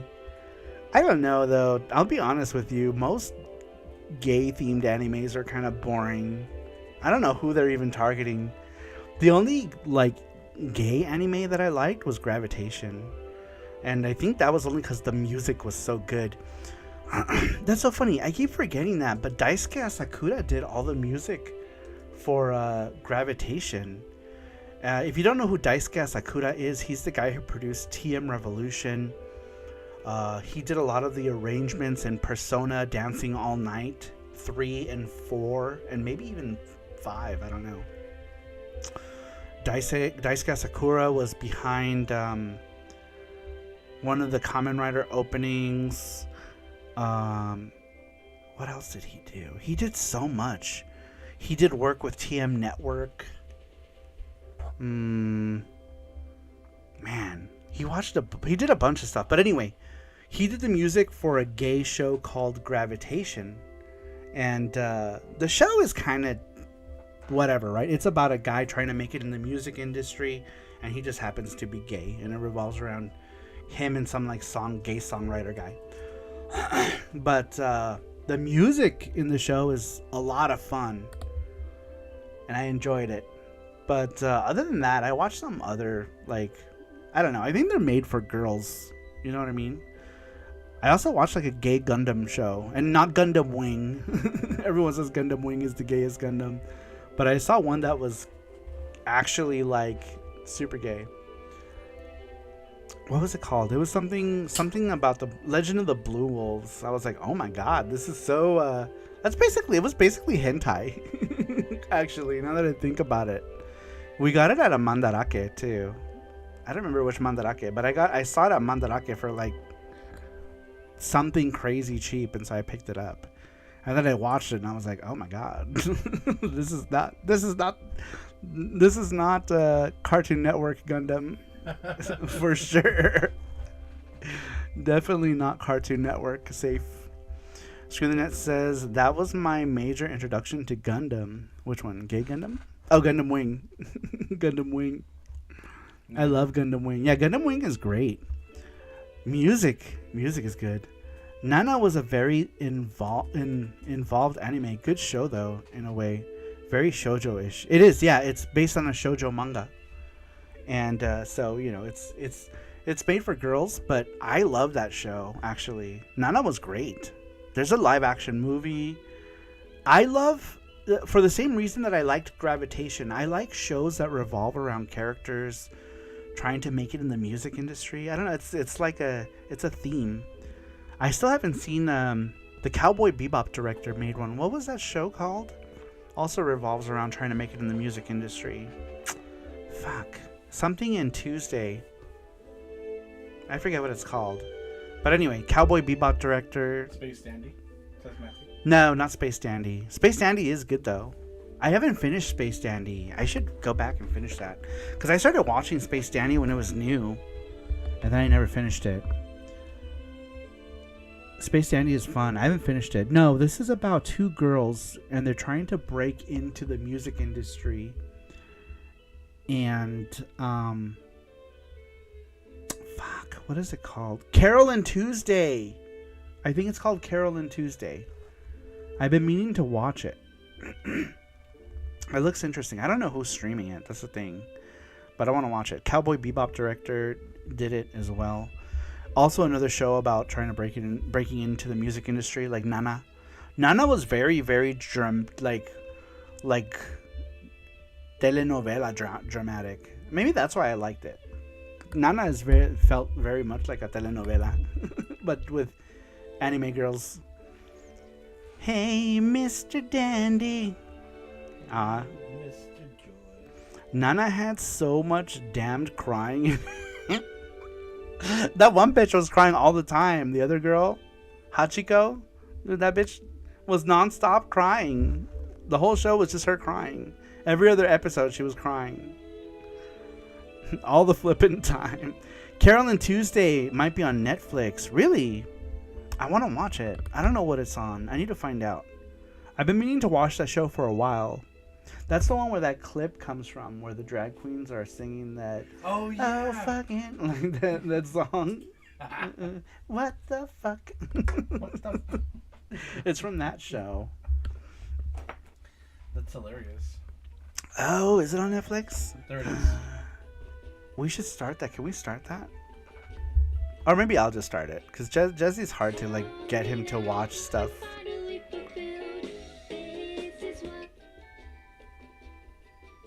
Yeah, I want to watch it. Can you add it to the list? Yeah, just try not to like. Oh, play it. Yeah, I was trying to. There it is. Sweet. I didn't even know it was on Netflix. I had no idea. Yeah, I want to watch that. Dude, like the animation in that seems so crazy. And I feel like no one ever talked about it. And do you know why no one talks about it? It's because it's not Samurai Champloo or Cowboy Bebop, and it's not action oriented, so people like, I don't know, I guess it's not what they were expecting from Cowboy Bebop director. They were expecting something more like Cowboy Bebop or Space Dandy or Samurai Champloo. But it looks cool. I'm gonna watch it. 77 episodes. Wait, what? 77? Nana 77 episodes? I don't remember it being that long. Is it? Because I watched that whole thing. I watched all of Nana. I watched the movie with Mika Nakashima as Nana. Mika Nakashima was a singer that was really big in the early 2000s. I don't know if she's still doing stuff. But during the time of Nana, she was a huge singer. So they got Mika Nakashima to play Nana, and she also did the song, I think, Glorious Sky, what it was called, in Nana. Sorry, it's only 47 episodes. It felt like twice as much, though. Okay, 47, that seems more like it. So excited for the new Ghost in the Shell anime series that is coming out next year that matches the manga style. I don't know about that. Actually, I haven't seen a lot of Ghost in the Shell. I watched the original Ghost in the Shell back in the day. I worked at a Blockbuster at the time that it was like people were getting it and watching it, and we had it in the children's section, even though it is clearly not a children's movie. Ninja Scroll was in the children's section. That is clearly not a children's movie. That's how I first saw Ninja Scroll. I was like, rented it? I rented it because I was like, oh, Ninja Scroll. Yeah. And then I saw it, I was like, whoa. I know. Like 20 minutes in, that guy was like pounding that girl in his quarters, and then Ninja's just talking, like just nonchalantly talking to him, He was like, "Did you do the thing?" He's just pounding away, and she's just on the other side of that paper wall. Did you do the thing? Yeah, and she's like, "Yes, sir. I'm reconnaissance on blah blah blah." He's like, "Good. Meet up with Emperor." Blah blah. And I was like, "Whoa!" Like, yeah. I would have been, I don't know, like 15 or 16, but like it's pretty graphic. That one. What else did I see back then? I saw something called Kite, too. That was unnecessarily graphic and super. It was super sexually explicit too. I'm like, damn, what's going on here? Kite. Yeah, I saw that show. She's like an assassin or something. I don't know. I don't remember it. All I remember is like this like big, like huge dude boning this like super petite assassin lady. I'm like, and the show is pretty violent, actually. There's a lot of violence in it. I don't remember how I saw it. I had a friend who liked all that stuff, and he's like, "Oh, I got this new anime," and then it's like twin dolls. I'm like,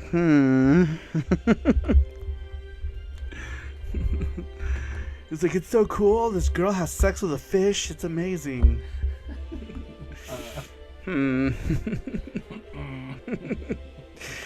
Yep, there are 3 versions of it, with one that cuts out the sex. I saw the version that has all of it, pretty sure.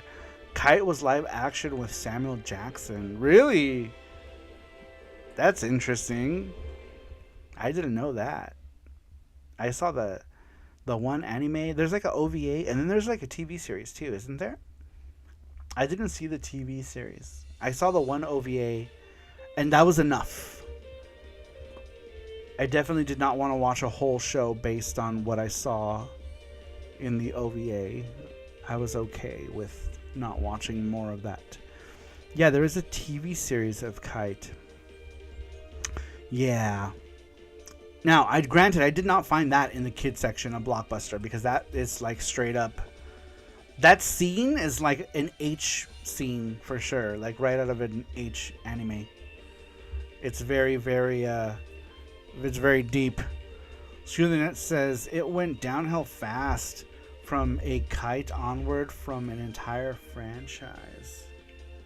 Yeah, I'm not sure. JT, have you not seen Berserk? Then watch the 90s Berserk. Dude, the 90s Berserk anime is so good. It's so good. And it made me wish that there was more of that anime. And it's so sad that Kentaro Miura died before he could finish it.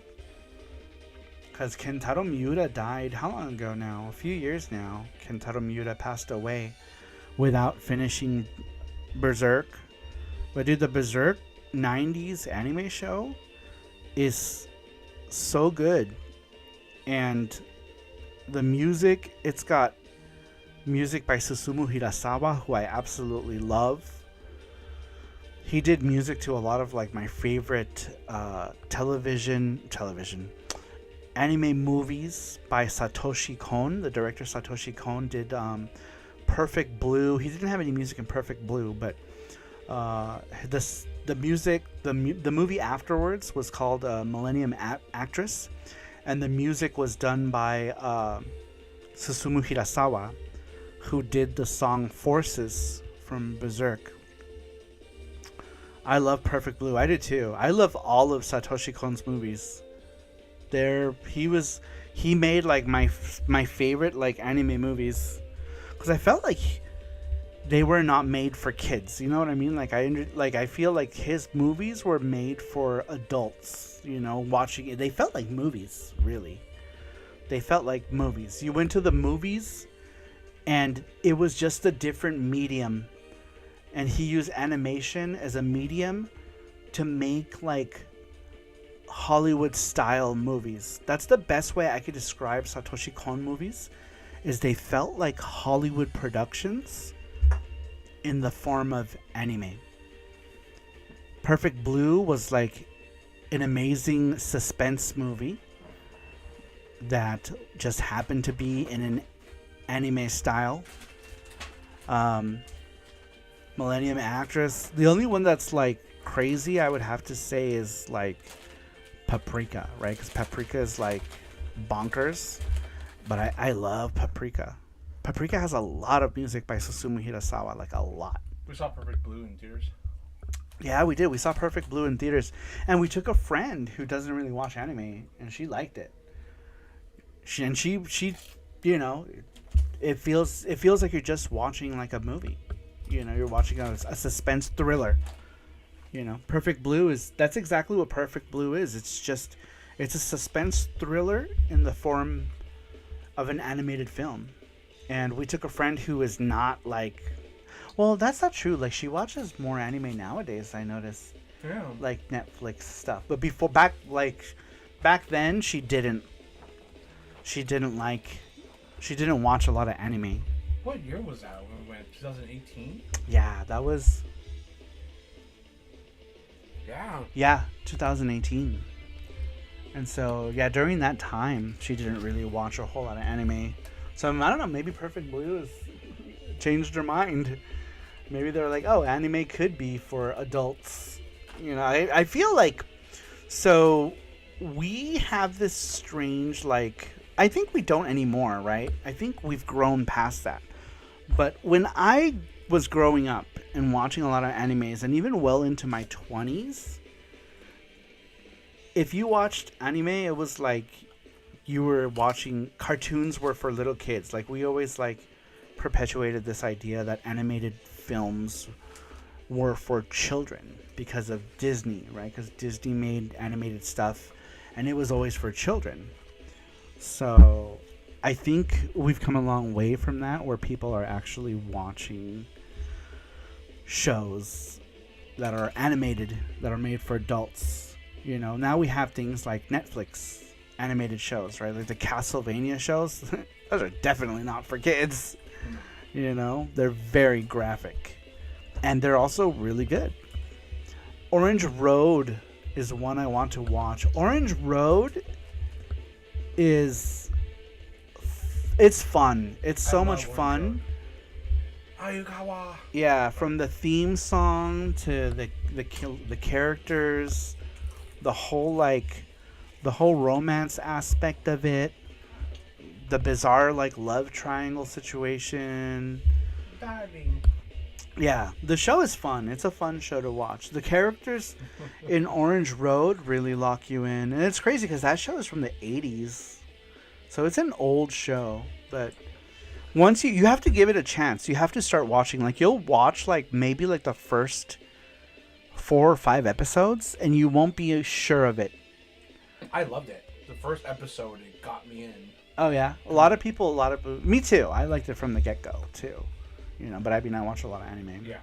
But I think you watch a lot of anime too. So Yeah. I think a lot of people have said that, you know, once they get to like episode 3 or 4, they're invested. Matthew says, watch Akira anime if you have not seen it. Akira is good. I feel like I got sick of Akira because I used to have like an anime club thing in school, and like Akira was like the movie like every other week, like someone would bring it, and then they finally had to ban Akira. Yeah, we made it a rule that Akira was no longer allowed. They're like, but there's new people who join the club and they have to watch that masterpiece. Do it at home. Do it at home. Go. Watch it at home. We're gonna watch Oh My Goddess and Ranma.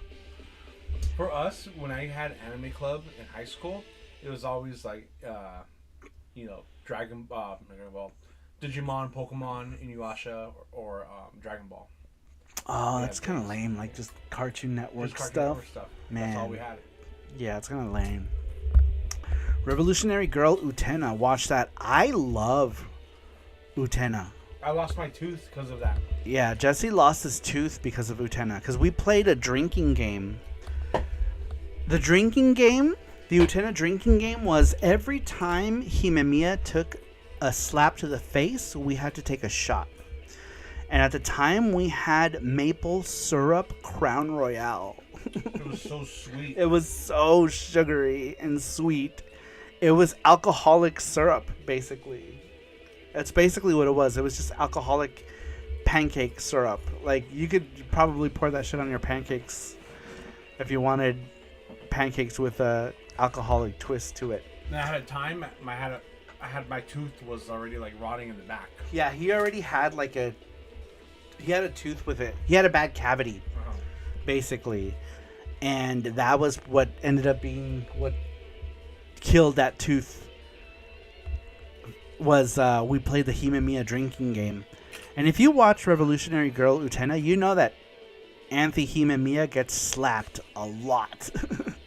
So not only was Jesse totally smashed, the next day he had to go to the dentist and get his tooth pulled out. Did we even finish the show? No. We never finished it, We were all drunk. We were all super drunk because Anthe gets slapped so many times. We were all drunk. This was in 2013? 13 when we watched it. Yeah.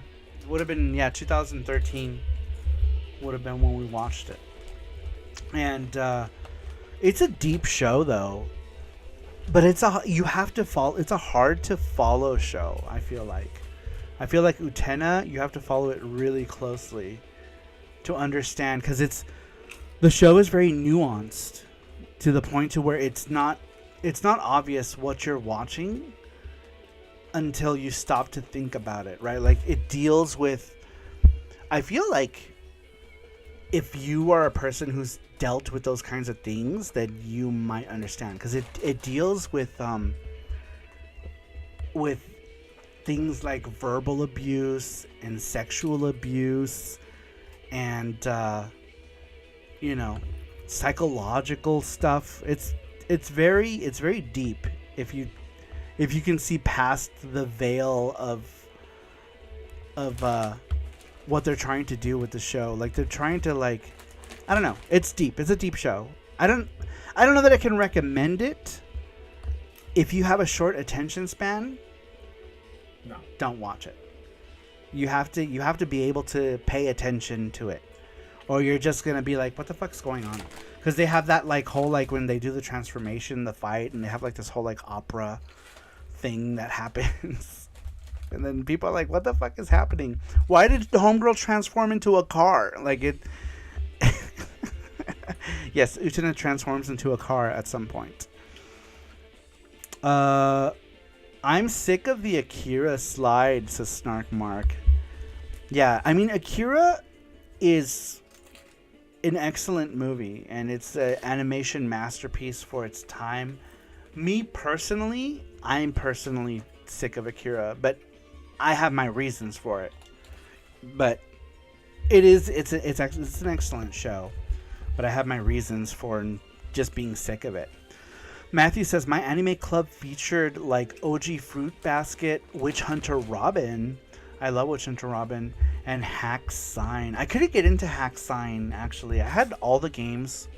I ended up selling them on Whatnot. Did you buy my Hack? Who bought my .hack games? I think it was Matthew. Was it you, Matthew? Did you buy my .hack games? Somebody did. I sold my .hack games. I did, says Matthew. I couldn't get into it. I tried to. I just couldn't get into the series.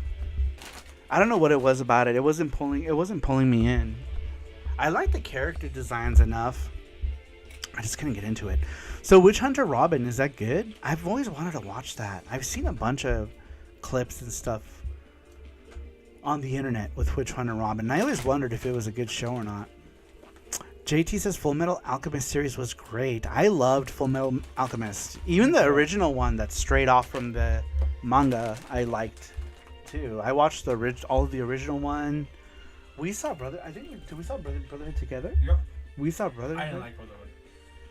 It's funny. I liked Brotherhood, but I like the old show Yeah. more. Even though the old show deviates halfway through the original Full Metal Alchemist, it deviates from the source material because at that time there was no source material, so it was pretty much, they came up with their own thing, and a lot of anime did that, or they choked you with fillers until the mangaka was able to catch up with the show.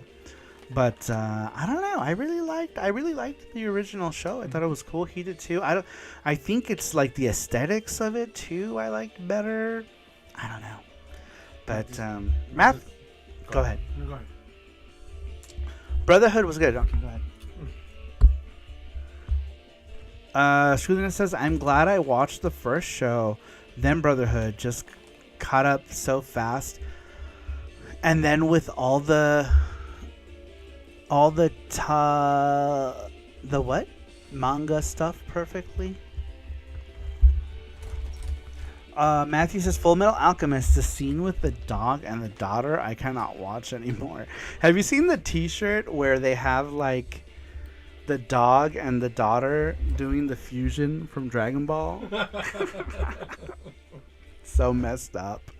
That is so messed up on so many levels. But the dog and the girl are doing the fusion. Oh man, that's messed up. That's so messed up.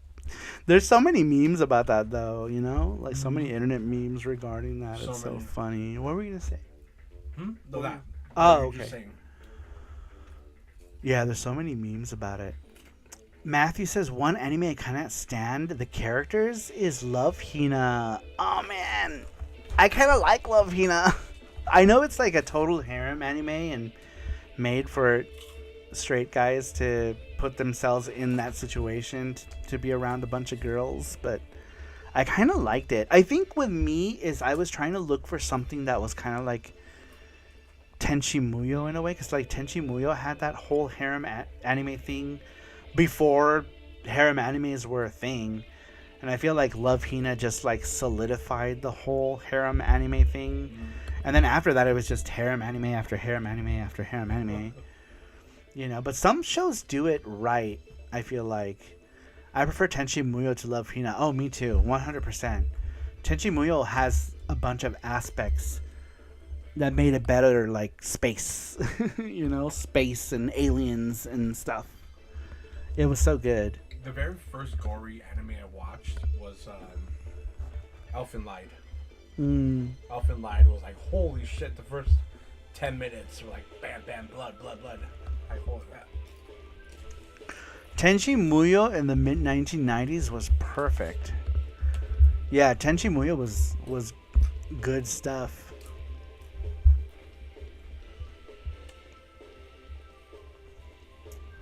I'm trying to think of what other animes I liked that are kind of I feel like, Matthew, would you say that Konosuba is a harem anime? Not really, right? Because like it's not like he likes any, because he doesn't like any of the girls. Really, in a harem anime, usually the guy likes like all the girls, right?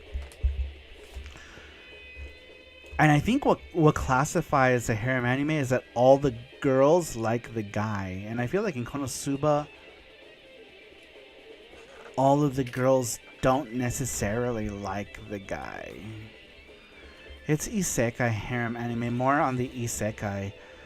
That's another thing I got sick of, is isekai animes. The whole out of this world genre. That's what isekai is, if anyone doesn't know, but I'm sure all of you guys are familiar. I got sick of like the isekai genre, and I think Konosuba I like because it just does it in such a wild way. You know, like I feel like it does it in such a comical and funny way. Inuyasha is isekai. It is, and I love Inuyasha, but it also does it. I feel like it's more like, I don't know. Is Sword Art Online be considered isekai? I got sick of that shit so fast. I watched all of Sword Art Online, the first one, and I was like, I don't know. Did I waste my time watching this? Yeah, in the second season, they were like, oh, this is fine. And then I watched the second season. I started watching it, and I was like, oh, I can't get into this at all. No. And then I absolutely... Yeah. I did not like it. I did not like it. I was like, shit, I did waste my time watching the first season. Posters. Yep, I started taking all of the cotton out of my plushies. We started bonfires with all of the SAO stuff. Matthew says I hate SAO. We watched it and we started watching it and we liked it in the beginning, right? Yeah. And then towards the more we watched it, we were like, this is kind of boring. Repetitive. It was repetitive, and yeah, and then the ending was like, and then we saw season 2, and I'm like, oh fuck, this sucks. The first 10 minutes, we're like, nope. Yeah, no, we watched like the first 2 episodes. I don't remember. Oh, maybe I watched the first 2 episodes. I saw it, I was like, nope. Yeah, I watched the first 2 episodes of it, and I was like, man, I can't get into this at all. I was not into it. Inuyasha was great. Yeah, Inuyasha is like... I felt like Inuyasha is different because it was very feudal Japan mixed with like yokai and stuff. So I feel like it did it in such a flair that you didn't really think about it. What about Yashahime? I liked Yashahime too. Yashahime was too short. Honestly, I felt like they could have done another 2 seasons of Yashahime easily. It was too short. Dude, I felt like Yashahime ended and I was like, is that it? I'm like, is something else going to happen? It was... I'm glad they gave us more Inuyasha in the form of Yashahime, but I'm also upset that it was so short. And I really could have watched more of that. Easy. It was fun. Then the weird gun game crappy season 2 came around, put me off the franchise for years. Which one? Which franchise? Screw the net. Did you watch Samurai Troopers? JT says. I have... No, I don't think I've watched Samurai Troopers. No, I haven't. SAO says screw the net. Yeah, dude, that second season, I was like, what the fuck? This is so weird. I wasn't into it. I just was not. I really wish there was more, though. Samurai Troopers was Ronin Warriors. Oh. I did watch Ronin Warriors, actually. I guess I haven't watched the original. Yeah, I watched Ronin Warriors. I remember I used to watch that. It would come on before Samurai Pizza Cats. And I kind of hated the time slots because when Samurai Pizza Cats came on, it meant that I had to go to school. And I hated it because I wanted to stay and watch Samurai Pizza Cats. But I had to get on the bus to go to school or I was going to be late. And I hated that about it. I was like, no. I would always start watching Pizza Cats. Sometimes I would just be late to school and say, fuck it.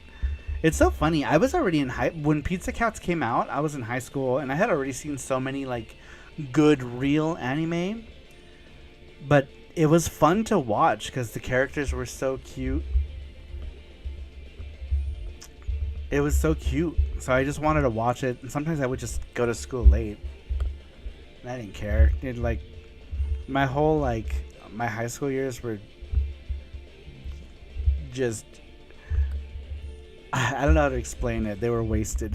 I didn't go to school. Ando Gamer, what's up? He says, what's up, Saru?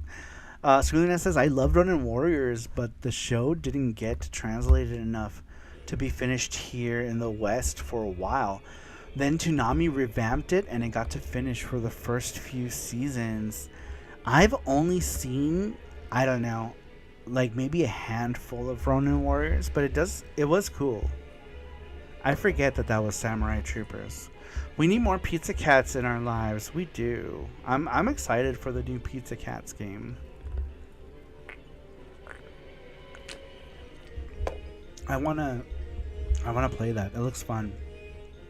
If you love memes and watch JoJo's Bizarre Adventure, do you have to watch? Cause wasn't there multiple JoJo shows? Because I remember seeing books for JoJo in the 90s.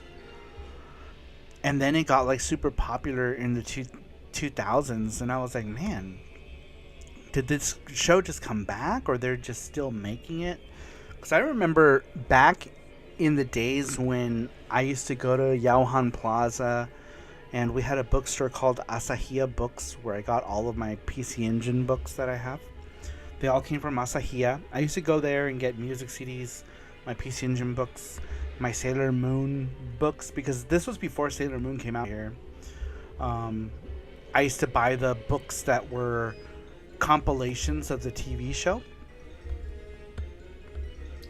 And then I stopped watching Sailor Moon stuff when it came out here, because like the show got so corny and then people made fun of me for liking it, so I had stopped watching it. They're like, you want that show's for girls. So I had stopped watching that. I never knew Pizza Cats was technically anime until the late 2000s. Says Screw the Net. Yeah, by that time, it was when anime was like the anime boom had hit the US, which honestly I feel like took longer than it should have. But it was when Sailor Moon. I feel like the start. What was the start of the anime boom? Was it Sailor Moon? I feel like Sailor Moon was the start of the boom in the U.S., followed by Dragon Ball Z. You know, I think it was Sailor Moon. I know it was Sailor Moon, Dragon Ball. But there was another. There was another anime. There was another anime that people watched. I forgot what it was. Was it Techno Man? Wasn't Ronin Warriors? We were just talking about Ronin Warriors. Because back then, I remember the shows that were like popular syndicated stuff on TV, like regular ass TV in the 90s, was Sailor Moon, Dragon Ball, Techno Man, which was Tekkaman Blade in Japan, and Ronin Warriors. Those were like the 4 shows I remember on like UPN and Fox at the time. Sailor Moon was a fun after school show. For us, yeah. Sailor Moon was in the morning. For us, was after school for me. Too. Well, it depends because it started off in the morning, and they started with Sailor Moon R of all things, and then UPN brought it out in its original forms. But for some reason in Los Angeles, Fox started showing it, and they just started straight off with Sailor Moon R. I was like, what is going on? I was already familiar with Sailor Moon, so I knew what was happening, but I didn't know why it was happening. You know what I mean? I'm like, what the fuck? Why are they starting off with Sailor Moon R? You know, by this time I had already collected all of the books based on the show. They would make they weren't manga. They took the shows and they clipped them and they made them like manga. I used to buy those for Sailor Moon because they were in full color and I loved them. So I had already had all of the books. There were 12 books for the original Sailor Moon show that they made in color. So by this time I had already seen all of the Sailor Moon original series. So when they started showing Sailor Moon R on regular television, it was incredibly confusing. I had no idea why. And then a week later on UPN, they started showing Sailor Moon from the beginning, and then they stopped showing Sailor Moon R on Fox. It was the weirdest thing, and I never knew why it happened, but it did. Matthew says Robotech was hugely popular here in the US. Yes. Robotech was during a time when we didn't even know that anime was a thing, right? Because I feel like everybody liked Robotech. 'Cause my brother doesn't like anime or video games, and he liked Robotech. Yu Yu Hakusho. Oh, Yu Yu Hakusho. That was another early 90s one, too. I forgot about Yu Yu Hakusho. Yeah, do you guys remember Yu Yu Hakusho randomly started showing on stuff, too? But that wasn't first, was it? No, They're saying it was first? It was one of the ones, like, near Sailor Moon and Dragon Ball Z. Oh, okay. I felt like that came out like a year after. Yeah.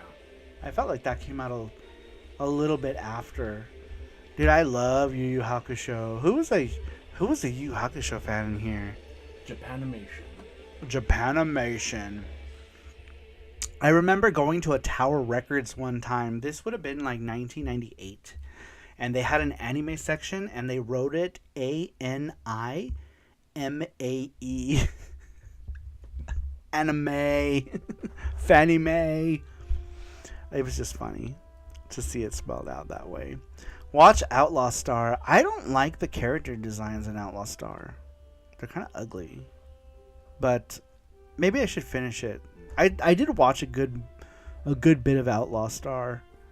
Toonami was the one who 98. Voltron, Robotech, Ronin Warriors. That list is all over the place. It is. Because Robotech was so many years before any of these other things. But yeah, Robotech was one of those things. Robotech and Transformers as a kid. Those were like big ones, right? Because I feel like I remember my brother used to buy, he had one of those Valkyries, and I think I fucked it up somehow. I don't remember. I was a kid. And he had put it together. My brother was good with anything that had to do with like stuff that was intricate or building and stuff, because like he was just good with that stuff. And he had built one of those like Valkyrie models, which who knows, I don't remember what they were even called. I don't think, were they called Valkyries still in Robotech? I don't remember. Anyhow, he had built one and I fucked it up. That's all I remember. But that was the popularity of Robotech back then. It was a big thing. I felt like a lot of people watched it. When did Conan come out? Which Conan? Conan Detective. Oh, Detective Conan in the 90s? Yeah, Detective Conan. I watched a lot of Detective Conan when I was young too. Oh, in the US? 2000s probably, 2000, yeah? Probably when I watched it. I think Conan started off here in 2000, might have been actually. In 2000, because it was, what did they show that on? Cartoon Network? Yeah, it was Cartoon Network. Was it on Toonami, or was just... I remember seeing it on Cartoon Network a lot. And it would have been like 2000. Well, I had a lot of DVDs. Case Closed. Case Closed, yeah. That's what it's... Yeah, Case Closed And is it's what it still was going. known here. Is Case Closed. Yeah, I remember. Case Closed. Yeah, that's crazy. Sergeant Frog is so funny. Oh my god, Sergeant Frog. I forgot about Sergeant Frog. I love that. I forget that character designer, but didn't he do Triggerheart too? Is he the same designer behind Triggerheart? It looks like his art style. Maybe it's not. But every time I see Triggerheart, I'm reminded of Sergeant Frog for some reason. I don't know why. It reminds me of that though.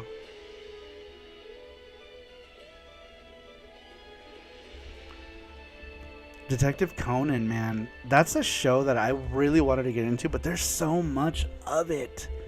That's the only problem with Detective Conan is there's just a lot of Detective Conan.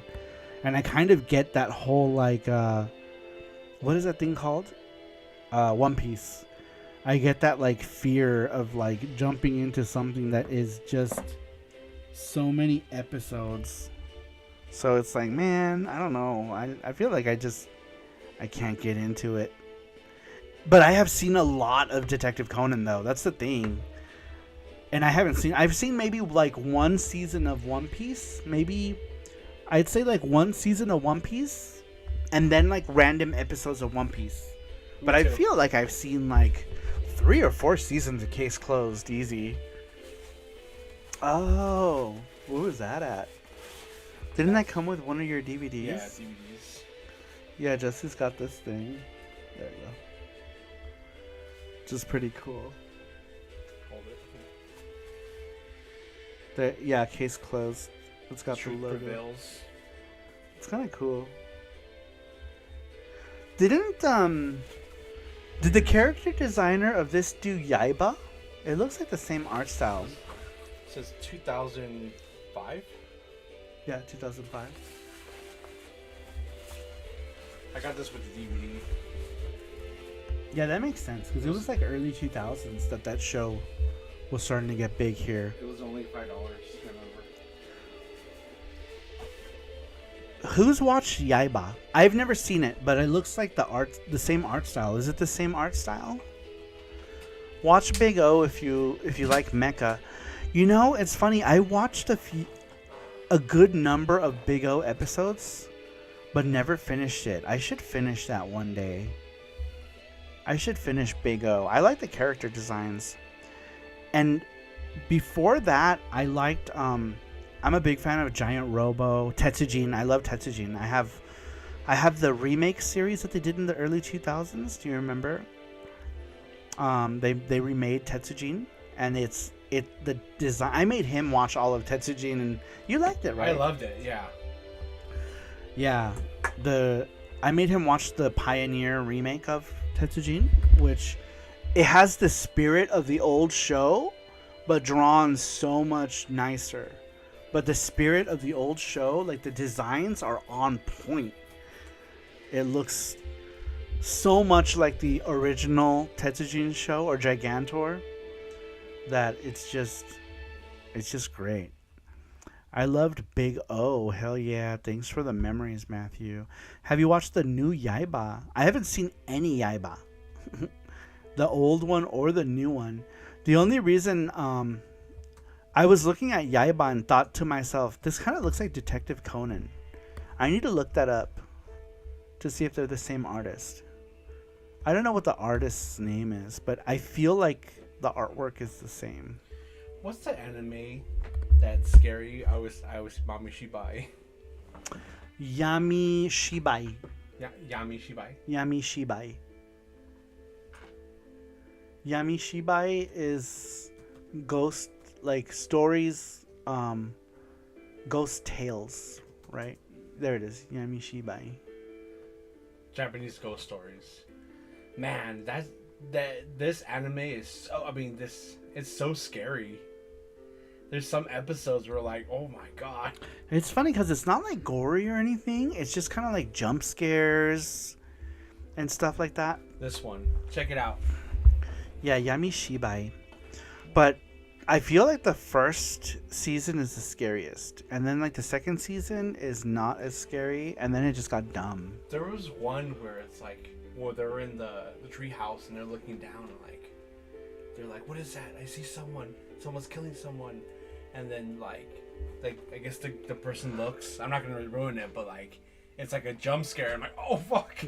Yeah, there's a lot of jump scares in that. So if you like scary stuff, it's a fun watch. It's made for kids, so like nothing is overtly scary. For kids? Oh my god. Yeah, it's made for kids, but it has a lot of like that. So it doesn't have like any gore or stuff, but it definitely has like its scary moments. I think most of the scariness comes from atmospheric things, right? Because it has to do with like ghosts and things. So you'll have like quiet moments and then you'll hear things. So it's a lot of like visual kind of stuff. I don't know. It depends on it. It can be scary though, for sure. Jesse's watching it now. Oh my god, never mind. There are some gory bits in it.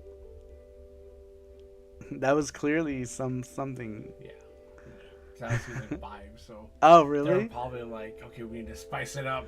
Yeah, because I remember season 3 was like, that's not so good. So I wonder if maybe that's what happened. Yeah, because I don't remember any gory bits. There is another. I will not watch that. After Homegirl got impaled with the umbrella, I was like, no. I got through a lot in that show, right? Like the elevator thing, which was ridiculous. But like, I got through a lot. But then when I saw that girl like trip and land on the umbrella, I was like, we're done. We are done with this show. 32 people watching. Like if you haven't. Oh yeah, if you're new here, hit the like button for us. And yeah, give us a subby sub. We do these like random like talk shows where we right now we're like we've gone off the rails. It started off with Galaxy Fraulein Yuna and what did we do today? Valis and Galaxy Fraulein Yuna, and now it's totally like an anime show. We do this a lot though. We always like spin off into maybe anime. Anime show around this time. Yeah, maybe our anime show just needs to be late night. Because you remember we tried to do that anime show and nobody showed up to it. No one did. I think you have to bring them in with the guise of video games and then transition into it like we're doing now.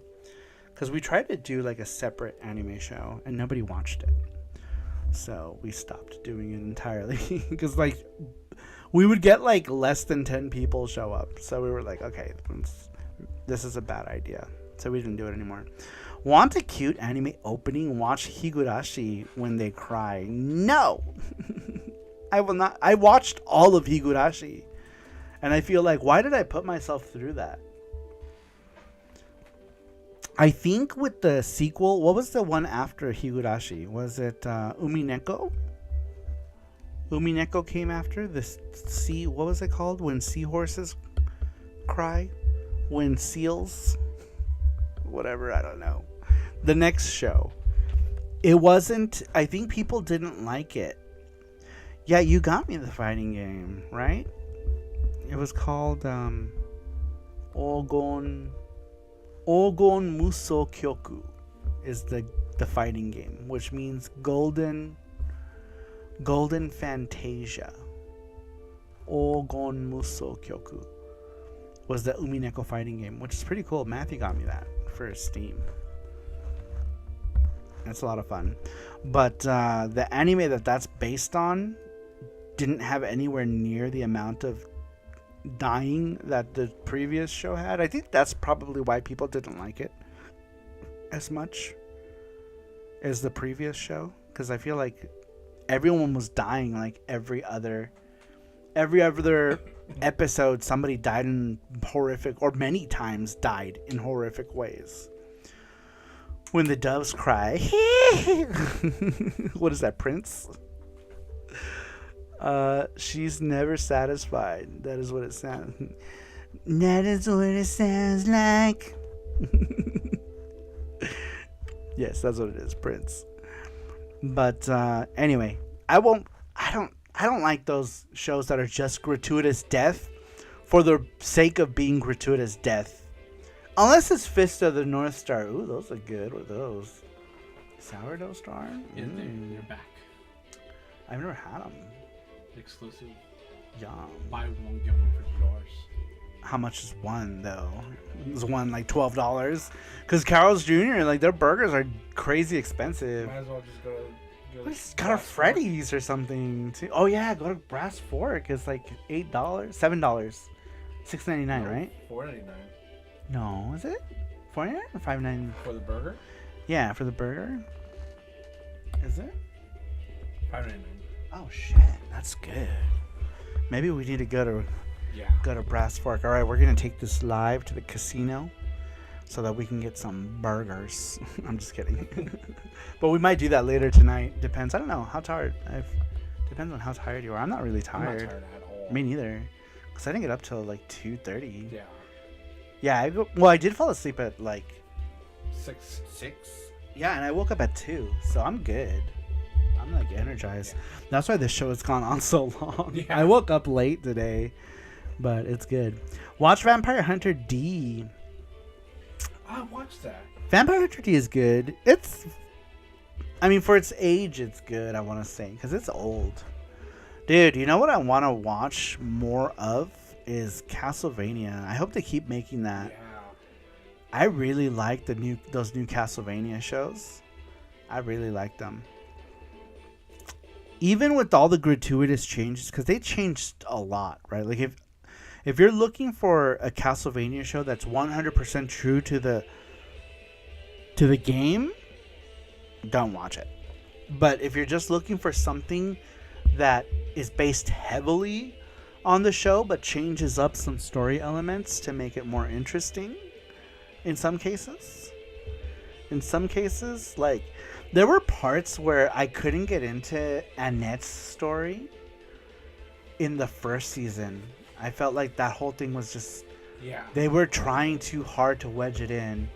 But in the second season, it was more interesting, right? Because she went to, like, fight those, like, Egyptian god people. And then it got cool. And then it was like, all right, this is interesting.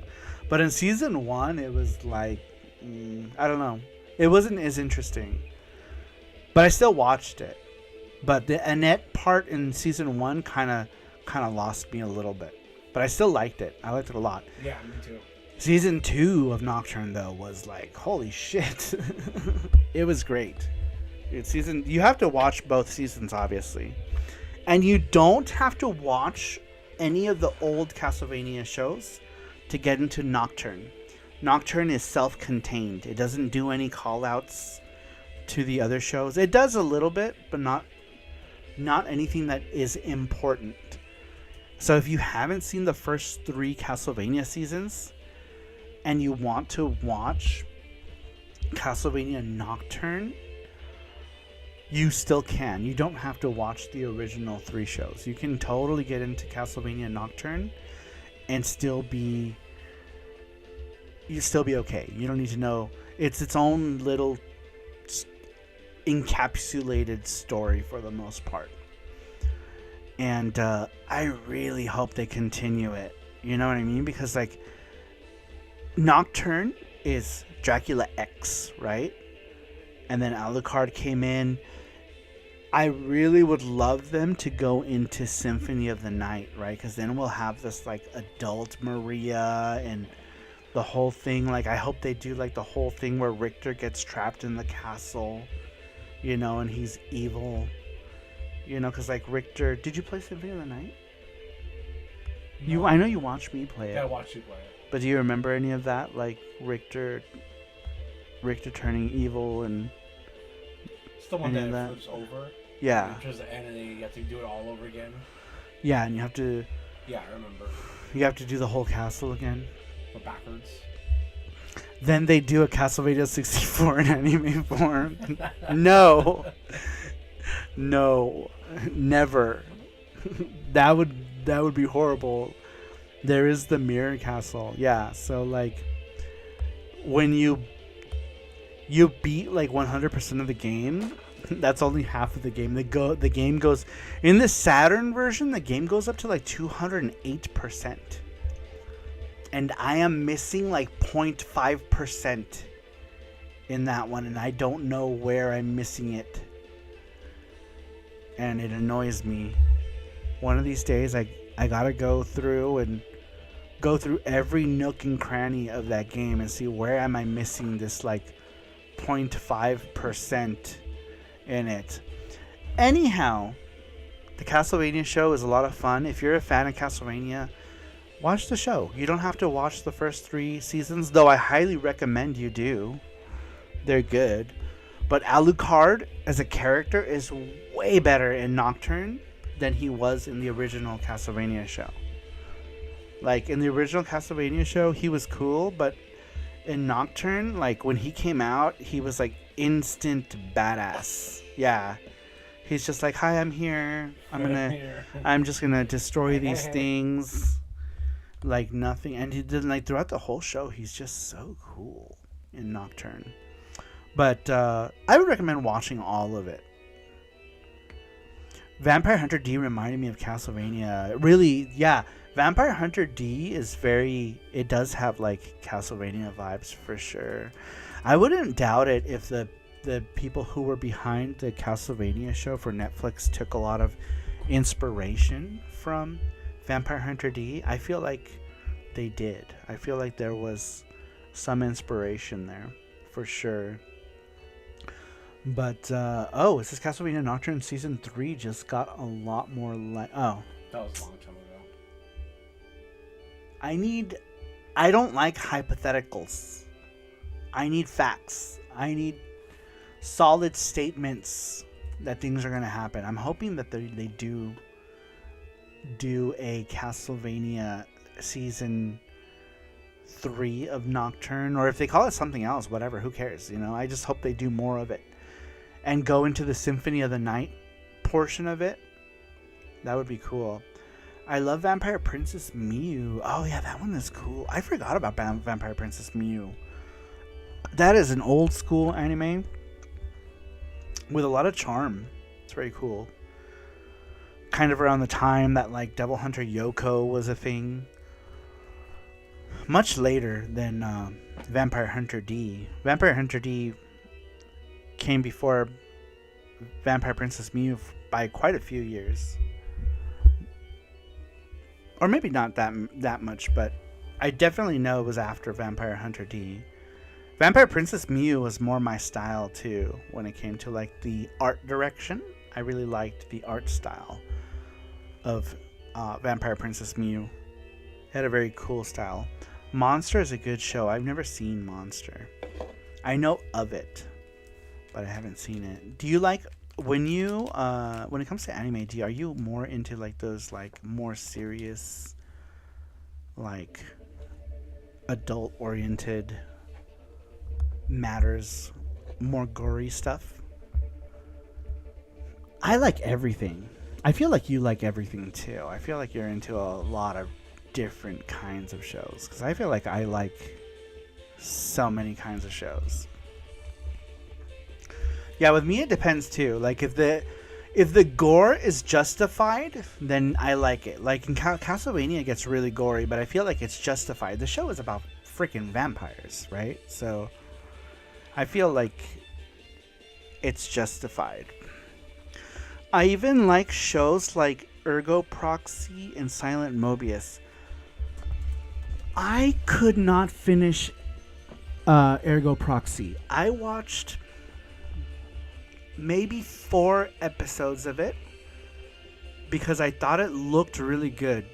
Like the art style was good, but something about it, it wasn't locking me in. I felt like I was bored. Silent Mobius is kind of cool. Did you know the artist of Silent Mobius did the Gunhead manga? Fuck, what is his name? I can never remember these artists' names when I need to. There's just like so many of them. You showed me Paranoia Agent, remember? Oh, Paranoia Agent. Yeah, Paranoia Agent was great. That was another Satoshi Kon thing. Somebody mentioned it earlier. I forgot who mentioned Paranoia Agent earlier. Was it Matthew? I thought it was someone else, though. The Castlevania show looks like it was made in part by animators that might have worked on the Boondocks cartoon a bit. The mannerisms are too similar. Voice acting a bit too. You think so? I don't think either show feels like any. Like, I feel like they're the complete opposite. Huh? Maguka? Did you like Madoka, Matthew? Maguka? There was like some like video meme. This meme was always talking about, they kept calling Madoka Maguka. No, Maguka. Madoka Magica with contract. I'm pretty sure I've seen all of Maguka. Why'd you look that up? Oh, we're just looking at Sarumaru. Oh, okay. Maybe that's not the case, but the way the characters look and act sometimes screams similarity to Boondocks. It's odd. I can't be the only one that notices it. Like, what do you... Like, in what way? I'm trying to figure out what you mean, because I've seen all of Boondocks, and I don't know, maybe I'm not sure, but Boondocks is so funny. That show would not fly in today's, like, it came out at the right time. Yeah, I did. I feel like same thing with Ghost Stories, you know what I mean? Yeah, because it was around that same time, wasn't it? Probably. I think so. Yeah. Like, the dub for Ghost Stories would not fly in today's, like, PC culture. What do you call it? When people are sensitive to everything. Is it PC culture? Politically correct? Snowflakes? No, snowflakes. Politically correct, right? PC culture. I don't think Ghost Stories would fly. The humor in Ghost Stories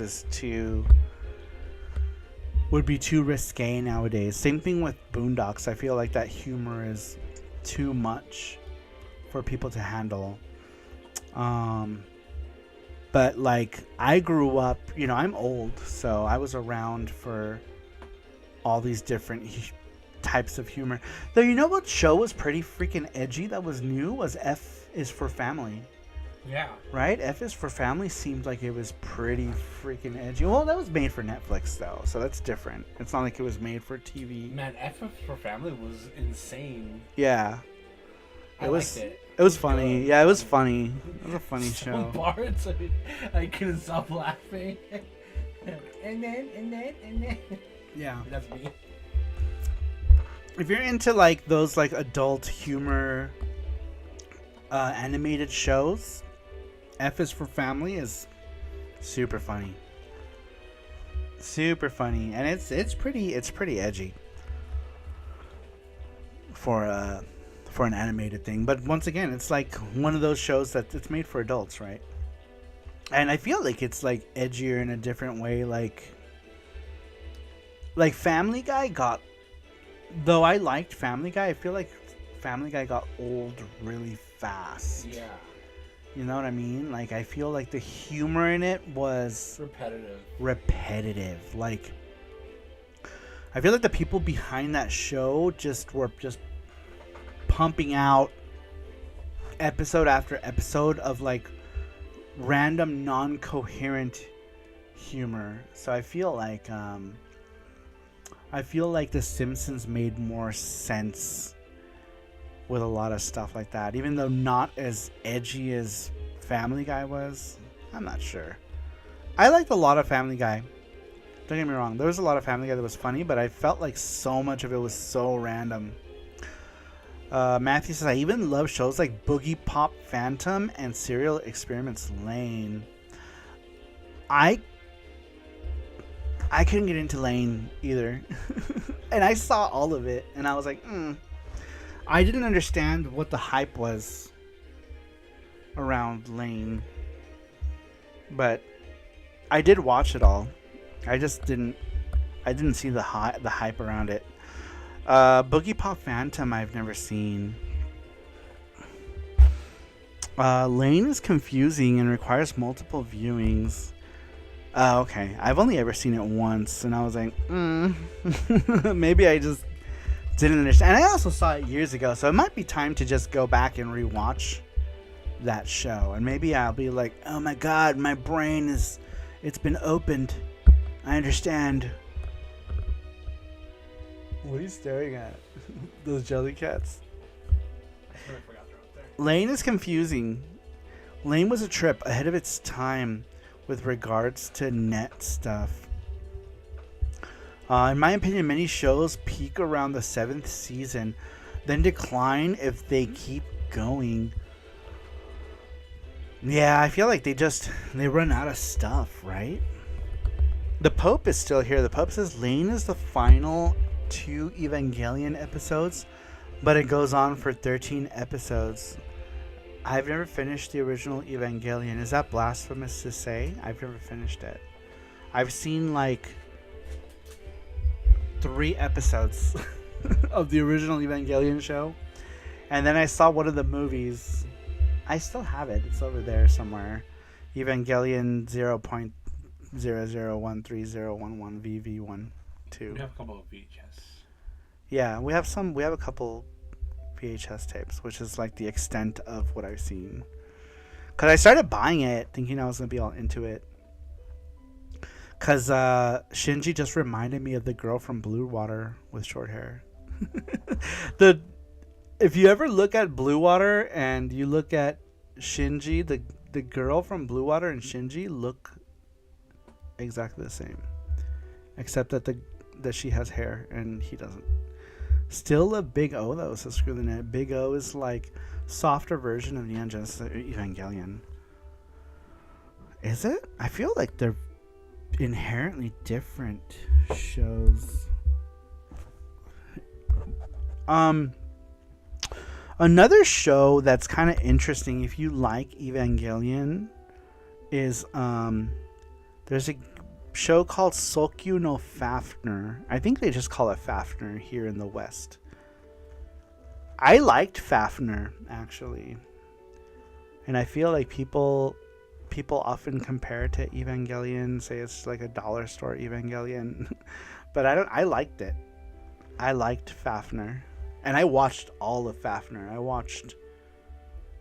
watched the whole show. I watched the movie. And Fafner, like, people die like right off the bat in that show. Like, the show starts off and they introduce you to this cute girl character and then they kill her. And I'm like, all right, it's gonna be that kind of show. But it's not like she dies for a reason. But maybe I shouldn't be saying this to people. Oh my gosh. Anyway, sorry. If you're gonna watch that, I spoiled the first episode for you. I apologize. You gotta say unalive. Huh? Unalive. Unalive? Yeah. You can't say the DEAD. It's not a good word for YouTube. Oh, You really? have to say unalive, yeah. Oh, I didn't know that. Razafon was supposed to be the next Evangelion. I tried watching Razafon. I couldn't get into that either. I love Blue Gender. I haven't seen any of that. Razafon was average, but had beautiful music. Yeah, I've never seen Razafon. I'm sorry. No. I did. I'm sorry. Blue Gender. I've never seen Blue Gender. I did see Razafon. I didn't really like it, but I never finished it. So who knows? There's a lot of shows that I never finished that I feel like I need to go back and watch. Eureka 7 is another show that I never finished that looked cool. I started watching that. I remember I even did some like fan art of it, and then I never finished it. I feel like one day I just forgot about him. Blue Gender was violent sci-fi just like Starship Troopers. Phantom Requiem for the Phantom? No idea. No idea. Oh, Fafner, I like that show. Did you watch all of Fafner? Did you watch the movie also? There was a movie called Fafner from Left to Right or something like that. I liked Fafner because at the time I wanted more Gundam Seed, and there was like a period they did make more Gundam Seed, and then Destiny came out. But I was very much into the Gundam Seed character design, and then Fafnir came out, and I was like, that's the same art style. And so I got into it just from the art style. I didn't know anything about Fafnir, but I really liked the character designs in Gundam Seed, and that's how I got into it. Oh, that's cute. That's yours. What's the anime that we watched, and at the end I was like, fuck this anime. With that, I feel like we watched a lot of stuff like that. with the airplane, jets. Area 88. Area 88. God. Yeah. I'm a fan, and even I didn't like that ending, and I had already seen it. Well, Area 88, the ending was kind of, I'm not going to say it, but it's like, okay. After like a couple of days, I was like, okay, I understand why the person did what he did, you know. It's still bullshit. It's still bullshit, yeah. I was like, ah. Yeah. And then also because the show was good, right? Show like was the good. show was good, and then like the way it ended, you're like, I wish there was more Area 88. It was good. The Pope said Excel Saga requires a lot of esoteric anime knowledge to get most out of it. Did you watch what was it called? Puni Puni Poemi? It was by the same person who made Excel Saga. Dude, Puni Puni Poemi is so funny. Like, that's one that I'll watch in English too, because the English dub has some funny lines in it. I watched it in both languages, because I watched it in Japanese first, and then I remember picking up the DVD because it was cheap, and I watched the dub, and the dub is so funny. Man, where can I watch Puni Puni Poemi? I need to watch that again. It was funny. Excel Saga is funny too. It does. The humor in it is crazy though. I feel like. Did I try to make you watch Excel Saga? I have to. She gotta show me a picture. It's just Google it. I don't know if I did. The show is bonkers though. EXCEL, I think. Excel Saga's director also did this show called Wallflower. That was hilarious. Oh. I've never seen this one. I don't think I've seen it. Nabishin, yeah. Never seen it. Bokusatsu Tenchi Dokuro-chan Bludgeoning Angel Dokuro-chan. It was hilarious. I forgot about that show. Bokusatsu Tenchi. That one? something. I forgot about that show. Eden of the East. I've never heard of that. What kind of show is that? Now I need to find this Wallflower show. I'm not familiar with it. Remember what happens to the angels in that show? Their faces. Yeah, because doesn't that girl get diarrhea? Oh no, really? And she makes this face. Oh my god, that show is also bonkers. I don't know if Jesse can handle that. When things go too fast, Jesse doesn't process. I don't know. I'm a bit slow. I noticed that, like, if the things are happening, like, Jesse, you will love it. It's pure crazy. Yeah, maybe. I'll show it to him. It's funny. That show is funny. The way that the main character dies all the time, too, is funny. It's a funny show. Yeah. I mean, you might like it. I mean, Nichijou was crazy. Oh, I love Nichijou. And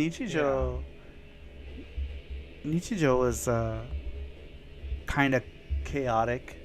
I feel like Excel Saga is more chaotic, though, than Nichijou. Like, Excel Saga is, like, super chaotic. Like, there's, like, parts where the character is just talking so fast that like yeah, unless you stop it, you know, or pause it if you're looking at the subtitle one. Like if you're watching the English dub, it's just nonsense. The Pope says the Wallflower is about all these pretty boys that have to make this girl a princess, but she's this shut-in goth girl that cleans up nice but doesn't care. It's great. That sounds interesting. I've never heard of it. Oh, I meant Dokuro-chan. XL Saga might be too much for Jesse. No offense. It goes off hard. Yeah. I was gonna show him Dokuro-chan, but I was talking about how chaotic XL Saga can get. Cause dude, XL Saga is like super chaotic. Can I have the mouse just so I can have access to windows to look at?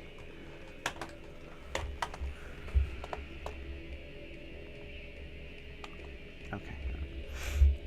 Seen Read or Die? Oh my god, Yomiko. I loved, what was her name? Was it Yomiko Reedman? Was her name? Dude, I loved her. I think that was her name, right? Was it Yomiko Reedman? Yeah, Read or Die was cool. I liked Read or Die. I even watched the show that came after that. Because Read or Die was those OVAs. Dude, that was like... It reminds me of like the year 2000.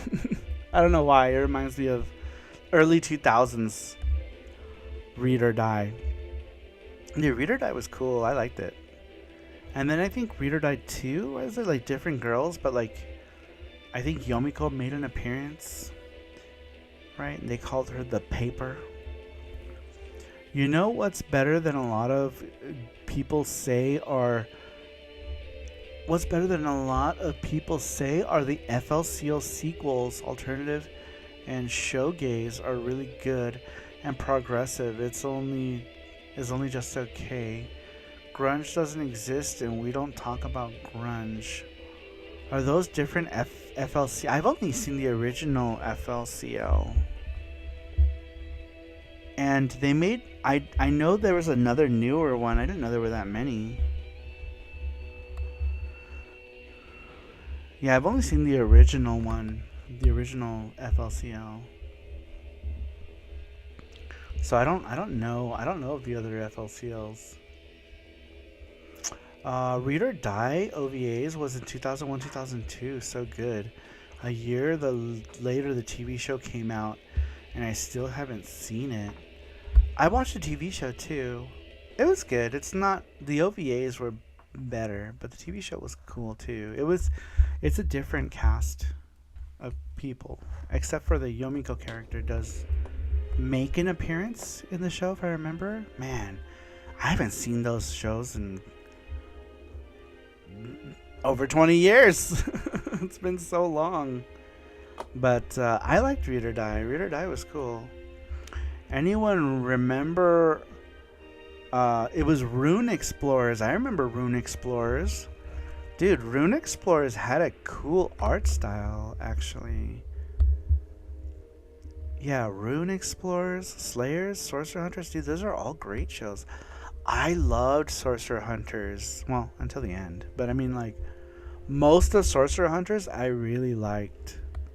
I really liked Sorcerer Hunters. I had the single. I think I still have the single. The What's Up Guys single. And the ending theme song, I don't remember what it's called. Dude, I was into Sorcerer Hunters. You know that Sorcerer Hunters started off on the PC Engine, actually?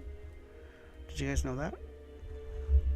If you guys are fans of Sorcerer Hunters, it started off as something called PC Engine Muk Bakuretsu Hanta. It started off on the PC Engine, so... A little tidbit.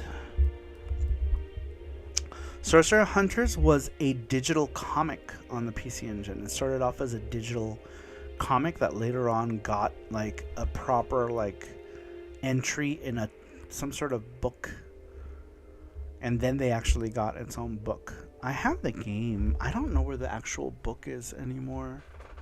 For which one? For Bakuretsu Hunter, Sorcerer Hunters.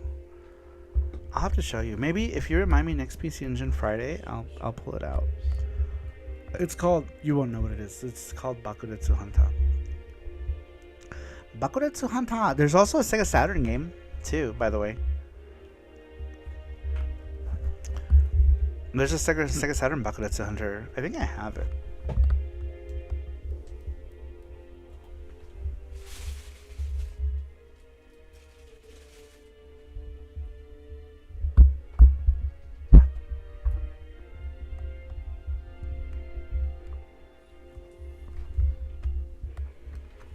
I don't know where it's at.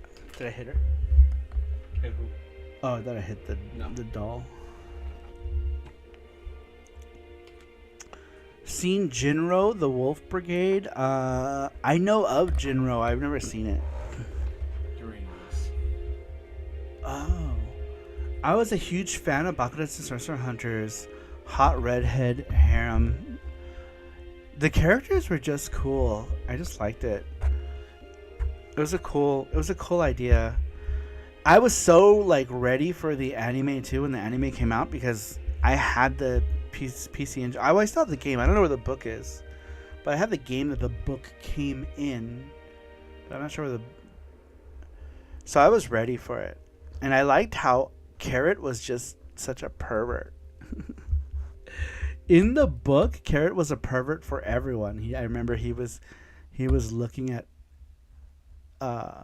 He was like a peeping Tom, like looking at the girls, obviously, right, doing their thing, and even the guy.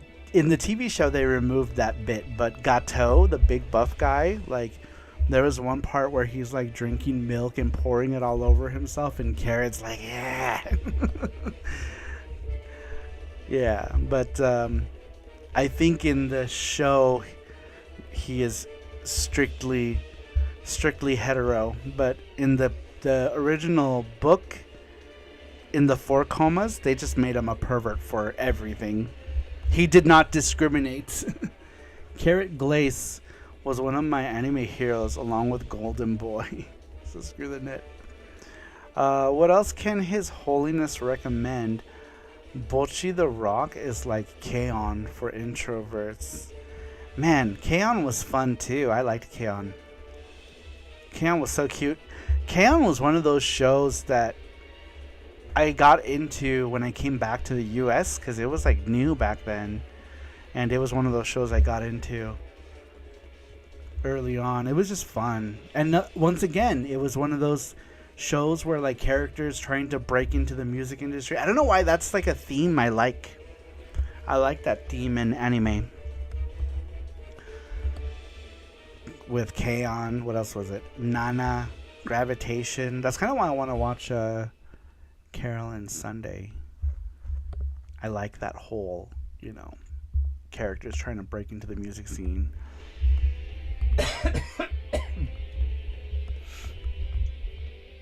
It felt like a combo of World War I and Full Metal Alchemist. Which one? Pumpkin Scissors? I'm not familiar. I'm familiar with Jinro. I've never seen it. No idea what Pumpkin Scissors is. Man, you guys making me realize that I have not watched as much anime as I think I have. You know what I mean? Like, you guys are naming off all these things that I've never watched or heard, or in some cases never heard of.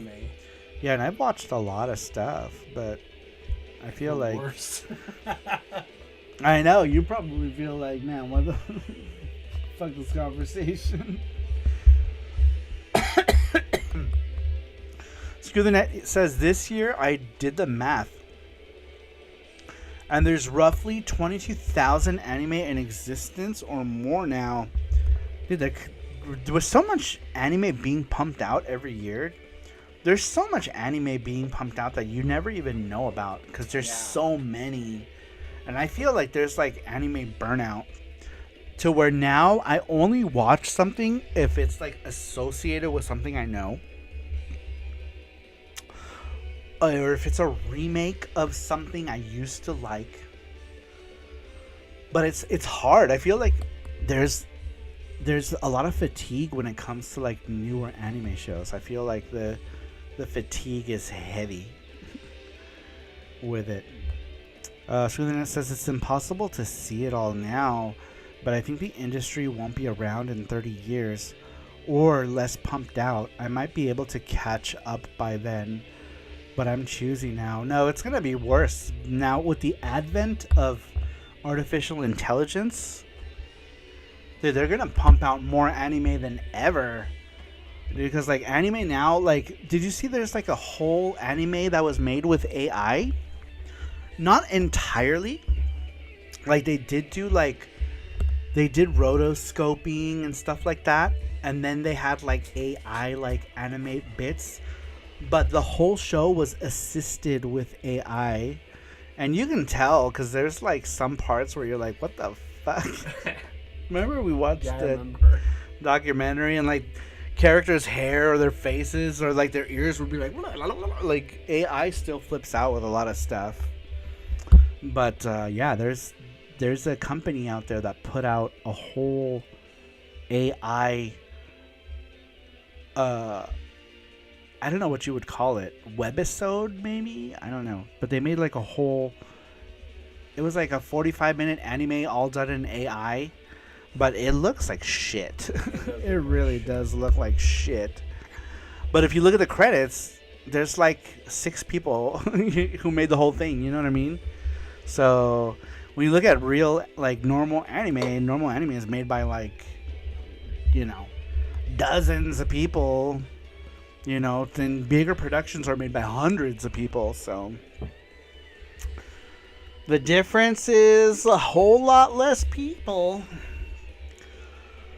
The Pope says, oh wait, Fraulein says hentai is being pumped out too easily now. So with AI, it's going to take over, I bet. It's possible.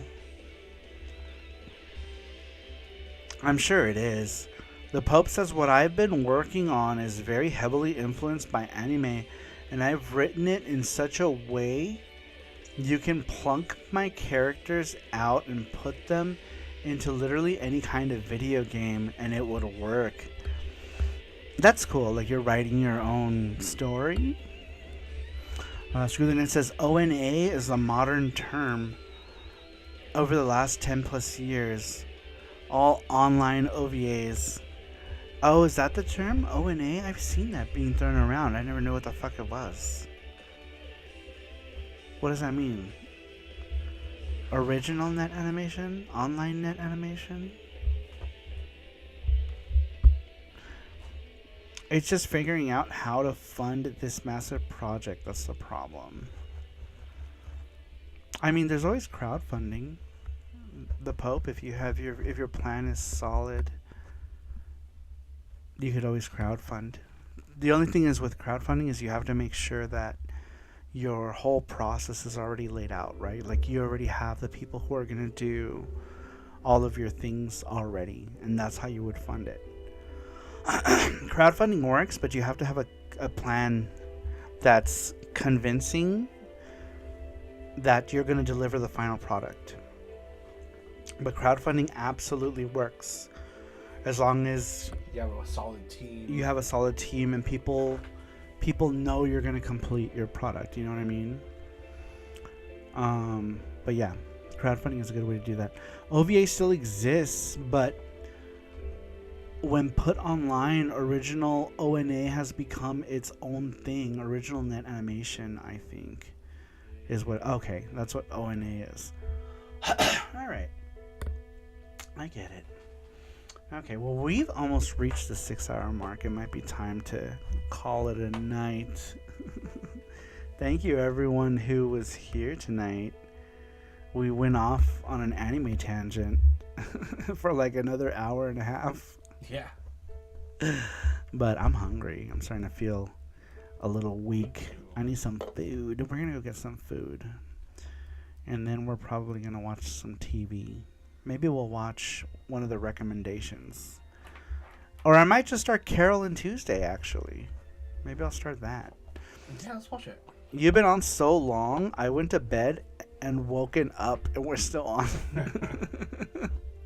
That's so funny. How long was your nap?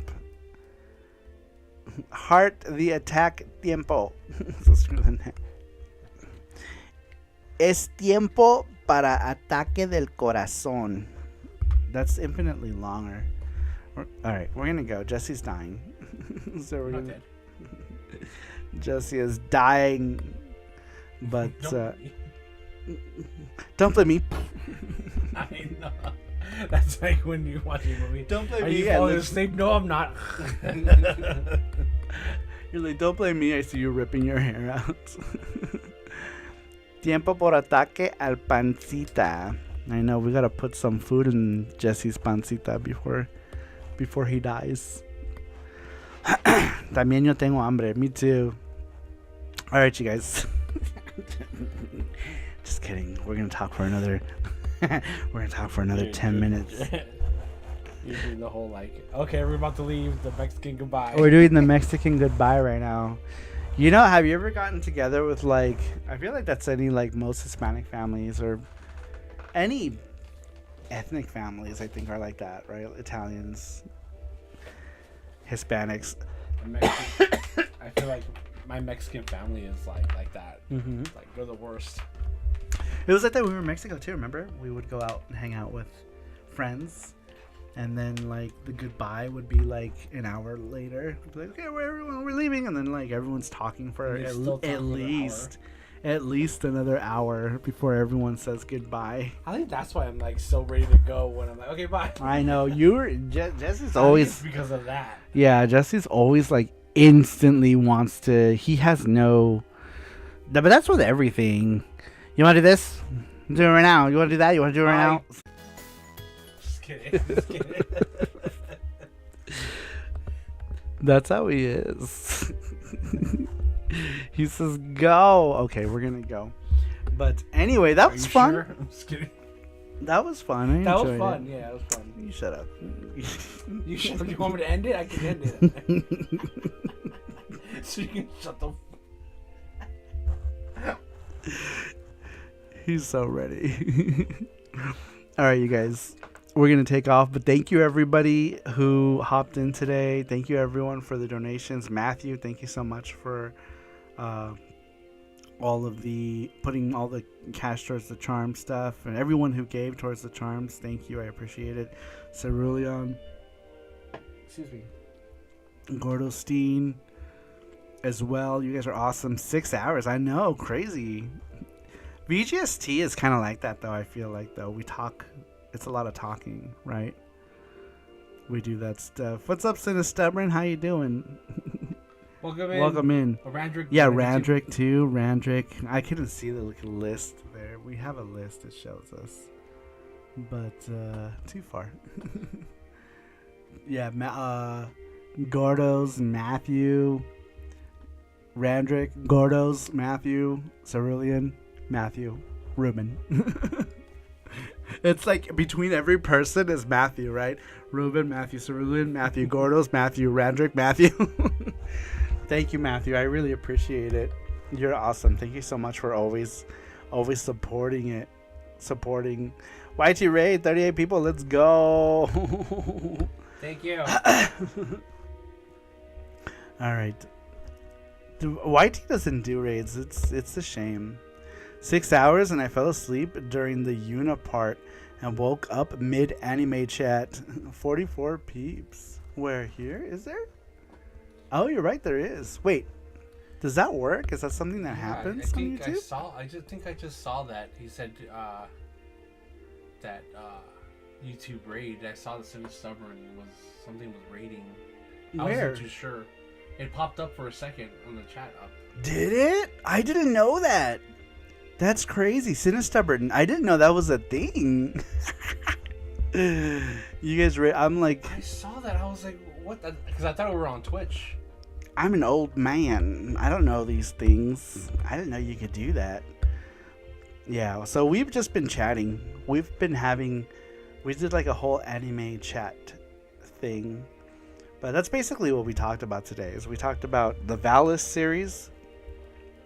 We talked about the Yuna series. And then we just started talking about anime. We talked about the Castlevania anime. We talked about, man, A lot. so much. Like every anime you could think of, we talked about it. If you like anime and games, subscribe or follow. Yeah, it's true. If you're into retro video games or anime, give us a sub. But very cool. I didn't know you could do that. That's crazy. Me neither. That's crazy. Cinestubborn, I don't know. Do you watch any anime? I know you like retro games, but I don't know. I never asked you if you liked anime. This group here, there's a lot of us who are into anime here. But I don't know if that's like a thing that Cinestubborn is into. Man, I feel like... Alright, so what are some shows that we need to show Jesse? Dokuro-chan said screw the net. What else is there? There was... you know what show? Matthew, have you ever seen Working?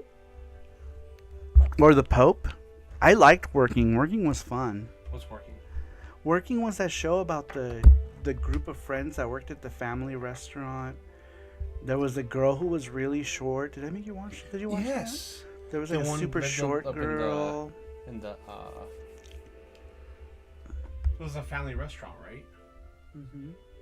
Yeah, I watched it. I don't watch, They wore white yellow suits. Yeah. Yeah. but I think you were confusing the living and the thing with the K-drama. Did you see the new game? Did you see New Game Saru? Wagnaria. Wagnaria. That's what That it was. show. Yeah, Wagnaria. Yeah, second season. Watched both seasons. There's three There's seasons 3 actually. seasons. Yeah. I watched them all.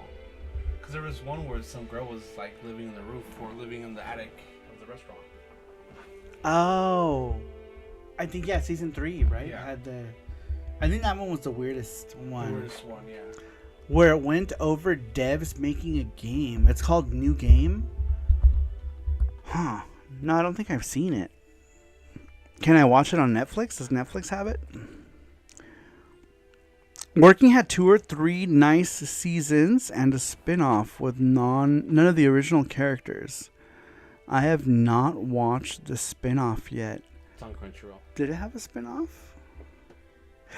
Oh, I saw a trailer for this. Yeah, this looks cool. I need to make a note of this one. We should watch that. Or I'll watch it. Can you just It's make a on note for Crunchyroll. me? And I'll watch it. Huh? Make a note for me and I'll watch it. Remind me, I want to watch that. Shoot me a message, Matthew, so I can watch it. Because I will forget. I have Crunchyroll, There you go. so I'll watch it. New game anime. Oh, Jesse just sent it to me on Discord. Shirobako is anime about making anime. 2 seasons and a movie. Oh, I've heard of that one. Shirobako. Not to be confused with Shirako. Do you guys know what Shirako is? Shirobako? What does that mean? White box. Shirako is a delicious treat. Look it up. Golden Boy. Go watch that if you haven't. I've seen Golden Boy. I liked Golden Boy. It was funny. Don't read the manga. Have you read the manga for Golden Boy? Oh my god. It starts off so good, and then it's like, what the hell are we talking about here? Cults and stuff? It got like weird. It lost me. I don't know. Maybe I need to reread it. Maybe I just didn't understand it or something. Slayers. Oh man, I tried to get him to watch Slayers one time. I don't know what happened. I think Jesse would like Slayers, actually. I just gotta get him to watch it. Now, while you're there. I try to get you to watch Slayers. Dude, Slayers feels like Puffle Mail, the anime. kind of, sorta. Yeah, I remember watching this. Yeah, I tried to make you watch some of it. Damn. What, over 10 years? Yeah, but I mean, it had 3, didn't it have like 3 seasons and some... 104 episodes. Yeah, it's not that big, actually. Because it's like 3 seasons and like a few movies, like 2 or 3 movies. It really isn't a lot. Rune Explorers. I like Rune Explorers. I don't know where we could watch that though. I used to like Escaflowne. It was like one of the first real isekai animes. Dude, Escaflowne, I forgot about Escaflowne. You're right. Escaflowne is a good example. Is a good example of isekai that was timeless, right? And then it just got old. Yeah, I forgot about Escaflowne. Dude, Escaflowne was great. Has Konosuba come up tonight? The Isekai Always Sunny. It really is. Yeah, we're actively watching Konosuba. Yeah. It's funny. Third time's a charm, I guess, because this is the 3rd time I've tried to watch it, and then I got Jesse to watch it, which is good. But I tried to get him to watch it before. I think he's more open to stuff now, I would say. Delicious in Dungeon. Oh my god, I forgot about Delicious in Dungeon. Dude, Delicious in Dungeon is so good. It's a great show. I love that show. I especially love that show. Yeah. And all of the senshi panty shots.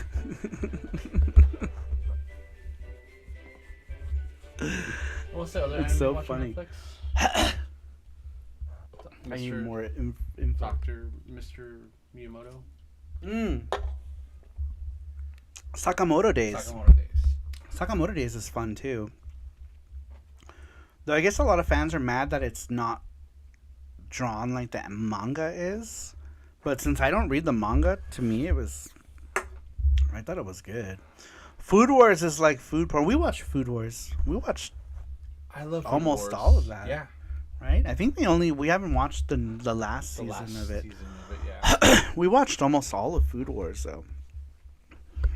Yeah, when that show first started, it was so funny, right? Like there was still a lot of funny moments, but I feel like this first season kind of lures you in because it makes you think it's like a funny comedy show, and it kind of is in a lot of ways. But at first, I thought it was gonna be like just a funny like comedy food show. Was it fried octopus with peanut butter? Oh yeah, they always did like the Was it squid or was gross, it squid or octopus? gross dishes. Yeah, it was like one of those, some sort of tentacly creature. But anyway, we're gonna go. Thank you for the raid. I feel bad that we got a raid and now we have to go. So how do you raid out on YouTube? Can you do that? I have no idea. How does that work? Cinestubborn, if you're still here, I would like to know how that works, because that's interesting. I didn't know you could do that. Because I was reading about it. It said you had to pre-plan it. You know, like you had to put in, like when you go live, you put in who you're going to raid or something. You gotta find someone to raid. So you probably saw that we're live. No, it's not like Twitch. I think Twitch you find. That's how it works with Twitch. I don't know how it works We can read up to it and next time. with it. Yeah, I guess we can just do it next time. I was hoping we could get an explanation. The Pope says a friend of mine keeps bugging me about watching Uncle from Another World. He says I am the uncle. I was watching that, and then Netflix stopped showing them, and I lost interest. And I thought we were just waiting for new episodes, and all it was is that Netflix wasn't showing us the new episodes. They stopped showing them on Netflix, and then they were like, oh, oops, we were showing this to people, I guess. Because, like, at that time, I didn't have Crunchyroll. And new episodes were coming out. Netflix stopped at, like, episode 7 or something. And then they just didn't bring out any more. And I was like, what the fuck? Isekai Ochi-san was decent. I loved his obsession with Sega. I know, he was so into, like, the Sega Saturn. And that's what got me into it, right? Was, like, all the Sega Saturn references in it. Because I guess before he went into the coma, it was for the Sega Saturn. Solid 6 out of 10, maybe 6.5. It was funny. I did go back and start watching it once they put more episodes on Netflix. But then it was not like I felt like I don't know. I had already lost interest. It was off of Netflix for so long. Whoa, what the fuck? What was that? I guess that was Mark Dell. Anonymous. Is that Mark Dell? Mark Dell, what are you doing? Where are you? Come in here. Come over to this side and tell me a story. Good morning. Good morning, Mark Dell. What are you up to? What are you doing? Are you having your morning tea right now? How is England? And that spotted dick. Matthew says, well, another 6 hours. I know, we've been streaming. Oh, we just hit the 6 hour mark, you guys. We just hit the 6 hour mark. It's crazy how many people hung around just to talk about anime. Isn't that weird? We did a whole show today about stuff. We started talking about anime, and then everyone just showed up, just hung around. We've been talking about anime for like the last 2 hours. It's raining and cold. Wonderful. Wonderful. Wonderful. The rain is cool when you haven't seen it for a while, but I think it rains. Does it rain a lot over there where you're at? What is Twinfinite? Oh, Matthew looked it up. How to rate someone on YouTube. Is it the one Matthew? Yeah. It's raining. It's pouring. The Isekai Oji-san is snoring. That was a cool show. I need to finish it. I should go back and finish it. I got up to like, I don't know, episode 10 maybe. How many episodes were there? Like 14? Means I don't have to water the plants today. Is that something you normally have to do? I never water the plants here and they still grow. I wish they would just die. How is everyone? We've been streaming for 6 hours. And the last 2 hours has just been us chatting about random. On your computer. You're on the computer downstairs, we did the live thing. Oh, really? Yeah.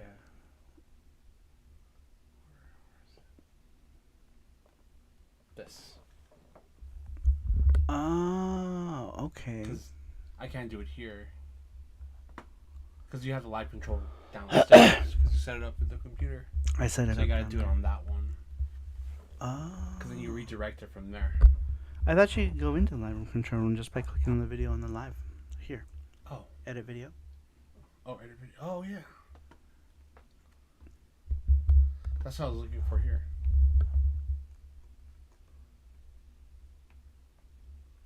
Is this live right now? Yeah, look. Oh, maybe you can't. We were trying to figure out. Super Boo! Howdy, Super Boo. Welcome in, Super Boo. Super Boo, you missed the Super Anime Spectacular Extravaganza.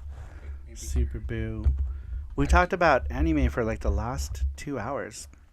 We did Saru show for about 4 hours on Valis and Galaxy Fraulein Yuna, but then the last 2 hours, all we did is talk about anime.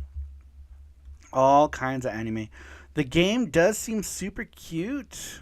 Matthew, I'm tempted. What game? Oh, Fantasy Life. What is Fantasy Life? Everyone is talking about that. What is it about? There's no one live in our. Oh, really? Yeah.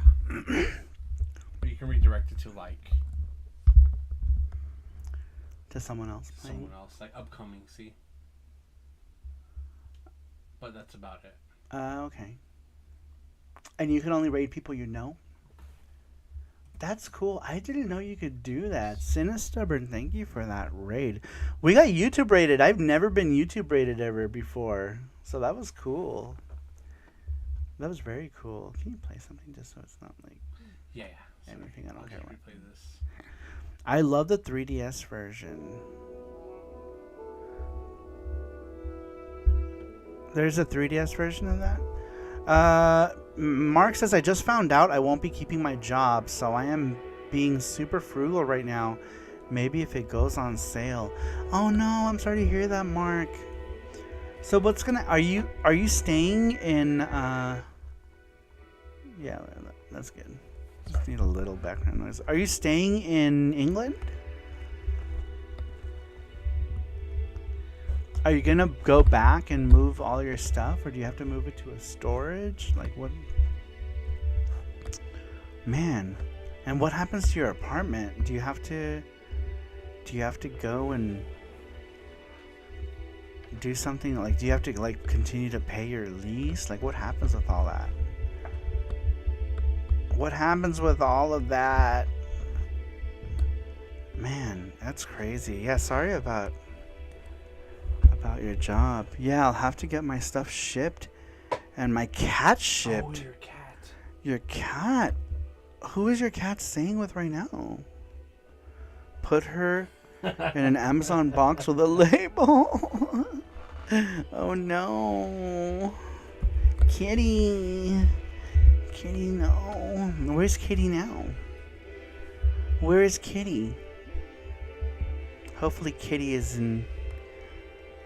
Is Kitty with a friend? Oh, Kitty. I have not beat up the date on importing cats to UK. I have not been up to date with importing cats to the UK. It's a lot of things to deal with, but it will all work out, says Mark Dell. I'm sure it will. Man, Mark, I'm sorry to hear. I wish I could help in some way. If I was closer to where you lived, I would take care of your kitty. She's being looked after. Oh, okay, good. Good. Yeah, I have some money squirreled away, says Mark Dell. Oh, kitty. But this is what you want, right? I mean, you have to follow your heart, you know? Follow what your heart tells you is the right thing to do. I still want to come back to the US to visit, says Mark Dell. Well, if you come to Vegas, you can stay here with a Saru and a Panda. We'll take you places. You just have to get to the airport, and you leave the rest to us. So if you want to come for a visit, and usually Vegas is cheap to fly to. Vegas is not an expensive ticket because of the whole tourism thing. Usually tickets are cheaper to fly here than it is to other like major airports. So something to consider. And if you do come, we'll drive you around. We'll take you places. I would come visit you. Yes. Visit us. We'll take you places. We'll take you to eat the pancakes. It'll be fun. You let us know. We would love to have you. We love you, and we hope everything works out with your move. And if you need anything, let us know. Or if you ever want to chat too, let us know. Either one of us. You could always reach out to any one of us for chit chats. And I'm usually up crazy ass hours, so yeah, new adventure. I want to be there for SaruCon. Yeah, we need to make SaruCon happen. Hey, that's next Game On. Basically, dude, Game On was like mini SaruCon. Basically, there were so many Saru Crew people at Game On. You and Saru Crew is wonderful, says Mark Dell. Yeah, make a trip to, dude, make a trip to Vegas, and then we can just all go to Game On from here. Right? That would be cool. That would be great. You make your way here, and then we just drive there from here in our car and just go to the show, and it'll be all kinds of funs. We'll have all the funs. It'll be cool. Sounds perfect. We need to all meet up. And Sweets might come too. It'll be fun. And we can try to get Tsunami Sam to come too. Could you imagine? Do you think Tsunami Sam would come? Then we just, at that point, I'll just rent a van. We could all chip in on getting a van, you know what I mean? Like, I'll just rent a van and we could all just like ride together. I would do that, right? If we all chipped in to get a van. Dude. And rent a house, Airbnb. Yeah, and then we could just Airbnb. We can Airbnb a house or something. It would be fun. Yeah, if a group, we can get a group big enough like that, that would work. Yeah. Actually, right? Because then. How awesome would that be? Yeah, that would be pretty awesome, actually. Sorry, Van. Can you put a sick ass sticker of Yuki on the side? That'd be so funny. Zong. Yeah, that's true. You can. You can. There's those magnets. Oh my god, that's an idea, Mark. No. We can get those. They make those big magnets out. You can put that on the side of the car. That'd be so funny. Big old Yuki hentai advert. Yep, it'll just be boobs. Nothing but boobs. But yeah, that would be cool. If there were enough people, dude, I would totally be down to Yeah, me too. rent a van or something. Be funny. Drive it around as a Yuki advert. People would just be like, look at those perverts. That's the Yuki we have to put on the side of the van. That derpy ass Yuki has to go on the van. Saru Get You, the official game of SaruCon. It's so funny. Cube Dude was playing the Ape Escape, and there was a monkey in it named Sarumaru, and he was like, "That's you." I'm like, "Yes, it's me and my brothers." Thank you for the hydrate, whoever. Selling weed and PC games out of the back of the van. Yes. Buy FX Unit Yuki and get a dime bag. Get a bonus dime bag. Yes, it'll work out well. We won't go to jail probably. Should be okay. That'll be funny. Dime bags of charms. Oh right? Like we can just put them in the same bag. Like it'll just be right here, and then like you got your nuggies in the back. It'll be awesome. Slanging charm bags. Charms and nugs. Marijuana nugs. That's so funny. Man, you should totally come for Game On, Mark. That'll give you time to plan too. Cause that's still 11 months away from now. Yeah. So that could give you time to plan if you want to. I don't know if I think it would be awesome. And a Saru and a Panda will take you to eat all the treats. Pretty much take you to places we didn't get to take you last time you were here. I've seen vehicles with ecchi stuff on them at anime cons before. Me too, yeah. I've seen those like tricked out cars with like open leg anime girls on the hood. I'm like, wow, that's a lot. I'd love to, says Mark Dell. We'd love to have you. You want to come? We'll go places. We'll go places. Let's do it. Let's do it. Yeah, be awesome. Dude, a whole like a Game On group thing would be pretty freaking rad. And then that also ensures that I have hands to help me at the table. I'm gonna put you to work, Mark Dell. Be like, thank you for coming. Now man this table. I'm just kidding. Game on sounds fun. Let's game. I would happily work. You gotta work. Work it, girl. Check out Discord for Saru photo of Valis figure where it is NSFW. Yeah, it's kind of crazy. It's kind of detailed.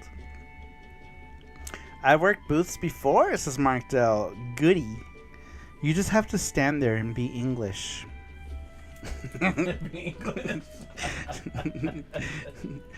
Just stand there and be English.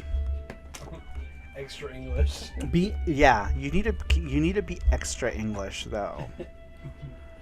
When you're manning the table. That'll keep people wondering too. It'll bring all the peoples. You have to be extra English. I will dress up as Yuki and be a booth babe, but have a British male accent. Exactly. And you have to leave all the stubble too. Don't leave all the stubble. We need a bearded Yuki. Bearded Yuki, let's go. I'll buy a Pope hat and bless copies. Perfect. Perfect. What do you mean you'll buy a Pope hat? I always thought you already had one. Oh my god. Right, I'm so disillusioned. Alright, governor. I'm Yuki in it. In it, governor. Avocados from Mexico. Where did that go from? Avocados.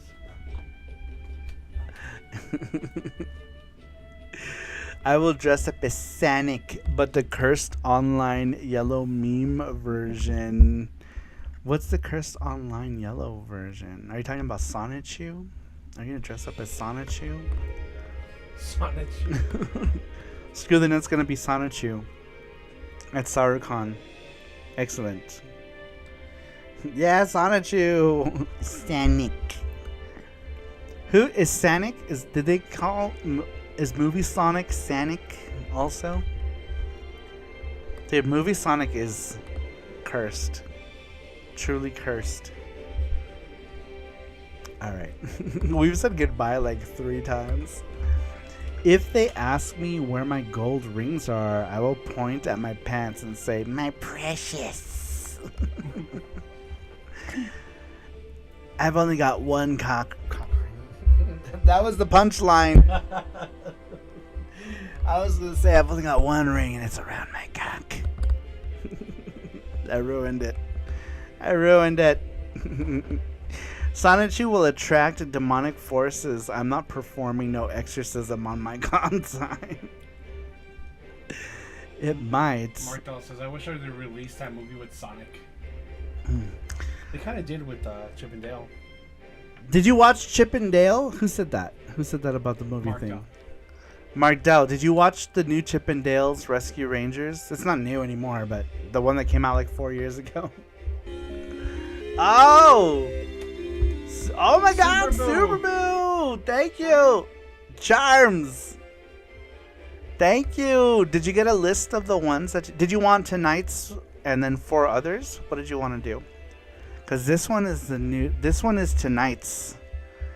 This Valis one is tonight's thing. And then when we make this one, you can just have this one, SuperBoo. If you want it. Since you're buying so many at once. Woo, yay, boo. Thank you, boo. Did Jesse send you the ones that you were missing, or? I sent all the ones that are... I sent them the whole list of everything that we have. Okay, well, you let me know which ones you want, SuperBoo. You let me know. But the newest one is this one. This one is a large one.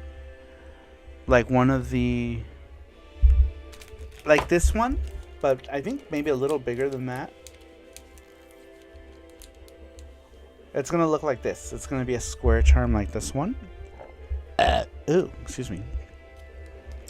And then these new ones that we're doing, these are like cheaper $10 ones that we're doing that are just basic packaging. So we're not going to do like the names and stuff. We decided we're going to do like these other ones for people who don't want to do like, they just want like a small basic charm. And that's how we're going to package it with a basic thing that just has my socials on it. And that one is going to be a small one like this charm right here. See how this charm is a small pixel charm?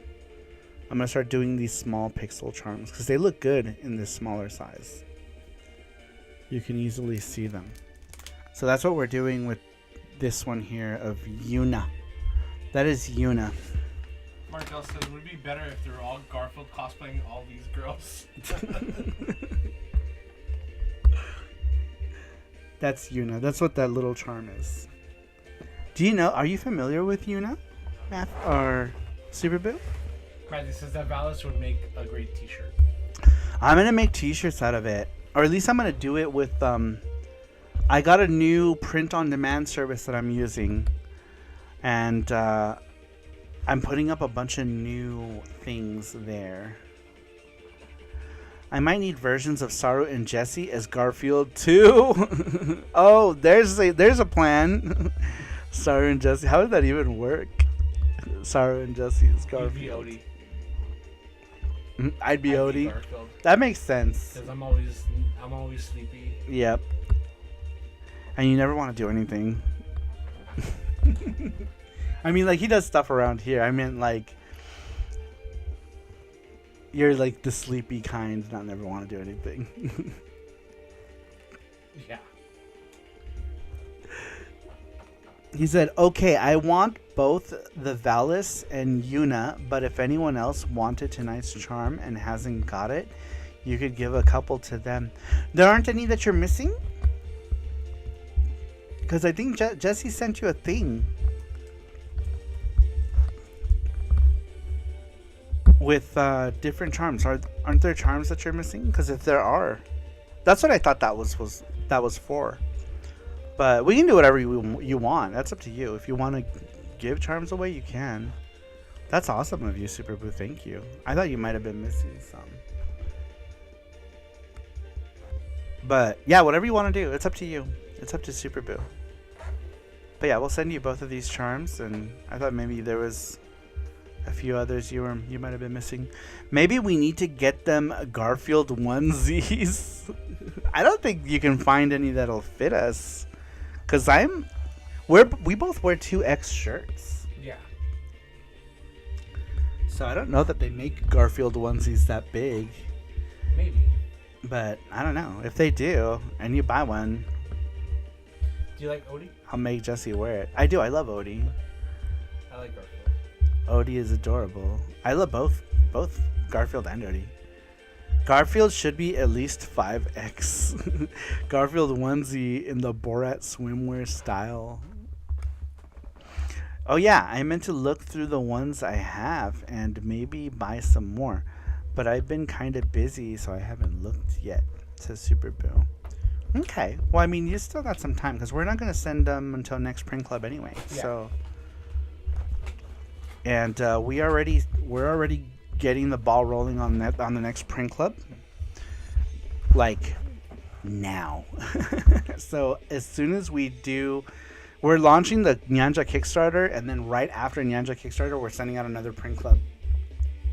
So the winner of the Print Club voting, by the way, you guys, was Samurai Showdown. Yep.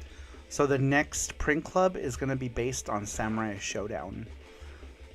And I already got a design that I'm working on for that has not a lot of characters, because there's a lot of Samurai Showdown characters, but the design is cool. It's got 3 characters, and I think people will probably be happy with the 3 characters I chose to. Hopefully people will be happy with the 3 characters I chose to put on the print, but Samurai Showdown was the winner. And I think I'm going to do like a little charm for that one as well. Something cute. I have an idea for a charm. Because we're doing an acrylic charm for that one. I think, what did we do? Did we do pin set? This last one? What was the last one? Yeah, We did the pins, from Russ. the jam ones. Yeah. Alright, so then we're going to do a mini charm for this next one. With a Samurai Showdown character that I like as well. Sam enjoyed the snacks. Thank you for the idea, Jesse. Says Mark awesome. Dell. That is awesome. I'm happy she liked them. The sun is coming up over my way, says the Pope. Oh my gosh, is it? What time is it over there? Because it's almost 3 here. Like 3 hours away. Yeah, for us, the sun doesn't come up until 5. So we're still like 2 hours away from sun. But, yeah, take a look at that whenever you want, Boo. And just let us know. Yeah, just let us know. Message Jesse. And whichever ones you're missing, just let us know, and we'll throw them in your box, along with these 2, of course. She likes to cock the ass. Says Mark Dell. Dude, who doesn't like cock the ass? That shit's good. It's real good. I'm a big fan of cock the ass. JT had sent us these green tea ones one time too, and those were so good. I love all green tea flavored shit. You give me green tea flavored shit, I'm gonna eat that shit. It's 10:54 a.m. says Mark Dell. What are you up to today? What are you up to? Just doing stuff around the house? Gotta move my cushion, and I gotta shake my butt a little bit. Sorry, I didn't mean to make sure that blood is circulating to my posterior. You ever sit like so long it feels like your butt's not there anymore? That's how I feel. I feel like my butt's disappeared. Green tea Oreo were my favorite. There's green tea Oreos? What the fuck? Why am I just now finding out about this? I didn't know there were green tea Oreos. That's amazing. Not sure of my plans. Applying for jobs? Maybe play more Doom? Gotta feed hedgehogs. What? Man, I didn't know there were green tea Oreos. Me neither. Not official ones, but delicious bootleg. Where do I find them? Is that something you... Where did you get that? I don't care if they're... Who makes them? We have hedgehogs in the backyard. Oh, really? Cool. That's so cute. Can you take a picture? Do you eat If them? possible. You can't eat them. Why would you eat them? Can you take a picture of the hedgehogs in your backyard? Man, I want to see. We have hedgehogs. I got them years ago in a gift basket. You got the hedgehogs in a gift basket? No, the green. The Oh, Oreo. the Oreos. Okay. Here's your basket of hedgehogs. Thanks, Mom. Just randomly. Just somebody gift you a basket of hedgehogs. Hey, that would be awesome. You just fling them out of your backyard. Here you go. Here you go. Freedom. Freedom. Go live, hedgehogs. Be free. That's so cute. Yeah, I want pictures. I want to see this. Screw the Net says, no wonder I can never find those hedgehogs. Darn basket hogs. That's a great gift idea. Now I'm just gonna like, here's your, what is that? Oh, you're doing stuff? Here's your hedgehog gift basket. We use regular currency here. People don't pay with small creatures. Really? I thought that's what the UK was all about. You just found a bunch of small creatures and you barter little animals. It's not that. Put it over here. I put it over here. That's what happened. I'm sorry. No hedgehogs here. Groundhogs, though. Caddyshack was accurate. Jesse kind of looks like one of those. I always say Jesse looks like a marmot. I am a Mormon. Though, I also say he looks like a hedgehog. Or any, like, little round furry creature, I always compare to Jesse. I do that all the time. We did about 3,000 people at the theater today and 2,500 Friday. So it's been hectic. Damn, 3,000 people in a single night? Was it Lilo and Stitch? Oh, is that what people are watching? They're there for Lilo and Stitch? I'm sure Super Boo will tell us. I'm curious. What are people watching? Damn, that's a lot of people. For a single night? Jeez. Damn, that means like the theater rakes in the money, huh? Like big time. Mostly Lilo and Stitch, yeah, says Super Boo. Yeah, you guessed it. Markdale says, I've also been building a big enterprise. I will have to send you a picture of the big D on the table. I started adding lights. What? What do you mean the big D on the table? I'm imagining something completely different. I don't know why my brain went somewhere else entirely when you said that. What? Elaborate. From the next generation. Oh. Enterprise. What are are you you thinking of? This is marked out. Big D on the table, like. I don't know. The big D. Big. The biggest. Big C. He said D. Oh, D. Sorry. Same thing. That's true. If you're thinking about what we're thinking of. USS Enterprise D with Picard as captain. This is Matthew. I can't imagine how you got that mixed up. Oh, I know. However, could I have got those mixed up?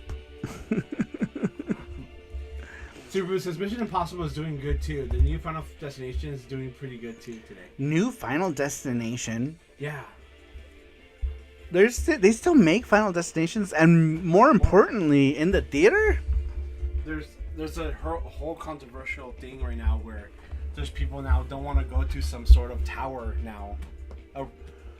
Oh, because there's like because it's in the movie. Really? Yeah. Like what tower? I saw on the news where like. Can you make that a little smaller? Yeah, sorry. What tower is it? I forgot what tower it was in the movie. It was like some tower like they're losing business because people are don't want to go in there. Really? I need to look it up. I think that's funny though how like popular culture can skew those things, right? Well, yeah, it's just like the first movie where you don't want to get behind those logs. And I don't. Yeah, because of that movie. Because I saw that. Yeah. You know, it's so funny because I never thought of it because I was always the kind of person who's like, oh, I don't care about stuff like that. But I think about it. That's one thing I don't do. Yeah. And I wonder if that movie has something to do with it. This one's like. In Final Destination Bloodlines, the opening disaster takes place at the Skyview Restaurant Tower, a high-rise restaurant that collapses during the opening night. The tower, a central location in the film, serves as the catalyst for the story's events, with characters experiencing a premonition of its demise. That's interesting. Where is this tower at? San Antonio, Texas? Yeah, it looks like.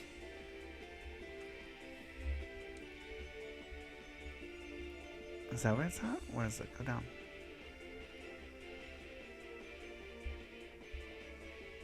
Yeah, Texas. Wow. That's crazy. How funny, though. Yeah, so people are like, that tower looks just like the one in San Antonio, Texas. Yeah, well, I guess it resembles it, Super Boo. I don't think they mention it by name, but I think it resembles it, I'm guessing. I saw the movie, says Super Boo. Yeah, I guess it's based on the tower that's in San Antonio, Texas. And so I guess people don't want to go on it because of the movie. Yeah, San Antonio's Fear Tower of the Americas after New Foundation scene. That's funny. Not imminent disaster, but like the fact that people don't want to go to that now because they fear that. How funny. That's crazy because I always told myself, that those kind of things don't affect me mentally. But now that I think, when you mentioned the whole like beams in trucks, Yeah. Like that's like I think about that because I saw that. And now I don't get behind trucks that like have beams or logs or anything weird that I feel like could come out and decapitate me. Yeah. So, I get it. I swear it was real. The truck says screw the net. Did they have actual Final Destination Bloodlines ad sign on the back of the actual logged tree carrying truck? Or was it the name CGI? The tower is a tower, like an actual tower. It's Tony Todd's last movie. Who's Tony Todd? Matthew says there's a new thing online where people do not want to get behind a log truck. Oh yeah, trucks. Yep. I put some random pics on my travel Discord. It's in general. That's a new thing? Oh look. Oh, that's you. That's Jesse. Look. That's what you look like when you walk. When Jesse walks, he looks like that. That's how you walk away too. That's so cute. That's so cute. I need more hedgehog stuff.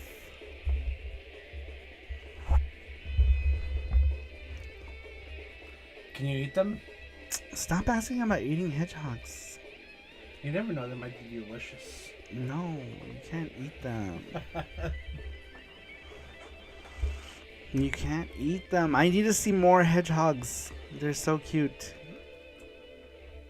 I need to see one doing more stuff. Oh, Tony Todd. The guy from the bee guy. Who is like a bee killer, old movie, all about the bees. Lawnmower Man? Huh? Lawnmower Man?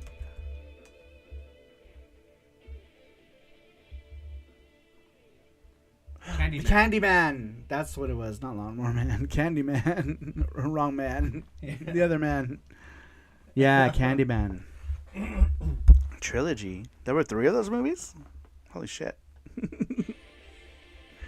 I did not watch enough movies, apparently. I only thought there was 1. Yeah, I remember. I remember Candyman. That's crazy. Yeah, Tony Todd was in the first Final Destination. The original Candyman trilogy, then they remade it 2 years ago, and it wasn't as good as the OG ones. Too spoopy. What is Final Destination or Candyman or all of it? There's a scene I saw in the trailer where I guess some guy was like at a restaurant and his nose ring got caught by the fan and he started swinging around with his nose Dumb. and everything was on fire. That's all I saw. I was like, what the hell's going on? That sounds ridiculous. Me says the other day, do you have a nose ring? Probably all of it. Yeah. I watched like 2 of those Final Destination movies. And that was already too many. How many did they make? I saw 3. I think this is the 10th one. Oh my god, are you fucking shitting me? One? There's Or no way there Eight. are 10. No way. I was thinking like 6, right? 5 or 6.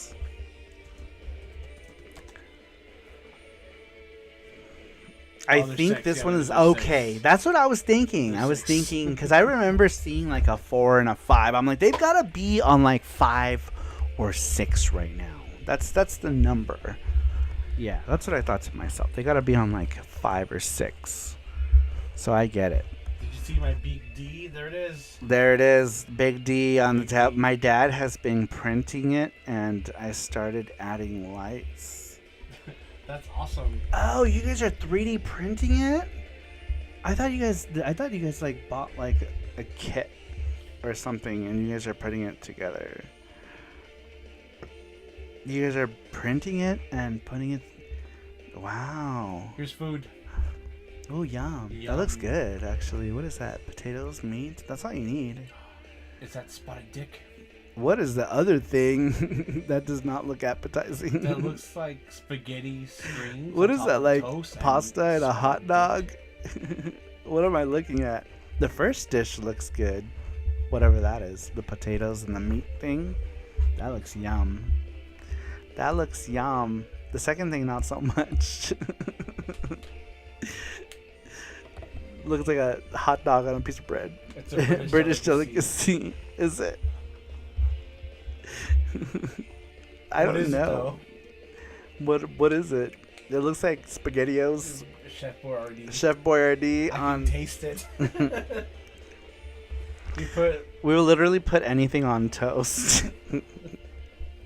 I mean, we kind of do here too. We have shit on a shingle, which is a totally appetizing name for a food. oh what? Shit on a shingle? Never heard of it. You've never had shit on a shingle? No. That's when you take, like, have you ever had those deviled ham cans? No? No. We gotta do that. I mean, yes, I have. No, we gotta. No, seriously, have you? No, I've never had it. So, shit on a shingle is when you take toast and that can of ham and you spread it on the thing, and sometimes you can put cheese on it. I used to put like a slice of American cheese on it with the deviled ham. That's what it is, deviled ham on toast, and it's called shit on a shingle.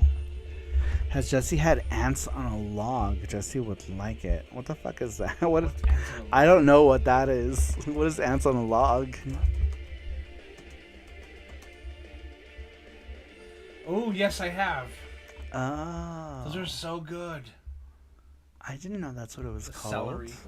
Yeah, celery and peanut butter? Yeah, Is that celery, peanut butter? Celery, And peanut butter, and raisins? raisins on top. I love it. I love celery and peanut butter and raisins. I had no idea it was called ants on a log. You learned something new. I learned ants on a log. Jesse learned shit on a shingle. Now we have to try it. Would that be something that you would want to try? Yeah, I'll try it. Why not? It's pretty good. I loved it. Shrimp. Good. It's not. It's just. It's like deviled ham. It's like minced spam. Well, I have. You know what stuff I eat. It's like it can't be worse than that. I don't tell people.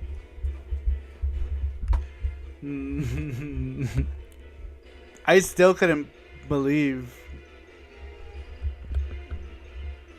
Shut up. Jesse eats something that's very. All right, bye.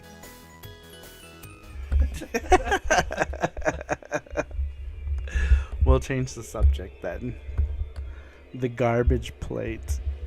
I've had deviled ham, but I didn't know it was called that. It's called that when you put it on toast, because like the crunchy toast is supposed to resemble a shingle, and I guess the shit on a shingle is when you shit on top of a shingle, as you do. You know, sometimes you don't have a proper bathroom and you climb on the roof of someone's house and you just gotta shit on it. I've had deviled ham, but I didn't know it was called that. It's super good. You've never shit on top of the roof of someone's house before? Mark Dell says, need a video series of Jesse trying Saru trying surprise food. Jesse and Saru trying surprise food. What is surprise food? What does that mean? Like stuff we haven't had before? I've had some weird stuff, but I feel like you want to tell them. no, I do not want to tell anyone. Because we can tell them. That'll be later. That'll be on Discord. Jesse likes Shut up. a certain type of sandwich. Shut up. It's a very weird sandwich. He's very embarrassed about it, as he should be, because it's weird. I didn't know if I had it on toast. I know I've had sandwiches with it though. It's a super good. I love that deviled ham. It's good. I feel like it makes my gout act up though, but I love it. Jesse likes Marmite, says Mark Dell. I like Marmite. Marmite's good. Vegemite's gross. Yeah, I don't like Vegemite either. But I ate a good deal on Marmite. On multi-grain toast and Marmite. It's pretty good, actually. I would grab like multi-grain toast and I would put butter on it, melted butter, and then put Marmite on top of it. I've never had Vegemite. It's almost the same, but I feel like Vegemite is more bitter. I guess it depends on who makes it too, but I feel like Vegemite is more bitter than Marmite. But it's alright. I feel like the bread also makes a difference. Our bread here is like not as good as it is in Australia. I feel like their bread is better than our bread here. I assume they were the same.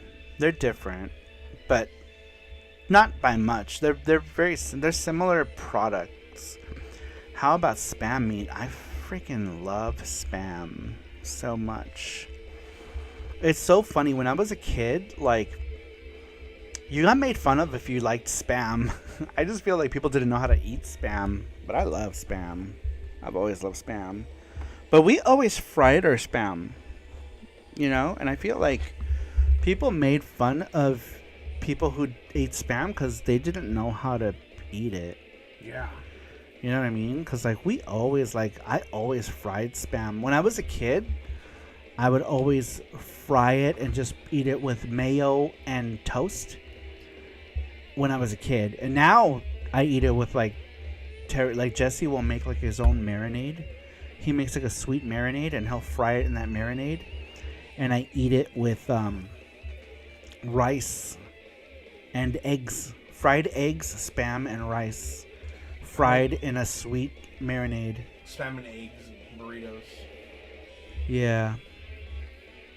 Like the Hawaiian Spam, musubi. Yeah, musubi is good. It's like that, yeah. Think of like that marinated spam from musubi. Just like fried a little bit crunchy in the pan. I make really good sauce now. Yeah, he makes a really good marinade. And he'll fry it in this marinade, and then we put it on top of white rice, and then fried eggs on top of it. It's so good. It's like my favorite thing. The Pope says, love, love, love, love spam. How do you like your spam, Pope? Matthew says, bread in the U.S. is way too sweet compared to bread in the rest of the world. It really is, because we actually put shit tons of sugar in our bread. If you look at bread, it's like one of our main ingredients is sugar. And sometimes I don't want any fucking sugar. I just want bread. Just make me good bread without a little fucking sugar. Do you like musubi, Mark Dell? Dude, musubi is good. I love it. Saru says, I've had peanut butter and Miracle Whip sandwiches. It's one of my dad's favorites. So Saru. Peanut butter Miracle Whip. That might be good, right? Because like It's really Miracle good. Whip is sweet, so I could see that. I could see that being good. You know what I mean? Because like regular mayo is like salty, right? Salty and eggy, but Miracle Whip is tangy and sweet, like a kind of salad dressing almost. Love it. My favorite spam, says Mark Dow. Man, I love musubi. That shit's good. I pan grill my spam and have it with eggs. We do too. We have and rice. We'll have it with white rice because usually we'll have rice already going in the rice cooker.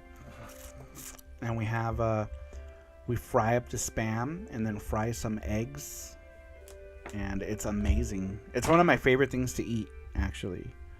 One of my favorite things to eat is white rice, fried spam, and eggs. Absolutely one of my favorite things to eat. It's really good. But yeah, when I was a kid, I used to make fried spam sandwiches. When there was money, it would be fried spam and egg sandwiches with mayo. It's really good. Have you had that before? Mm-hmm. Fried spam and eggs with oh well, yeah, you put them in burrito kind of. Yeah, but like burrito. you like fry. I used to take like 2 pieces of spam, right? Like thinly cut pieces of spam and fry them, and then toast my bread and just put mayo on the bread. Put the pieces because they fit like perfectly in the sandwich, and then I fry 1 egg and put it on top. Yeah. And then eat it as a sandwich. I used to eat that as a kid because it was easy to make, right? Yeah. You just popped it in the toaster and you fried your spam and your egg. Super easy. My tia Santos used to make those. Yeah, I She's used the to one have who this. opened me to a lot of food too. Yeah, I like that stuff because it was an easy, hot meal. Spammed with spam. I got some sesame chili oil to fry rice with for the purpose of having with spam. You ever have kimchi fried rice with spam? Oh, I love kimchi fried rice. Kimchi fried rice with like spam cubes in it. You know, you fry up the cubes beforehand, you know, and then put them in and let them fry with your rice as well. With some kimchi, rice, eggs. So good. Kimchi fried rice is like one of my favorite fried rice. Absolutely love it. Love it. Sesame chili oil. I get a Japanese sesame chili oil called Layu. That's so good in everything. But I have to be careful because it gives me bad heartburn too. Or acid. It gives me acid reflux if I have too much of it. The Pope says kimchi fried rice with spam.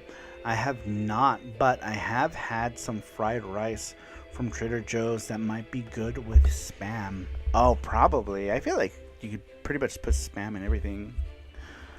In everything. Saru says, I like fried spam and fried bologna. Oh, fried bologna is good too. I used to fry bologna. I used to have fried bologna sandwiches all the time too. I only like Oscar Mayer bologna. Yeah. Those are so good. I feel like cheap bologna is disgusting. You know, it's like that Bar S bologna. Ugh, God, it is so nasty. All right, Martel, have a good day. All right, time to start my day. You're making me hungry, says Mark Dow. What are you gonna eat? Post pictures. What? Was it this Bar S one? With Bye, Mark Dow. You have to like rip the red. Yes. Is that it? Yeah. And those were like so gross. Like I guess the casing on it. My cousin got sick one time because she was eating the plastic, The casing. the casing of it. I don't know how she was doing it. She had to go to the hospital. I think they stopped putting that on They it. stopped putting Yeah, because I think people were eating it. Because some people don't know because there's people who will eat everything. Because they're like, it's like Yeah. Some people don't know that, and they eat the whole thing. They eat the casing around it. That's so hard. Martha says, love you all. Great to chat and see your hairy faces. Love you, Mark. Have a good day. Thanks for being here. Go pet the hedgehogs. I need more hedgehog footage now. I need more hedgehog videos. Because you only sent one video, and now I need to see more. I don't know if they still do. Either way, that shit's nasty. That shit's nasty. I love, fried bologna with mayo on toast. Man, that is like such a childhood like memory unlocked. Because I haven't had that in a long time, actually. Because pretty much like, if I'm gonna fry any kind of like luncheon meat, it's almost always Spam, right? Especially because like I feel like Spam is cheaper than good bologna. Good bologna will run you like $3 or $4, right? Yeah. If you get like a good one, like Oscar Mayer bologna is like $3 or $4, which to me seems crazy. I'd rather just get a can of Spam at that point. Chad is invited to Pope's for breakfast, Spam and eggs and maple breakfast sausage. I'll make hash browns too. Sounds good. Man, we haven't had anything to eat. We should probably go get something to eat. Yeah. Yeah, see, that was so weird, right? The casing. So I guess people were eating it. But I think they were edible, weren't they? Pretty sure they were. Pretty sure She they were. got sick. Can you eat the red skin? It's edible, but not meant to be eaten because it has like fibrous casings or something. Yeah, I never. It felt like plastic. But he got But yeah, I think they're supposed to be edible. Which either way, it's super weird, right? Yeah. Super weird. I don't know. Now, what are we gonna eat after this? I'm super hungry. Go to Brass Fork? That's up to you. It's up to you. Whatever you want to do. I'm down to do If a you're- Brass Fork. It's cheap. If you want to go get breakfast, we can go Because get breakfast. it's like $3.99 for like breakfast. Because pancakes are $3.99. It comes with I think just pancakes. Deuces Wild is like bacon, egg, toast, and hash browns for $4.99. Biscuits and gravy $4.99 comes with biscuits. Go get some food. Saru and Jesse says screw the net. Yeah, we're gonna go do that. Steak and eggs. I wouldn't get it. Great stream. I'm off to snack some tortillas and put cheese in it. Ooh, Yum. quesadillas. Are you gonna make quesadillas? Like you're gonna put the cheese in it and then put it in the pan? Yeah, I'm down to do that. Would you want to do that? Delicious. Yeah, I don't. Whatever you want to do is fine with me. It'd be cheap. Whatever you feel like we Right? can do. Yeah, we can So do we can that. just have like that kind of breakfast. Whatever you want. Whatever. Yeah. You- Let's do that. Whatever. We'll Marmot take pictures and we'll post them on on the Discord. Having breakfast at 4 a.m. at the casino. At the casino. I'm here till the stream ends, so it's all good. My kitchen is 10 feet away. Nice. So you're making quesadillas? That sounds good. The Pope says up here we have hot wieners. It's a light hot dog with a meat sauce on top with celery salt, mustard, and onions. What is celery salt? What is that? Have I ever had that? It doesn't sound like anything I've had before. Hot wieners. It's a light hot dog. What does that mean? Like, it's like a small hot dog? Or it's like made from meats that are not heavy? What does a light hot dog mean? I'm curious. When I went to Kentucky, they had a dish called a hot brown. And I was like, that does not sound appetizing at all. But I was wrong. It was very good. It's not a dense hot dog. Oh, okay. So, like a normal hot dog's kind of like thick and heavy. Huh. What does it mean? Is it like a pork hot dog, or is it like one of those like mixed meat hot dogs? I'm super curious now. Super curious. I'm not familiar with that. Pork veal. Superboo says there's a Mama's Family episode where the character Vinton says something about the red part on bologna being the best part. But that character is really dumb and always doing or saying weird things. Yeah, because that part's like inedible. Do they still do that though? I haven't seen them. They do it on some. On like the cheap ones? No, like on also on Oscar Mayer. Oscar Mayer. It's edible. It's edible, but you shouldn't eat it. Ew. I never. No. I've never even out of curiosity eaten it. Never, never, ever. Only time I ate it because one time my mom she didn't take it out and I bit into it like, oh, what is this? Oh, really? Yeah, I've never even had it by accident. Never ever, because it looks nasty. The Pope says there's a heavy Italian population here, so we have access to mortadella, and I can never find it. I can never find it though. Well, then apparently you don't have great access to it if you can't find it. That's funny though. Man, I grew up eating Italian stuff, so like I'm a big fan of Italian food. But I mean, that's kind of par for the course, coming from an Argentine Italian background.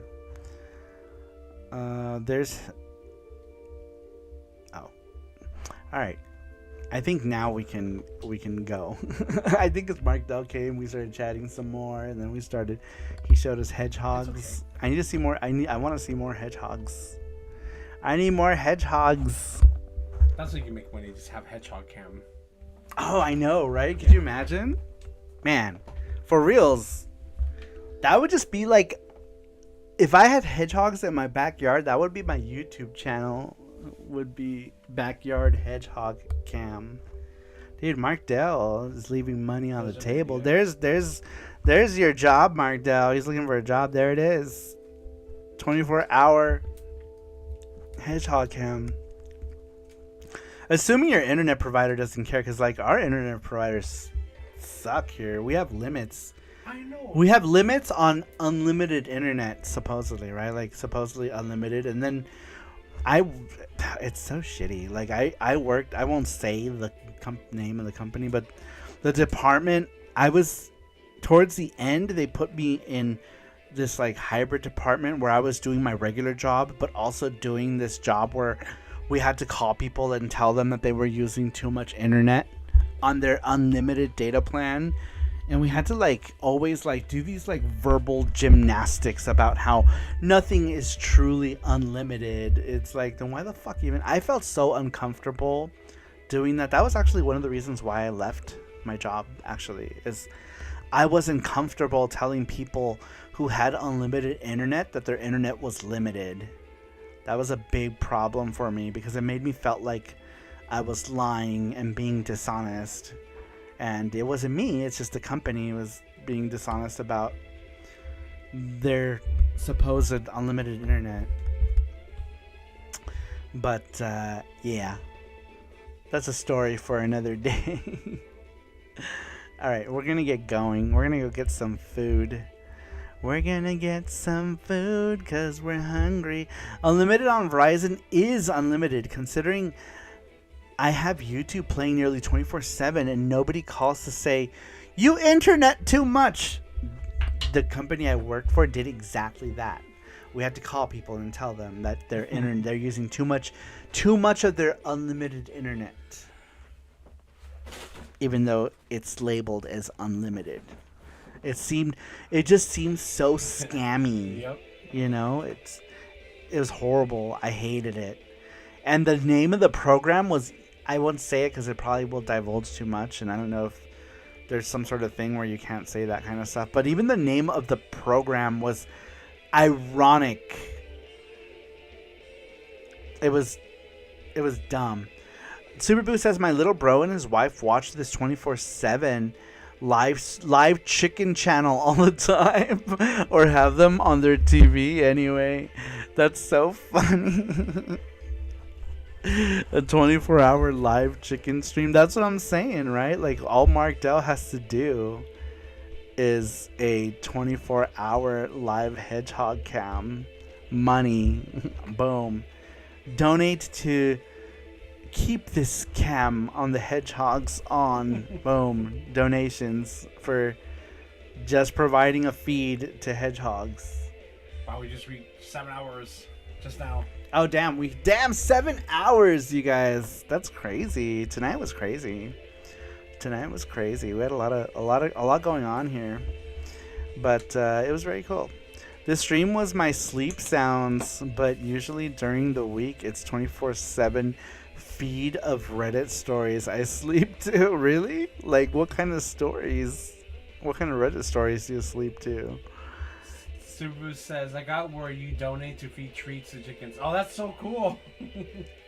That's an idea, right? You can do the same thing. Feed treats to hedgehogs. Mark Dell has hedgehogs in his backyard. Well, we have it here too. Feed a panda. Yeah, I have a panda. We have a thing on Twitch that says, yeah, feed a panda. A panda constantly needs to be fed. You don't know how much pandas eat until you have a panda of your own. Screw the Net says, I used to fall asleep to creepypastas and true horror tales. How is that like sleepy time stuff? AITA Reddit stories? I don't even know. What does that acronym stand for? I'm sure it's something super obvious and I'm just not putting it together. And the sun is shining right in my window. Oh no. The sun is up, rise and shine. That's funny. Alright. Now, since we've officially hit the 7-hour mark, now we will leave. We've been trying to leave for the last 2 hours. Alright, you guys. It's been hilarious. It's been full of anime stories, food stories, Final Destination stories. What a night. Sun be rising here too, says Super Boo. Sun's gonna rise here in an hour and a half. In an hour and a half, the sun will be up here as well.